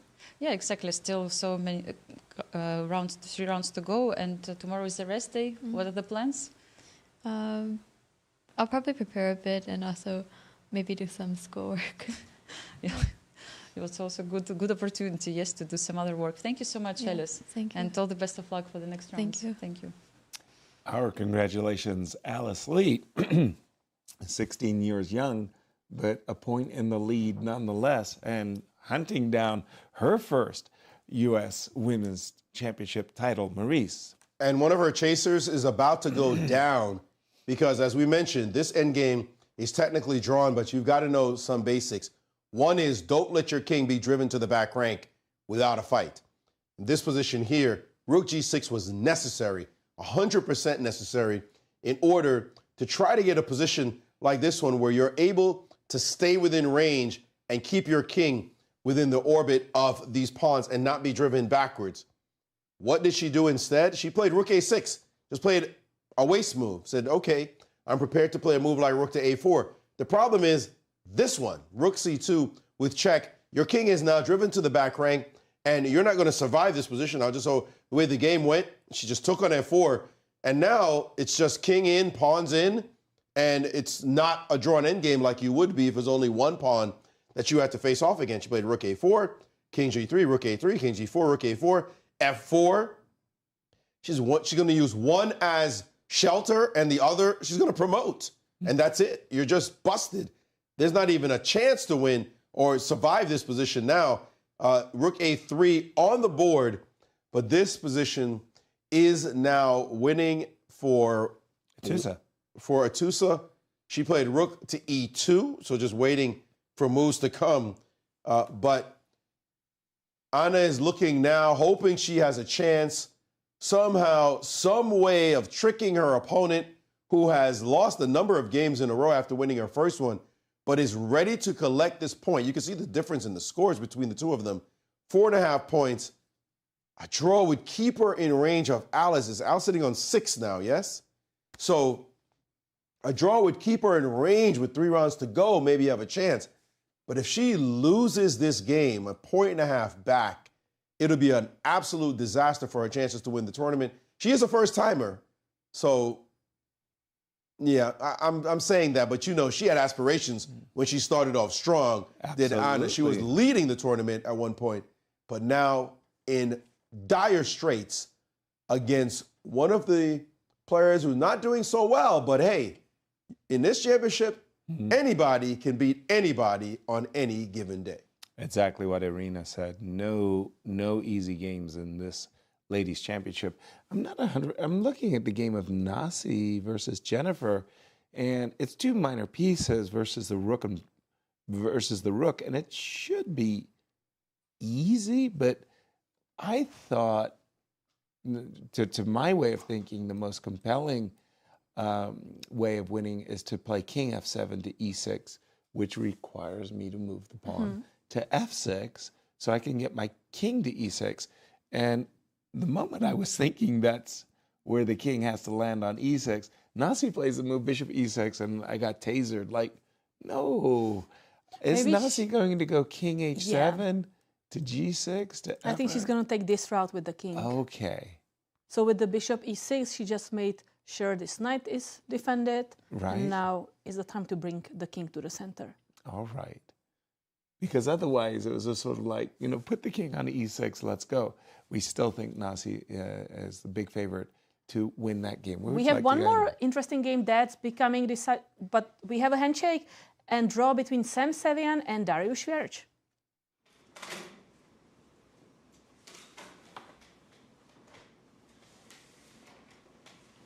Sam said he was looking for the Finish Strong prize. Not the result he wanted in this game, for sure. No. The white pieces. Just looking at this position of Rosa Atwell and Anna Zatansky, now that we know that Tusa is going to win and kick Anna backwards, is it that easy to make a draw? First of all, it's Anna to play, because I'm thinking if I get to play king f4, f3, that king is actually in a kind of a weird mating net.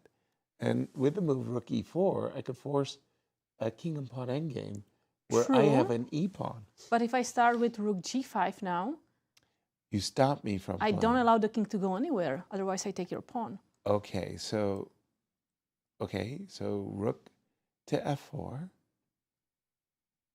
Now, okay, rook g6. Again, is it so easy to make a draw here? Now rook g5 back. All right. You know, another rook endgame that's more decisive is between Megan Paragua and Carissa. Maybe we can jump into this game. Because Carissa has a runner on a3. Oh my goodness. We let this game slip under our radar because when we looked at it last, we thought Megan was doing fine. In fact, with the move knight d8, we kind of thought white was actually for choice in this game. But Carissa, 2 versus 2 rook ending, but she's got by far the most deadly pawn. And she has a king to support it. King b3, a2, and she's going to force Megan to give up her rook for the pawn, and that's an easy win. And for Carissa, whoa, boy, was that a needed win. And to maintain some kind of vigilance with Alice. With that win, she may tie for second place. Right. Big time score there. Just looking at this game with Atusa, she did bring her rook back to e3 so she could get her king in. It's not throwing away the win. She could have just advanced, but making her way slowly but surely. She has a big threat of rook check and rook check. So that's in the position. Her opponent will not leave the rook here now. But with this check, she's basically forced to go back. So it's not a real gain of time. It's not the big success. So we'll see as this goes.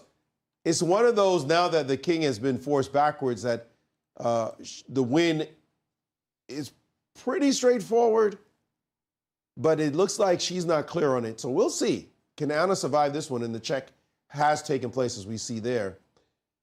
We'll see whether or not Atusa figures this out, but we'll be watching this because it's so huge for the standings. Absolutely. Rook F2 check on the board. And I'm suspecting that Atusa's plan is to play king to E4, and it is on the board. Where she's thinking, okay, rook check, and you'll have to go to H2 and then push the pawn to F3, bring the rook back to the G8 square, go essentially pushing the pawn with king E3. But it's strange. I thought she was actually just going to play H3 here a moment ago, somehow engineer a rook check and a rook G2. You know, get one of those king and pawn endgames where the black king. But also king G3 is a big threat here. Oh, sorry. Since you had the H3, yeah. Now I just want to go king G3 and checkmate on the back rank. Well, the weird one is there's this one stalemate idea that after king G3, I do have just my chest. Trying Please to take my rook. Please do me a solid. I mean, take my rook, and that would be a stalemate. But yeah, this is winning now that White's king is on G1. Yeah. Yeah. All right. Oh, by the way, Anna Zatansky, getting worried about her king being ensnared, had just played the move H5, and I think that was a very good decision. You know, another game we didn't take a look at is Irina Krush against Talia Cervantes. We saw only the opening, but now Irina Krush is winning. Whoa, she got her king. White. Okay, just a second. Why is this super winning? Because I think we're just going to pick up the pawn on F6. We want to go here. We want to block and just take it. Okay, but, pardon me. So, do you start with bishop F5? Because I'm seeing knight E6 check as troublesome. Yes, let's start with bishop there. Okay, bishop F5. So just going on the proverb that all rook and pawn endgames are drawn, are you going to do this? No. No, doesn't feel like the right way. No, I like the bishop on F5 since it's blocking that okay. file. Check. So let's go to maybe king G6. Allow, if you want to go to F8, go ahead. Yeah, I'm running out of squares, aren't I? Now I go to H6. Oh no, am I gonna get checkmated? Maybe but not. my idea is now, when I get chance to bring this definitely. Here. That's and now winning. I'm forcing the king to go away, and then I come back and take that pawn. That's a nice one. Rook, I can go rook H check, but king G7. Yeah, it looks like it's close to some checkmating ideas, but actually you don't even have rook H7. No. Yeah. But I had, just in case, if the rook wasn't for capture here, I would have moved my king away. Exactly. So we think Irina is on her way to victory here. I'm going to check in on Jennifer versus Nasi. I'm still not seeing Nasi making progress. I've been expecting Nasi to put her king on the F6 square. She has not done that. I'm confused. So now we have pawn F6. So okay. the king is getting this way to the center. King F7 and knight back to D7, perhaps. So maybe bishop D7 also is a possibility. I like that. So again, I think the king belongs on the E6 square. So bishop to D7 as my vote. Yeah, and this is still going to require some technique to win the game afterwards, after Black captures the pawn, but it's just a technical win. Let's check in the open section and see how, excuse me, my voice is failing, how... Andy Woodward is playing Hans Niemann. Yes. It looks like it's one-sided, but Hans just, I think, spent 20 minutes and he's still thinking on his move. After takes on F5. I was going to check in on Fabi. Yes, and on Fabi, actually, you know, it's not that straightforward anymore. Fabi did win the h6 pawn. Let's go back a few moves. Takes just as we expected. He won the h6 pawn. Huh. Okay, so the idea is if we go pawn hunting, d4. d4. I'm uncovering the light square bishop so I can attack the pawn on b3. Exactly. So d4. Let's say king here. So for the moment you're stuck. This bishop can't move. So I need to bring up my king. King e7. Okay. So bishop goes back. King f6. King goes back. And now you can put your bishop on e4, and that might be a great idea. Or you could even play the move c4, and that might be a great idea too. It's not as... I thought it was smooth sailing at the time we left. Maybe it still is? I also thought, Yasser, by the way, that Please. once you bring your king to c2, I may be thinking about bishop e2 and just to target this pawn on Bishop g3. e1. Bishop absolutely. e1, pardon me. Yeah, you're absolutely right. Still, a lot of work to be done here for Fabi. Maurice, Hans is staring down a lost position, but he's taking a lot of time reconciling, coming to that realization, I mean. Yes, you've got the bishop of opposite color position, and you're hoping that somehow it's a draw some way, somehow. The magic to these bishop of opposite color positions is the separation of the pawns by 2 files. It means that the king can't deal with all of this that's going on with the bishop. He's just too far apart. It makes it worse when there are additional pawns on the board. You have to defend those as well. But Hans does have a moment here. If he plays king takes f5, his opponent must now find the move king h3. Everything else is a draw. So it's one of those where you're in a critical moment. It's not a hard move to see, but he must find it.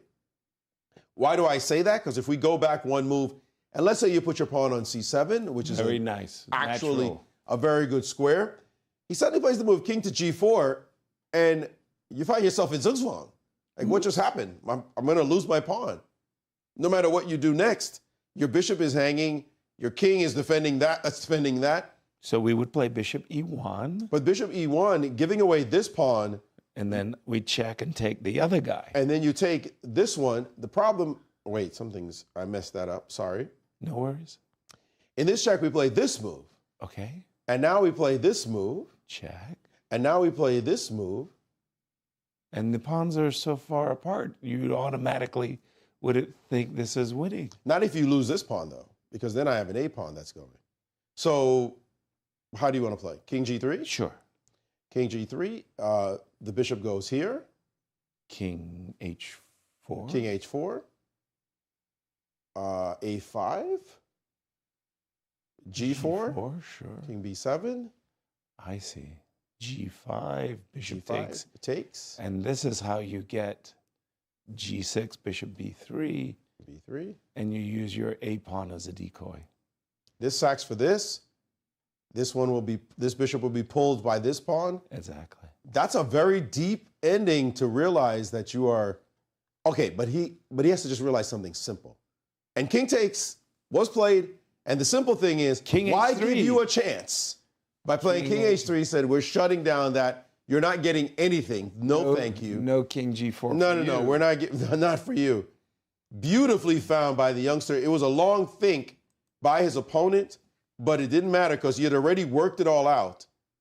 I'm trying to get to the board position. Here it is. King h3, the only move that is king g4. That just stops king g4. You don't get that. And now the plan is going to be simple. King h4. We're going to put the pawn here. We're going to put the king here. At some point, you're going to defend this pawn because you're going to have to. Once you defend this pawn, we're going to bring the bishop around and guard this one, guard both of them.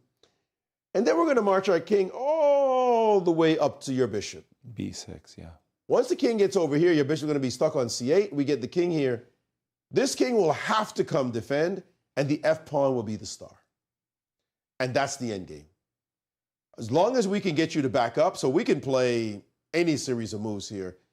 You can wait. We're going to play this. You're going to have to, you cannot give us this pawn. Now we're going to bring this one around. If you play here, we'll just push. So let's say you play, you just keep waiting for us, you keep waiting for us, you keep waiting for us, you keep waiting for us. Now we just start bringing, well, in this position, I can play G4. G4, F5, makes sense. So maybe I'll give you even H5 so that I can't do that. And now we keep doing this. We start doing this. And again, like I said, the plan is, and we could even put the pawn on A5 at some point. You keep waiting for us. We'll do something like this. You keep waiting. And this is the plan. Here we go. And at some point, you can't let us just get in this way, but we're going to come in this way. And that's going to be the end. Small interruption. Carissa, she won against Megan Paragua. Yeah, that one we suspected would happen. Big win for Carissa. Now she's tied for second place. Yeah, but a big favorite to win the strong finish prize. Finish strong prize. Pardon me. As she wins her second. She scored 2.5 out of 3 since round 6. But Alice is keeping up with her. Alice also won 2.5 out of 3 so far. So these two young friends, very good friends, as a matter of fact, are making their way. And we are seeing this position unfold. Pawns on C7, the king's up. Just as we prescribed. Here comes the bishop, headed to the E5 square, and he's worked out the math. He's going to bring his king all, establish this setup, put the bishop on E5, bring the king around, and this king is sitting on H4, is headed to A7. And when it hits A7 to B8, the game is over. It's going to take a number of moves. But this position that I have on the board here, you can take a look at that board there and see that it's very similar. This is the plan. You got the pawn on H5, you got your bishop here. But once I get the king here, you cannot defend. There's no way to defend. You can wait another tempo. Actually, even here, you're in Zugzwang almost. Here, I can play king here. And you are just in Zugzwang. F5 is your next move as well. You could play this. And I didn't even care if you were in Zugzwang, by the way, because now we just play this. And now you're completely tied down with nothing at all to do. And there was nothing to do about this anyway. This is the position he's aiming for. And Hans could look all he wants as now he begins the process of defending with his bishop. But as soon as the bishop lands on E5, the king will begin its march. And there we have it. And the youngster has worked out the math. This is just over. About to play A5, king G3, and cinch and then just the game. You can just imagine the king teleporting itself to that square as you see Hans try to hold the diagonal. Vain hopes of holding this one as the young man is going to beat a top 15 player. Yeah, I mean, Hans, before he ran into Fabi yesterday, he had come up to maybe 13th in the world. 13th in the world. Wow. So that's quite the fall from grace.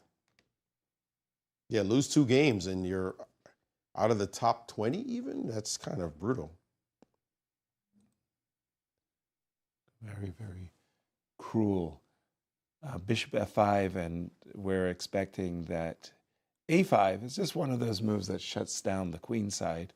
And just as Maurice said, the white king is going to make a beeline towards the B6 square. In the meanwhile, the bishop is more or less stuck to babysitting the pawn on C7 as well as the pawn on F5.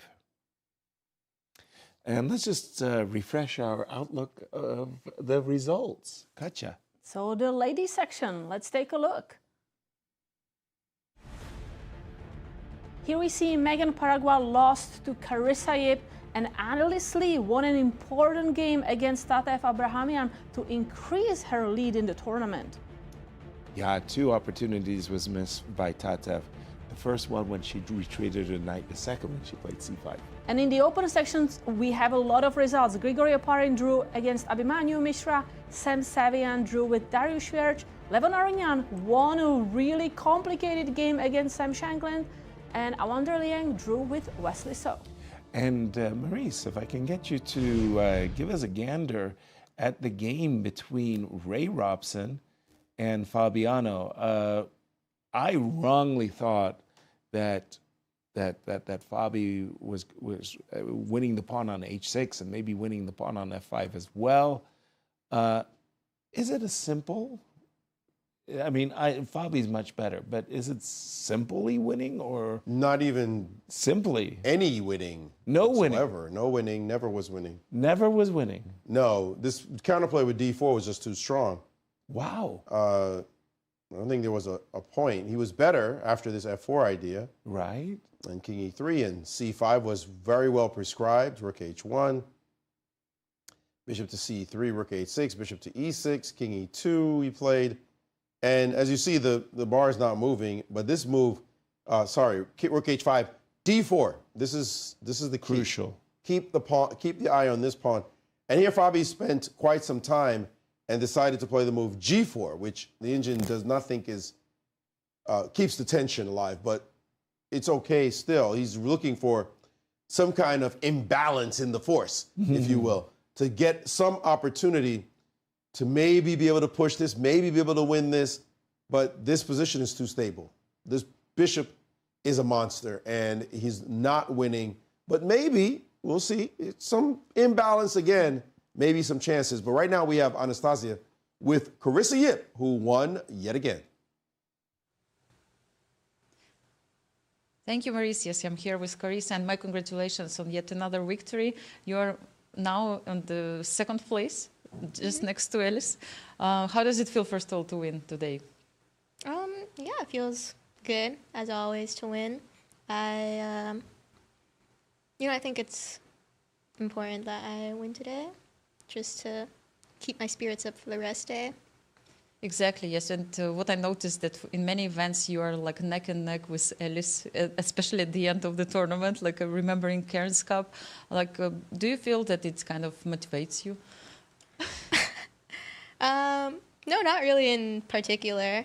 I don't think so. But adversity is always good. Yeah, but I mean, this rivalry already is like, it's a tradition for some events. Like, you always try to figure out who is going to be first, who is going to be second. Is it something special that you have in the tournament, or you just concentrate only on your games? I mean, I don't really think of Alice as a rival. She's more like a friend. So, yeah. Even during the tournament like this, when everything is so close till the end. You're really fishing for something, Yes, I do. I'm tried, yes. I mean, I don't know. After our game, we went out for ice cream, stuff like that. So, at the board, I think things can get a little intense, but off of it, it's completely fine. This is great, actually. This is what I really like about this relationship you have with her. And speaking about the last 3 games and the free day, what are your plans for tomorrow and for the rest of the tournament? No plans for tomorrow, really. Probably just rest. And hopefully keep winning for the rest of the tournament. Absolutely. Great plan. Thank you so much, Carissa. And let's go back to the studio. Thank you.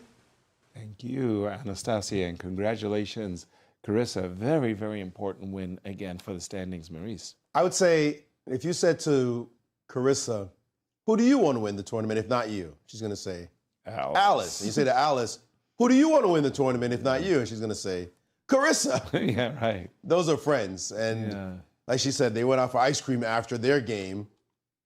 They're chatting every day. They're texting each other all the time. If Alice wins, Carissa will be very happy. She wants to win, of course. But if Alice wins, she's going to say, yeah, the right person won. If not me, who else?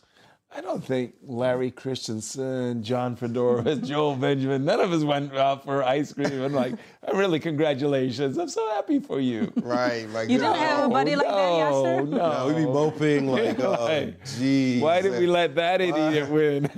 Now he's going to be bragging all the time, nonstop. I can't take it. I got to listen to this. I got to deal with that for a whole year. Yeah, no. That was not our approach, I must say. Speaking of which, is Tusa still winning? She's... Oh, yeah. Okay, good. Oh, yeah, you got this nailed to the back rank. That's the difference. We're getting to the territory now, by the way, where this F-pawn will win by itself. Right. Check, and king down, push the pawn, and you're going to be in trouble. So you have to be really mindful in this position. But it's taken a while. When is the... And by the way, she did get a chance... Oh, no, she did play this position. And king g3, rook g8, king f3. So we're here right now, rook a8, playing the best defense for now because this check actually allows this position, which is drawn. Whoa. Yeah, already. This position is actually... not do the check. Yes, don't do that to yourself. So what if we push the pawn? Because that seems a little risky too. This move. Yes. h2 check king is h1. Also a draw. Because now maybe rook g8 back. Well, I mean, which move are you making now? It's now? a mad rook situation. Yeah, because it's a stalemate. Yeah, that's what I want to think. That Yeah. white can even place the rook on g2, like take the rook, and that's a stalemate. Yes. Yes. So best move here is actually king to e4, which means counterintuitive. But this king is headed to e1. If you keep checking this way. Right. Right? We'll get it to e1.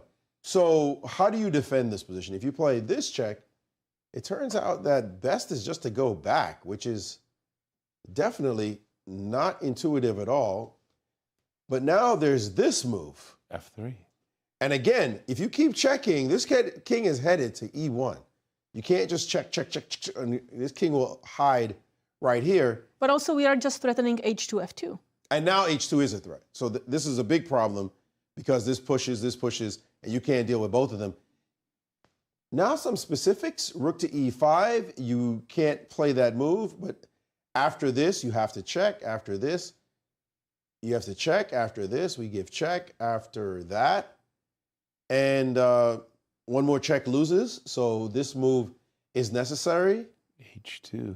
And here, this check, you have to go here because here loses to h2. So it means you have to go here. And king e2. And now king e2. And now when you take, we have this move, and one more pawn push is going to end the game. Still some technicalities. Oh no, did she play? But now we have rook which e2. move did she play? Rook e8, rook e1, she played the check. King f2, and she blundered the check, and her opportunity to take on h3 would have drawn the game. King takes h3. Instead, she has played rook to a2 with check, and this loses her the endgame. These rook and pawn endings are so nefarious. Like this rook a2 is a straight blunder, and now she just has to find, and I'm not even going to guess that she necessarily finds it, but if she can play king f1. She already plays rook e2. Or rook e2. Rook e2 is also getting the job done. She will win the game, or let me just say, should win the game. Because this is just one of those back and forth. Yeah. She played rook e2. Rook a4. And now rook a4 on the board. On the board. Now she must not play f3. She must play king f1. If she is, oh no, she played f3. Okay. So f3 has happened. King f1 was the only move to win. And now king takes h3. Has been played. Is drawing. This game is going back and forth, back and forth. You can't get the position you want with the king and rook. Because now if I go king f1, you go king g3. King f1, king g3. f2. And now check on a1. No. No? No. This one. Oh, this one. And now you can't get out of this lock. So why rook a? So if I try rook a1, just bear with me. Rook a1, rook e1, rook and a1 rook in this a2. Position. You have to go rook e1. I go rook a2. Oh, we have check rook e3. Right. Okay, no, that's lost. Mm-hmm. No, it's sorry, king h3. No moves yet. King h3. She has thrown away the win. And this is now only a draw, and Anna is going to thank her lucky stars that she is saving this game, because the end game is just drawn now. If she still finds all the moves she needs to find, but she is on her way, well on her way now, as Anna had this one, and as we see, this one is over as Hans goes down to young Andy Woodward, who's at 50% in the championships after 8 rounds. Wow. Remarkable results so far from this young man. 3 wins in the last 4 rounds for Andy Woodward. Finish That's strong, incredible. prize. That's what I've got to say. He's a contender. I wouldn't want to play him the next few rounds. The longer it goes, the stronger he gets. By the way, there was a little bit of a finish here in this game. You see how polite he is. He sets up the pieces for himself, for his opponent. Well trained. That's how you're supposed to behave.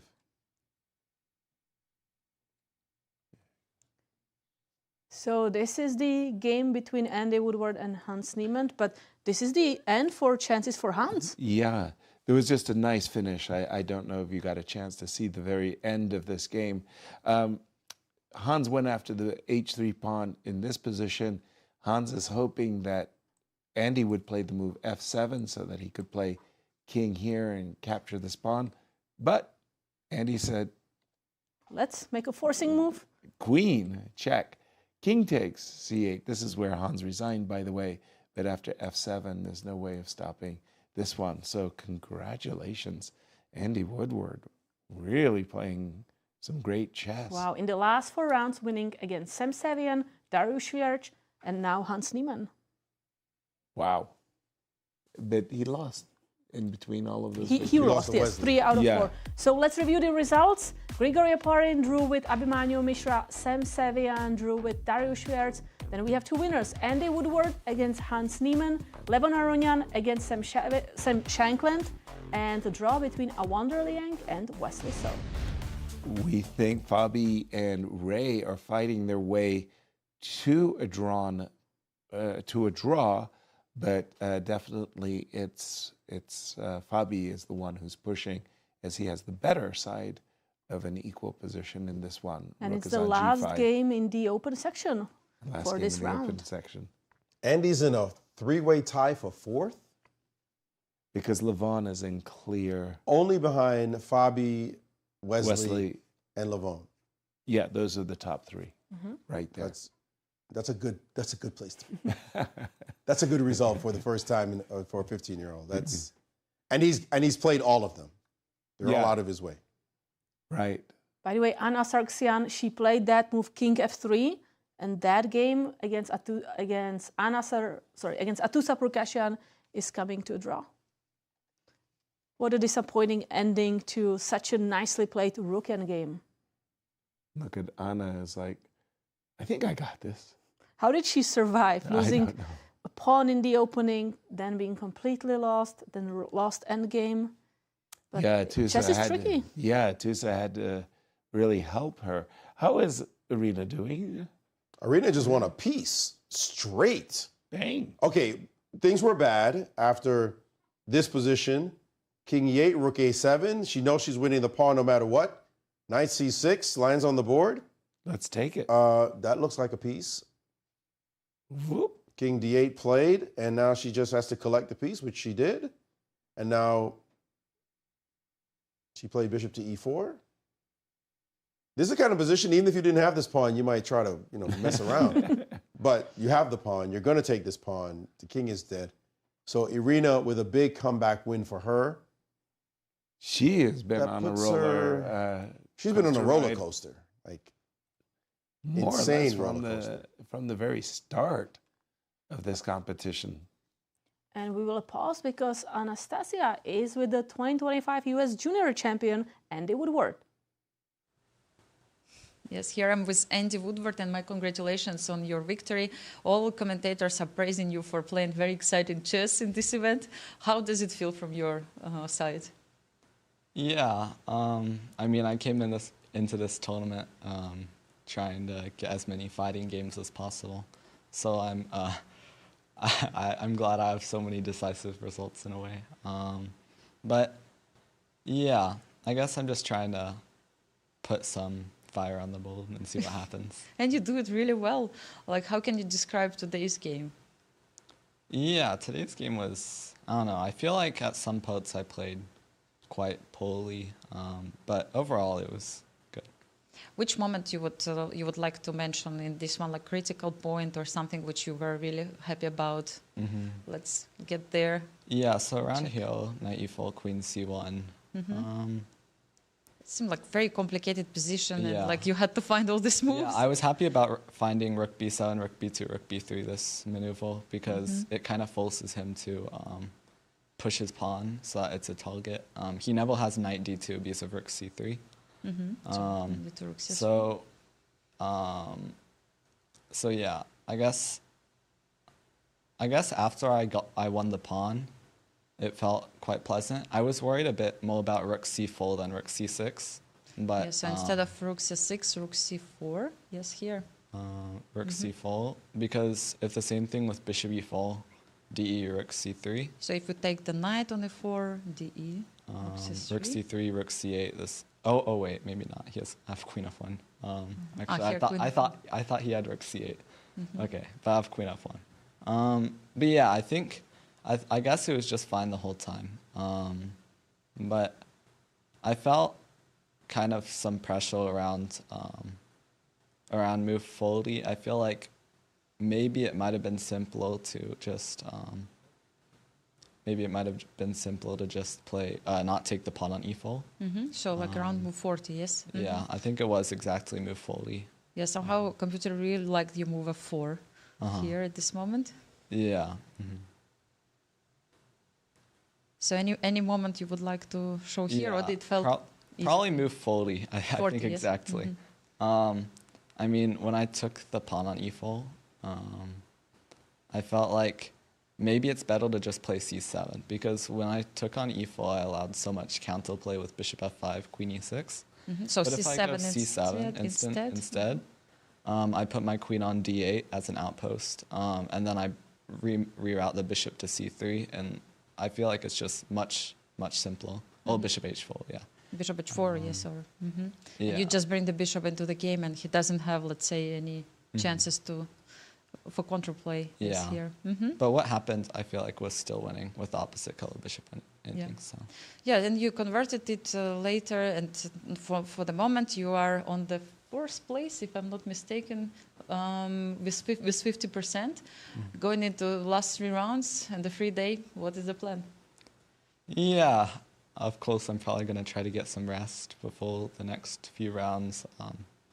Maybe, I don't know, just take some walks, relax, and prepare a little bit. No chess, no. I mean, I'll prepare a little bit, but I feel like a rest day is meant to be a rest day, so I'll just take a day off, I guess. Yeah, I think we should let you go to have some rest. Thank you so much, Andy, for all your comments. Thank you, and all the best of luck. Thank you. Our congratulations, Andy Woodward. Really impressive victories against these gangsters. I mean, what can you say? Hat tip, and good to have you in the championships, Maurice. We're in a funny situation right now in these championships. Alice has a few people chasing her. 16 years young. But she has a few people chasing her. Right now, critically, she has Carissa, Anna, and Anna. Pick your Annas, which one I'm talking about. Nasi in there? Nasi may end up in this mix in a second. Too. But Alice has to play both Annas still. Both Annas have to play each other as well as Alice. Right. So we have some magnificent finishing pairings, as the top will be decided by people playing each other. The thing is, out of the next 3 rounds, Anna Zatonski has to play both Anna Sargsyan and Alice Lee and one Irina Krush. So the perpetual opponent. Talk about crazy final schedules. It gets more and more interesting as we go along in that tournament. Alice will have to hold her own, because those two will be going after her 100%. Sure. There's no question. They need to beat her. Somebody has to pull her back a point to join them. So she's going to be up against it in the next 3 rounds. But so will they, as they try to maintain their second place standing. So this tournament just gets more and more interesting going into the rest day. Fantastic. And this game is also over. Irina Krush won against Talia Cervantes. She just picked up the piece and was about to take over the f6 pawn. We have a game remaining that could decide the outcome of the Open Championship, as Ray Robson has 6 minutes to defend well, materially speaking, he's barely down. But it's this f-pawn that is a very dangerous pawn. And he has to be careful that, well, the rook will get behind. And if you ever can play bishop to c4, pawn to f7, that will be the winning setup for white. I agree with you, Yasser, but on the other hand, black also can move the bishop here and then this passer. Exactly. That's a red carpet with these two bishops just guarding every square. Exactly. So those are the challenges for the players. Surprisingly, the engine says it's equal. White does not have an advantage.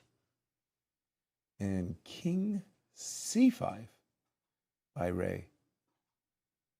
I guess one of the things that Ray also has in his pocket, he's got opportunities in the near future, should he ever need it, if the white pawn races its way to f6. You could sometimes, throw out d3 check and take the pawn, provided, of course, the a pawn is also flying up the board.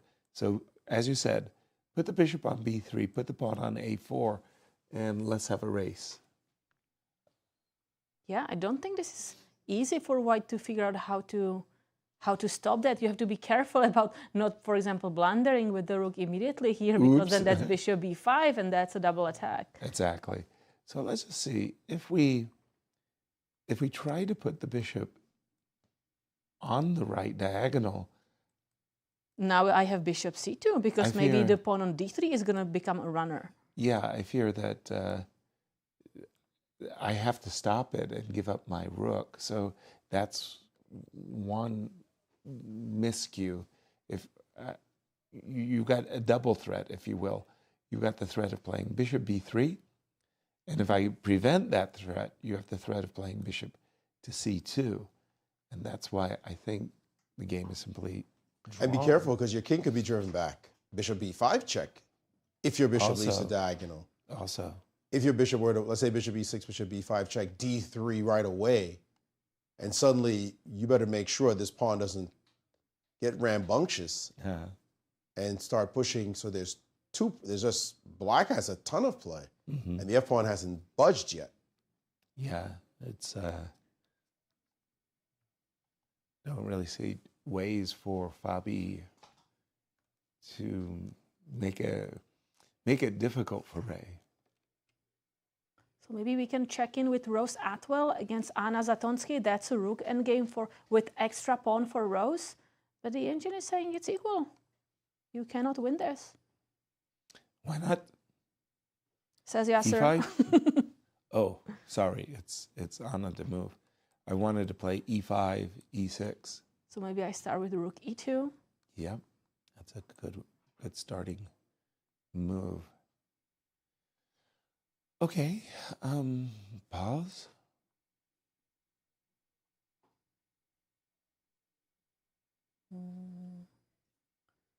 Okay, rook e1. And let's see if I can't do a little dancing with my king. Rook b1. And let's go back. So I don't know what my goal is other than to play king e3, king d4, and escort my e-pawn up the board. But at some moment, I will want to push for g4. But maybe first I give a check, rook b2. Up the board, yay. And this is my setup. The problem is I cannot play g4 immediately because you have, I guess, this check, and then if I go even more, then you pin me. Yeah. Why is that a draw? Because after rook b3 then maybe check? I just need to keep the rook here. Can I keep the rook here? No, I don't have a move. She played rook to d6 in the game. I played rook to b6, and Anna's just played rook a2. Yeah, I think that's a good move because if you allow me to kind of, White's king is in a box. So is Black's actually. It's kind of a funny situation, right? The Black king can't move, but neither can the White king. The White king go to h3 and g3, but not you know, you want to play e5 and with your king coronation. But okay. This is fantastic defense. So let's see. e5, rook here, yes? Rook e6. Now. Probably back, rook a2. Okay, rook here.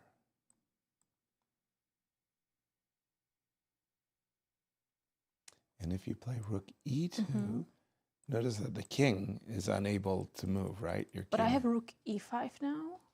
Yes. Now pause for just a moment. After rook e5, you're still trapped, right? You can't play king h4. That's mate in 1. And my king is released at last. Oh, but Yasser, I have an idea. Please. Here, I'm gonna go, wait. Oh no, what did I do? You trying to play g4 somehow? I want to play g4. You can get your stalemate?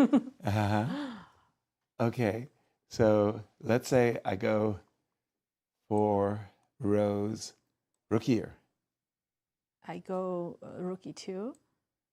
And how did I get that position a moment ago? I think we went like... Here, here, oops, sorry. Here, this mouse, e5. So I go back to rook e2. Correct, I go rook to e6. And now... By the way, if I go g4... What? No, I was trying for some stalemate, but I don't know how I saw that. This Rose, is just not working. Rose has gone way, way, way, way down on the clock, and she allowed... plays on 30-second increment only. Yeah, she allowed Anna's king to drop back, and that's going to be a very easy draw now for Anna. Oh dear. Why didn't you... How were you drawing this? Was this so incredibly simple? Definitely not simple. E6... Pardon me, e5. If you had played rook e2, rook e6, what was your mechanism? It wasn't that obvious for me. No, for me neither. I thought somewhere I'm going to push g4, but I couldn't make it work. Also, I did have f4. So, in any case, our current situation, and this is a huge game for both ladies. Obviously, Naroditsky wants to stay in striking range of Alice, and Rose wants to knock Anna out of the way and give herself chances. So analyzing this position, as you mentioned, yes, you wanted this position, right? Yes. And then the rook moves. Rook f6, I think I tried. Rook moves. e6, I think I tried. Rook e5. And I think I tried king f2. Right, now your king has left the critical g4 square. Okay. So now you play g4. Wow. We're trying to... f4, let's go. Has to be played because if we take and we play king g5, your rook can't stay on this pawn. Right. And now rook e4. And now you cannot play king g3 because rook takes e6. And you get your That dream. was the stalemate I was looking for. Oh, that's sweet. And that's stalemate. Sweet. And if f5 after rook e4? Then you're going to lose all your pawns. Because king g5. King g5. Rook f7. And critically, actually, this starts to happen. And now there's heavy counterplay in this position as black is also getting some play. I see. I see. So once again, e7, g3 check. And I don't have some wonderful trickies. Well, this pawn is a traitor. I know. So which one are you going to do? You can play this one. You still have that. And now you're... I have to play rook g7 to avoid losing. Yeah, but now we can check. Yep. And then take this one. Right. Whoop, not that move. Yep. Okay. You wanted to take on e7. I wanted to take on e7 here. And that would be a draw. Yeah. And then that one draws. But it's a fine line in that. Like she'd have to find all the moves to get to the position at one point. And that was a beautiful stalemate with rook takes e6. Yeah, but Rose letting the king come back. That's not... Well, she could play check right now and test her. It's another test. The king goes back, so no harm, no foul. We'll see. Will she find this critical path as they play this position? I mean, you just give it a shot. See if she finds all the moves. Those moves are not easy. Intuitive anyway.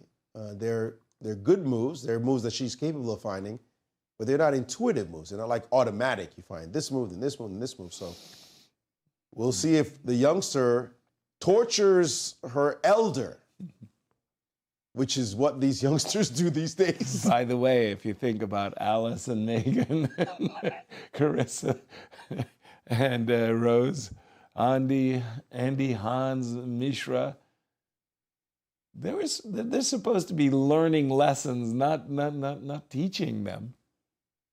She's not finding that path, though. Rook a3, she's dropping with the rook to go maybe behind the pawn. Rook e3, the plan. Not a bad idea. I mean, rooks belong behind passed pawns and all that good stuff. The problem is, once you put the rook behind the pawns, let's say I go here. Yeah. A lot has happened in the game with Fabi, though. We need to jump to that. You can't really push, right? Because then you are helping the king maybe to come closer. Is that true? E6. Oh, you want to go? Okay, Maurice wants to go to the game of Fabi, so But let's look jump at the there. position. Like it's way advanced compared to what we saw earlier. And Fabi's looking pretty confident. He's also put a position where he sacrificed a rook, so to speak. Advances pawn, and now he played the move bishop to b1. And you can go take the rook if you like. Bishop to b4 check. It's all yours. Oh, you're too sweet. I think we start with d3 check, don't we? Yes. And then the bishop gets to come back to g7. That's a nice one. No, I thought we even take the pawn and then push a2. That's the bishop Fair. against rook. Yeah, no. d3 check, I think, is a drawing move. Because now you kind of have to take with the king. And now we'll take the rook. Oh, now I can take the rook. That's true. But we will pause because Anastasiya is with the guest. Anastasiya, over to you. Yes, I'm here with Arena Crush. The game just finished with the victory. So many decisive games today. Arena, share your feelings with us. Yeah, well, I managed to win kind of an interesting game. You know, it was like a battle of two bishops versus two knights. You know, and I feel pretty lucky that I managed to win because, like, for the first half of the game, I was just, you know, thinking about the news that we received like a minute before starting to play. So yes, absolutely heartbreaking and shocking news for everyone. Yeah. And yeah, cannot imagine how players could actually proceed with playing the games. And like Arina, if you can share a little bit. Yeah, well, it's not neutral news, so it's like it's very shocking. It's very, it was shocking, disturbing. I mean, you know, because like all of us know Daniel, and you know, I would say, like you know, it was like friendly acquaintances with him, right? Like our paths didn't cross so much, but whenever they did, it was always very friendly. You were commentating with him many times, right? And not so many, but we have commentated before. I enjoyed watching him commentate. You know, I've played him before. I played Blitz with him before. I would see him at these nationals events because I think once he started working as a coach more at the Charlotte Chess Center, I would run into him at those events where sometimes I'd be working too, and sometimes in the bookshop we would talk. So, yeah, I mean, it's just shocking. Yeah, and everybody had to deal with it his own way. And yeah, I mean, cannot imagine what was going through. But if we come back a little bit to the tournament situation, let's just change the focus for the moment and try to think like what happened after this round. Yeah, you know, well, the tournament situation, actually, I think my goal is like not to look at the standings at all. Okay. Because I know that someone else is leading the tournament and it's not me. So I really just want to focus on trying to play some decent games. And, you know, maybe I will take a look at the standings when the tournament is over. Ah, really? That sounds like an interesting plan. I mean, I know that I have to win, right? I have to win games, like if I want to kind of move up. So, yeah, today was, it was nice. I mean, I got a bit lucky. I have to say, like, I feel like It was a complicated game, and Talia definitely held the balance for most of this game, and it was really just like in the time trouble, which is probably her, weakest area, where she kind of messed up something and she lost a pawn, and then, yeah, she really didn't have to let that happen. Exactly, yes. Tomorrow is a free day. What's the plan? The plan? Well, I mean, yeah, do my usual thing. Maybe I get a massage as well. I'll think about that. Yes, everybody needs to find the way to relax before this last decisive rounds, yes. Now that we know that you're not going to check the tables, I'm not going to tell you also anything. Don't tell me how I'm doing here. I know it could be better. Exactly. I mean, thank you so much, Irina, for coming here and sharing with us all your thoughts. Really appreciate it. Thank you. Thank you. Congratulations, Irina. Don't forget, we have a walk in the park tomorrow scheduled. Rook D6 check by Fabi, and it was that D3 move by Ray that I think will secure a draw for him now. And it feels a little bit like a double-edged position, just if I move it back for a second. This move, King E5, as black, we are threatening to actually checkmate if you play some move, random move, bad move. Okay. Check, only move. Right. And checkmate. Oops. So black is also looking for some tricks with these two bishops and that pawn. Nicely coordinated. Which means Fabi gave a check to make sure the king goes away and there is not bishop c3. So I think certainly he's already done it. In fact, he goes away to c5, attacking the rook. Simultaneously, the pawn on f6 is under pressure. And looks like they are repeating moves. And it does indeed look like. And I think Rook Fabi A6 has made the decision to allow the repetition. And here we have it, handshake. It's a draw between Fabiano Caruana and Ray Robson.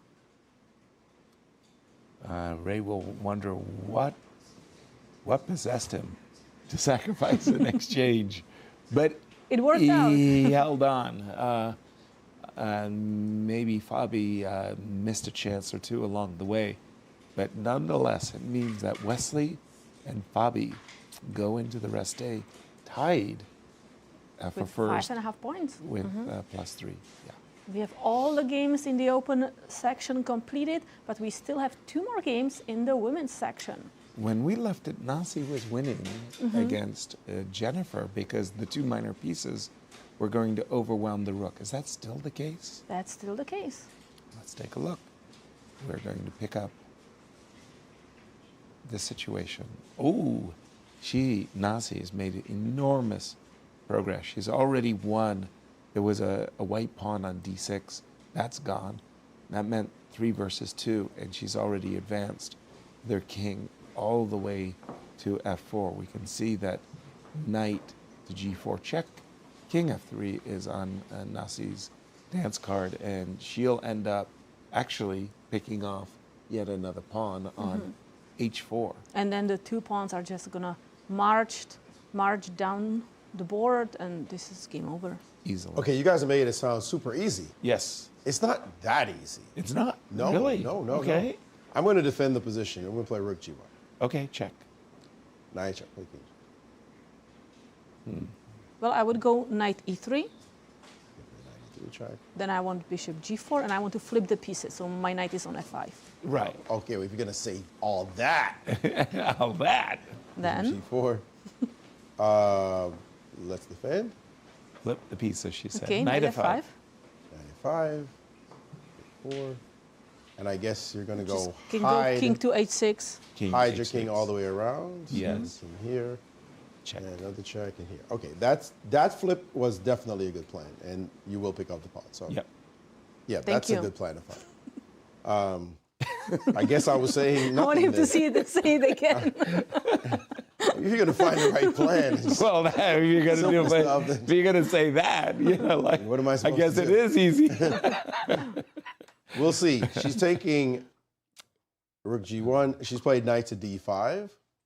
Okay. And it's 27 seconds for Jennifer Yu.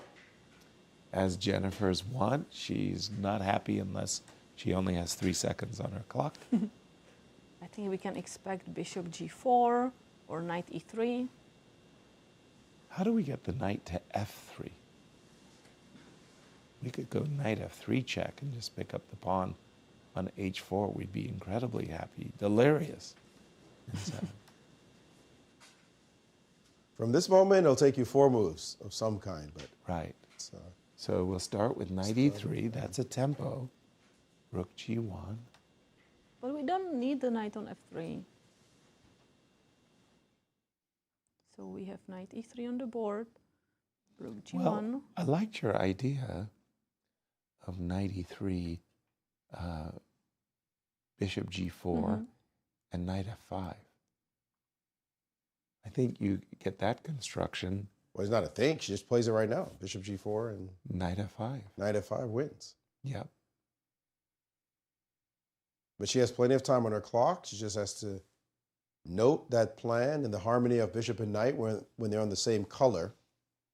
You see that with the bishop and knight mate. Is it possible that she can play for checkmate with king f3? I mean, she just made king f3. King f3 instead. That looks like a really good plan, too. She's trying to win the rook. But she would win it? Would it be a stalemate? Well, what she wants to do is go king f2, knight f1 check, king h1, bishop e4. So king f2 and knight f1 is Nasi's plan. Yeah. That looks really good. Just there are no stalemating options, right? King f1. I mean, and F2. If we move our rook, for example, rook to a1, now we go knight g4, and we want to go king to g3. Looks really, really, really good. But the Yasser, okay. Yes. So if I do want to have go rook with the A1. plan that you wanted to show. So Go if back. we move back here, so Yes. if you, what were we looking at? King. It's white's turn. So if I go here, King f2. And if you go king h2, my idea is because to it's play with knight check, f1 I would check. like you now to have a move because you cannot make this move. Well, you wouldn't. I will go bishop e4. Oh, bishop e4 is the check. Yeah. Okay. Yeah. And then it knight f2 once again. No. That's a trick, isn't it? No. Could we see that position again, please? Sure. So we were looking at king h1. I think we were looking at king f2. And it's this... No, but you were saying it was Asan move. Okay, so how do we do it, Maurice? I don't know how you guys lost the tempo. So you guys we just were lost the tempo very somehow. tricky. So let's lose the tempo. Okay. And bishop e4 check. And knight g1 check. Knight f1 check. I see. Yeah. So knight f1, king h3 is. This was the last of the tricks. Then it's mate. But bishop f5. Yeah. Bishop f5 is the You right. do not take the rook. That's a stalemate. But you play bishop f5. Exactly. Can you imagine how angry you would be if you took the rook instead of playing bishop But you would f5 deserve mate? to be angry if you don't check that after Good you point. take it. It's a stalemate. She has gone after the pawn on h4, and she is whipping away because she understands that this is now over. So if we could just catch up with the position. We're waiting for the moves She to has- get here. We're Is expecting... this the current position? I think so. Then how did they get this position? 93, rook g1, king f3, rook a1. No, I think we are missing a few moves. Actually, only, I a haven't few been moves. updated. Because I see Yeah. knight on f6 and king on There's c4. a knight on f6. So we must have knight g4 check, king h3, knight f6 check, king h2, And king g4. g4. And in case Jennifer plays rook to a4 check, Nasi is prepped knight e4 as a response, and she's picking off the h4 pawn. And now we have the moves here. And they've updated the score. Sorry about that. Yeah. Yeah, so we That's are it. also getting the pawn here. And I think we're going to see resignation because those two pawns, that's an easy win. The difficult part was to get the white pawns from the board. Right. And Nasi managed to do that. Huge victory, by the way, with the black pieces. Goes to show, like playing white doesn't, no safety ensured in this event. Rook a4, last cheapo. Knight e4. Nasi did not hesitate with that one.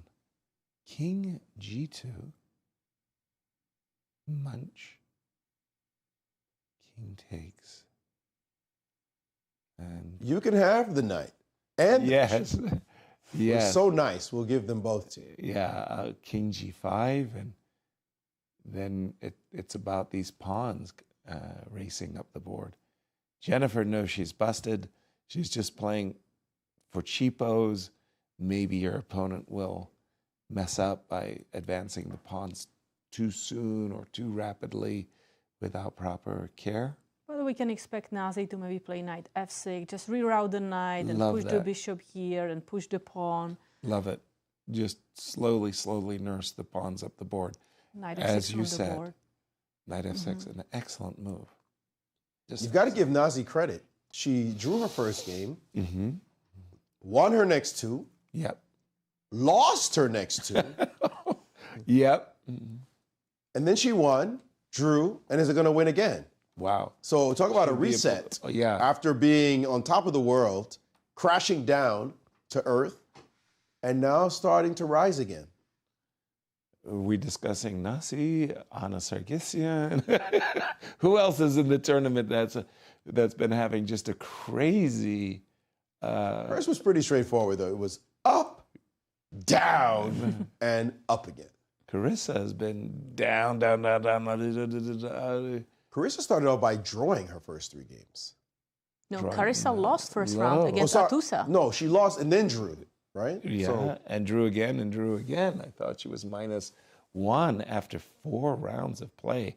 We were all shocked, as this is a lady, Carissa, yet that's defending a championship she won by winning 8 in a row.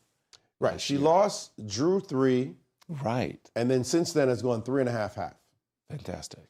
Like, just remarkable. So basically she was just down, resilience. Down in the dumps, and now she's rising. Yeah, basically. Nazi was up, then down, the dumps, and now up again. Right.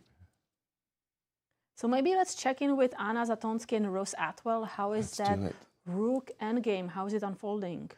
Well, as we know, Rose. Wow, by the way, it looks like Anna just made a mistake. What? The engine does not like this move at all. King G3, and the bar you can see. Orange bubble. And I'm These guessing, rook and pawn endgames, they're brutal. I'm guessing it's rook f8, threatening rook f5. Rose has 10 seconds on her clock. She's played the move. Rook f8. That was not the correct move. The correct move. But it's the most natural move in the position. Yeah, defending the pawn on f3. I was Prepping thinking E6. about rook d3. No, but that's... Rook d3. The move was rook to d4. Was winning on the spot. Wow, that's actually beautiful to show. So let's just come back for a second. Because here, after king g3, you cannot take this pawn. Because of rook d3. Because rook d3, we force a trade. And then it's off to the races. And you're faster. Yeah. And white is promoting. Yep. White promotes first, and we know that ending is just lost. Let me just refresh the board because, again, Rose is playing literally with seconds on her clock. She makes her move, then gets the 30-second reset, but she's currently at 40 seconds. But now g4, very important move by Anna Zatonsky, and this is just a draw now because you have to be careful about playing f4 when I can give a check, then move the king and start pushing my own pawn. Let's have a look-see because it's on the board. Wow. That's a move I want to play if I'm trying to win the game, and Rose did play f4. So I think we can expect rook a2 check. Okay, let's have a look. Rook a2 check. King to e3. Up And I the board think it's we go. on the board. Yes, it's on the board. King e3. Just made it. What would you like? Now rook a3 check again. Yep. King goes up to e4. And eventually is waddling its way up the board, and hopefully e6 is on Rose's agenda. Still, Anna has some problems she has to solve. No, she just, so I mean, king she could F2. just check and move her king. What's the problem? So I go king f2 now? Or king f3 is just as good. Welcome, welcome. Well, what has happened? Sorry. King f3 is illegal. No, check and king f3. Well stated. Check first, then king f3. Well stated. Check first, yes. Then king f3. So king d5, now king f3, and then the idea is you can't, or can you? Why can't you play e6? Well, now you kind of disconnect the pawns, right? Because after... No, well, you're going to there's take rook the a4, rook a5. No. Ooh, tricky. It's a little bit weird. But I take and... No, you have to check. King e5, rook takes f4. And you give check again. If you go king d7, I win with this one. Wow. That's good. Tricky ending. But, those tricky there rook are other endings. ways to draw too, though. King d3. D3, not forward.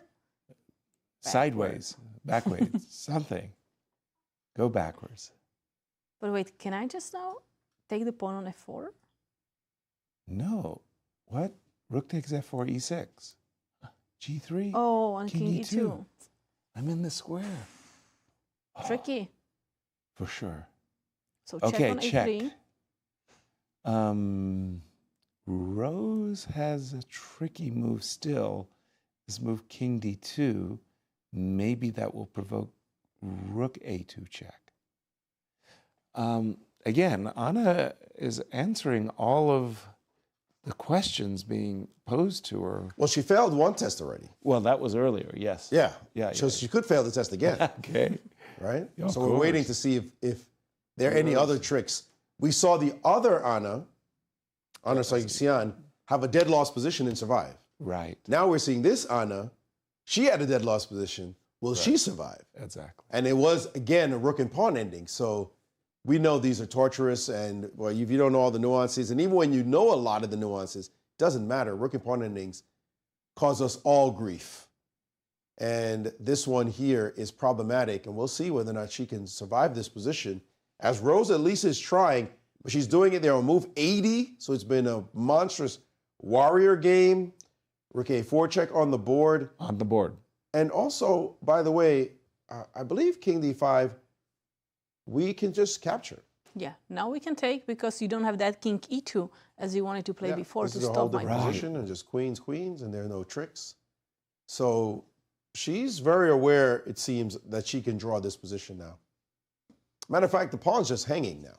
Yeah, that's why king d3. But king d3 is necessary, right? Yes. So king d3 and... So it was the move rook d4 that was winning for Rose. Yes, she had a moment, and she missed her moment. Okay. She just played king And d5, king d5 and on the now board. Rook takes f4. Simplest move is just rook takes on f4. And Anna and will there draw be the no game chance. with rook takes f4.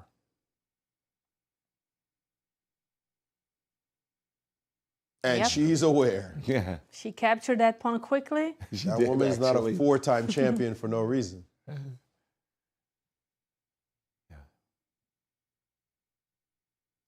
Somehow the game between Jennifer and Nazi is still going on. But What? Yeah. Really? Jennifer refuses to resign. Remarkable.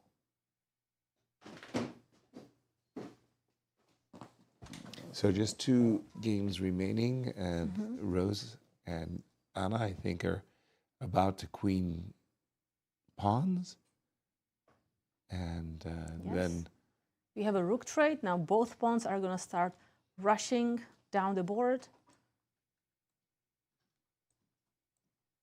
And unfortunately, you don't have one of those situations where you can force the king in such a way that to skewer. Yeah. Oh, please play king g5. No. Or king e3. Yes. And here we go. We've got a queen on the board. We have a queen on the board. Properly promoting, by the way. Shout out to Rex Singfield. This is the way it's done. I wasn't going to say anything. I didn't say anything. Yasser had to say it. I just remember who didn't say it and who did. I didn't say it either. Yasser, this is your last time calling the action here. How is it going? Look, Rex is very proud of getting forfeited and thrown out of his own tournament. Oh my goodness, he's continuing. For an illegal move, Rex. Just remember, Rex. Illegal moves. This guy here, having fun at your expense. Oh man, I love it. Okay, one last trick. Check. Don't go to G5. Don't go to G4. Don't go to E3. And don't go to E3. So it's a 60%er? No, it's a 75%. There's only one move. There's only one move. It happens to be the most natural move possible. Okay, well, I mean, beyond that, your king wants to walk towards the queen to protect her. I love the way Rose is looking at it. It's like it's a study. Yeah, like, can I play a move like queen f8 and win the game? Well, queen f7 is the same answer, right? Yes. She's chosen your queen f8? Yes. Well, queen f8 is better because it doesn't allow queen e3. After queen f7, there's queen a7. See, wow. That's 75%. That's still 75%. Here we go. Then maybe queen f7 is trickier. Yes, because you need to see the long diagonal. Correct. So after either king f2 or king h2, a trade of queens, and we could play to naked kings, and they do it. And that's it. So this is a draw between Rose Atwell and Anna Zatonsky. Very, very relieved Anna Zatonsky as she survives a grueling rook and pawn ending. Back to Nazi. I'm really impressed by these two, though. I'm really impressed by them. I love Anna's fighting spirit that she's shown always over the years. And Rose has emerged as such a devotee of chess. She plays all these tournaments back to back to back, and I expect her to have some wonderful results in years to come. Not quite there yet, but it's not going to be long. No. Not more than 2 years before she's one of those youngsters knocking at the door at the top. Reverse that game she lost to Anna Sargsyan earlier in the tournament, where she actually had an advantage coming out of the opening, and there's Nazi. And then win this one, and then woo. No, she's dangerous. True there. And Nazi seems to have a. Have I memorized the dinner menu? What's for dinner tonight? Oh, you're still. Oh, it's your turn. Okay. okay. It is your turn. Okay, Nazi's saying, "Why are we playing?" And it's a really legit question. Why are they playing? I mean. G3 but check? Nazi's going to start pushing those pawns. So rook d8 is on the board, and I think we can start. Let's go. G3. Absolutely. Where am I H3 is next. And G3 is on the board. And after Nazi wins this game, she ties for the second place. Bravo, Nazi. King f3. And I'm expecting just bishop g4 to try to push the white king a little bit away from the pawn. So king f3, bishop Unless g4. you want to play g2 immediately. No. No. I'm frightened that I'll blow it. The bishop g4. Forcing the king away. h3, h3, h2 starts to really be exciting. Okay. You know what I like in that What's position? that? Is this current position. Just from geometrically. So bishop g4 check is good. Yes. What about after king e3 is what you played? Yes. Knight g2 check. Knight g2. King has to go up the board, I suppose. Now h3. Are you allowing me? I'll give you your check. You can have both. I'm a nice guy. G2 on the board. Yasser, H5. Nazi is brave. And the way the knight and bishop hold the king. I know. It's pretty. Did she play G2? Of course, there are different ways to handle this position, but she did play G2. Okay. A little surprised for me. I would have definitely pushed. I don't like giving my opponent options. After bishop g4, king moves. I don't want to see a king f2. Yeah, exactly. Right. So what was wrong with my way? No, yours was perfectly good. Knight on g2 was really nice. Yeah, so if Maurice asks you for this question, you have to find something that's wrong. He's right. What can you do when the guy's right? The hostility. Jeez. I mean, it's tough. You thought it was going to be welcome back to St. Louis? Man, guy can't even suggest a pretty idea without being shot down. Look, you're the study, the artist in you, Maurice. It was a nice line. No. We're results oriented here. You know. But okay, what is the move here for so if white plays rook check. Then bishop g6. Yep. You're gonna have to play king. King f2. King f2. Actually, Jennifer decided to do it immediately. To pick it right away. Yeah. And now we go I'm h3. sure Anastasiya saying h3. And by the way, knight e2. Yes. Yeah. Here comes your knight g2 is suddenly going to be met with a knight e2. Yeah. Actually, the threat is just h2. And h2. Ouch. You have to stop h2. And you can't play king g1 to do it. I mean, the worst is that we even have a good bishop, so we can play, knight e2 after rook d1 promote, trade it, and exactly. we are still winning. And it's one of those sad realizations. Oh. Oops. Well, it was fun while it lasted. All right, this is no fun at all. What are you talking about? Nope, no fun at all. Knight e2, h2. Jennifer down to 3 minutes, but it's lost. So what's going to be the score? How many people are going to be tied? Hey, man. Nazi? Well, you got to watch the show. Four players tied for the second place. Anna Zatonsky, Anna Sargsyan, Carissa, and now Nazi Paikidze. Everybody but will be at 1 point behind the leader, Alice Lee. One whole point. But both Annas will be playing Alice. Correct. So in the sprint to the finish, those rounds will feature all the ladies playing one another. Ooh, and this is where I think we're looking at knight e2 here. Nice quiet move, preparing g1. There's some quiet moves that are so loud. Yeah, they could be heard all across the tournament hall. Whoa, whoa, whoa, whoa. She didn't play it. King g4. King g4. How about that move? That's a little bit of a Zhuge Zhang. Looks she probably wants to give check and then just bring the king even closer. Be careful. Yeah, I know. I mean, rook g8. So we're about to see bishop g6.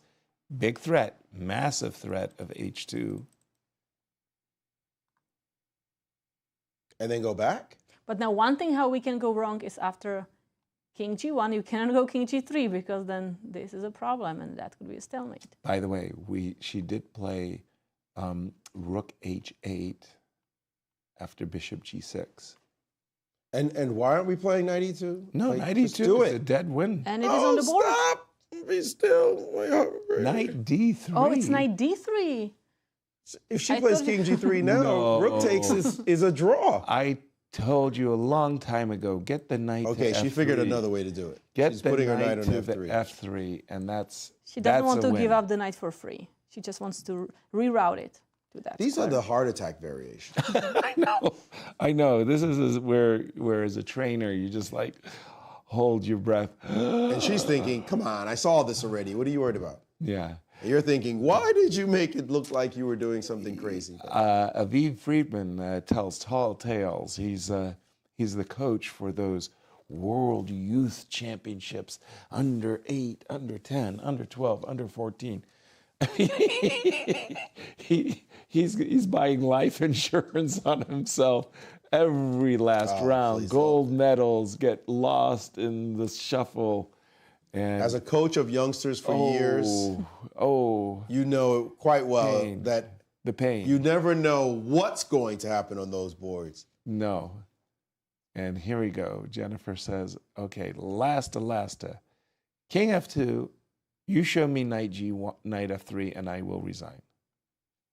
If knight F3 does not land on the board, okay. You show me knight F3, and I will resign. And Queens is next. There you go. And resignation, Nazi Paikidze wins against Jennifer Yu. By the way, deep breath at the end by Nazi. She says, thank goodness that's over, and I didn't have to win knight and bishop versus king. That would have been fun to watch too. Whew. Okay, now tell me about who's in first and who's in second. A lot of decisive games today, by the way, again. No kidding. Wow. Still Alice Lee, who is the first, running away with 1 point advantage. So let's take a look at standings. Alice Lee clear first, 1 point ahead of this pack. Carissa, Anna Zatonsky, Anna Sargsyan, and Nazi Paikidze, who are all with 5 points. And that can change because the next few rounds, all of these leaders are going to be playing Alice Lee for the title. And in the open? In the open section, we have 2 leaders, Fabiano Caruana, Wesley, so they both managed only to make a draw today, so they are at 5.5 points. Half a point behind, yes, is Levon Aronian with 5 points. But let's take a look at the 3 players tied for 4th place. Sam Sevian, Hans Niemann, and Andy Woodward, who won an important game today against Hans Niemann. I hear you, but with the last only 3 rounds left, seeing that score 5.5, 5.5, and 5, there are only 3 players playing for the championship right now. Those are the players playing. They have for separated the themselves. Yeah. So Levon's saying, look, guys, I just need to win. Let's have a tie break. You know, let's talk about picks. Who picked Wesley? No one. Nobody picked Wesley to win? Yeah, because he'd drawn all of our games. Let's take a look. So he drew all of his games last year. In the ladies section, it doesn't look good for me and Maurice and Nastya. Yasser is still in the game with VAR. One. This isn't you get to go first. It's a no-brainer. Carissa won 8 games. Yeah. Yesterday. Guess what? It doesn't look that great for you. Don't blame me. Don't be getting jealous. I mean, and in the open, Fabiano, and then we have Levon. And for the finish strong, did you pick anyone that was challenging? Yeah, look. You went with 2 favorites from last year. Look at you. You did good. You did good, man. Finish strong, yeah. I mean, this is not looking good for me. Way to go, though, with your finish strong. And how about the finish strong award for the? Hey, Levon, look at this. Yikes! What was I thinking? You're wearing a beautiful smile in this one.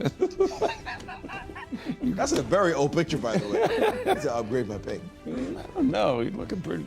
That looks pretty good to me. That's like 10 years ago. Are we closing? This is woo. We've got an interview coming.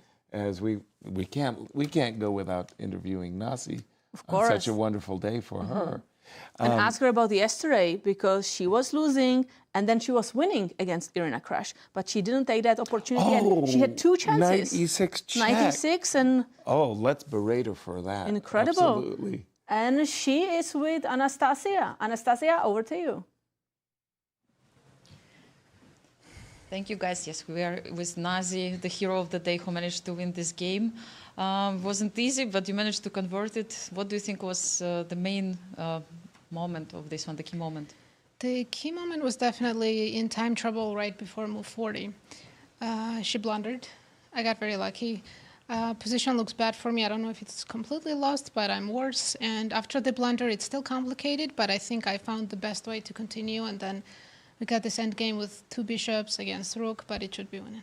Yes, it took some time, of course, but yes, for the moment we can see this, the game. I think it was move when she played bishop before. I think this was the moment, yeah, right? She missed before, yeah. She simply missed before. Did you speak to her after the game? I mean, I saw her reaction. Ah, I see. So she just blundered in one move. Yes. And after that, you just have material advantage in this game. She still has compensation because she gets some material back, but this end game should be completely winning. I found a good setup with the knight on e5, pawn on f6, and it takes time, but it's winning.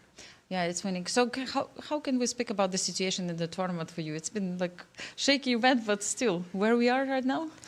I'm at +2. I have no idea how others did today. I think Alice won. Yes, Alice won and Carissa won.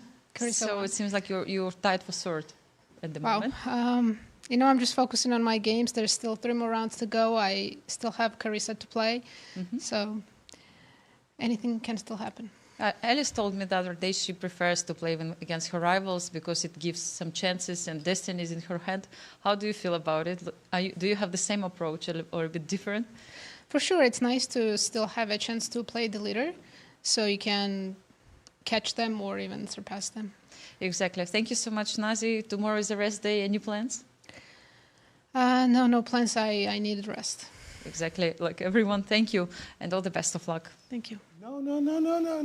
We have a question. We're not letting Anastasiya escape. Some questions. We're not letting Nasi escape. I want to talk to you. Only Nasi, because it's a free day tomorrow and you get a chance to recover from my question. We all want to know Only because we what have was free your day tomorrow and you will have when chance you to recover. discovered knight e6 check and king f4 could have won you the game yesterday. So Yasser is asking about yesterday's game. And I knew that question was coming. I'm not going to let you get So out many of people it. asked me about that today, right before the game. Who asked you? Like a lot of people. A lot of people, yes. Like a lot of chess fans, you know. I was walking to the playing hall and they came up to me and like, do you feel bad that you missed the win yesterday? I was like, I'm not thinking about that anymore. To be honest, no, I don't feel so bad. I mean, I was defending for 3 hours. And I did see that I had chances to win. I couldn't calculate clearly that it was winning. And I was thinking, if I mess this fortress up and lose, I'm never going to recover. So it's better to just make the draw. I just didn't have enough time. Yeah, sometimes it's even psychologically hard to change your mood, right? When you were defending for so long, is it the case? Yeah, that definitely was the case. Yeah, got it. Yasser, are you happy with the answer? Beautiful answer. She had defended very hard Beautiful for 3 answer. hours. So we get it. But we had to rib you nonetheless. Yes. Thank you, Nasi. Good luck in the sprint to the finish. Yasser always likes to make people cry. That is his MO. Just be reminded. Look, we've got championship rounds coming up, dude. But tomorrow, no championship round. Tomorrow is a rest day. Players get to recharge, go to a massage, just... Tea, honey, throat lozenges. That's what I'm doing. And get ready for the last 3 rounds of the championships. Thank you, everybody, for joining us. We hope you enjoyed the show. Tell your friends where you're hanging out. Don't join us tomorrow. But wow, we've got the U.S. Championships live broadcast. Thank you both. It was really a lot of fun. Good night. Good night, everyone. Wow.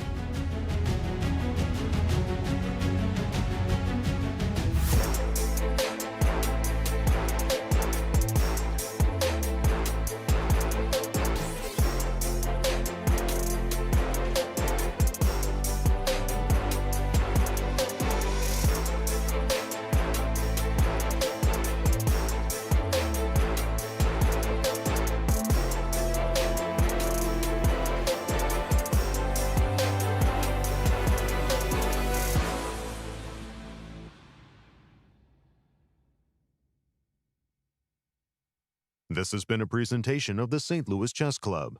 Any reproduction or distribution of this content without the express written consent of the St. Louis Chess Club is prohibited.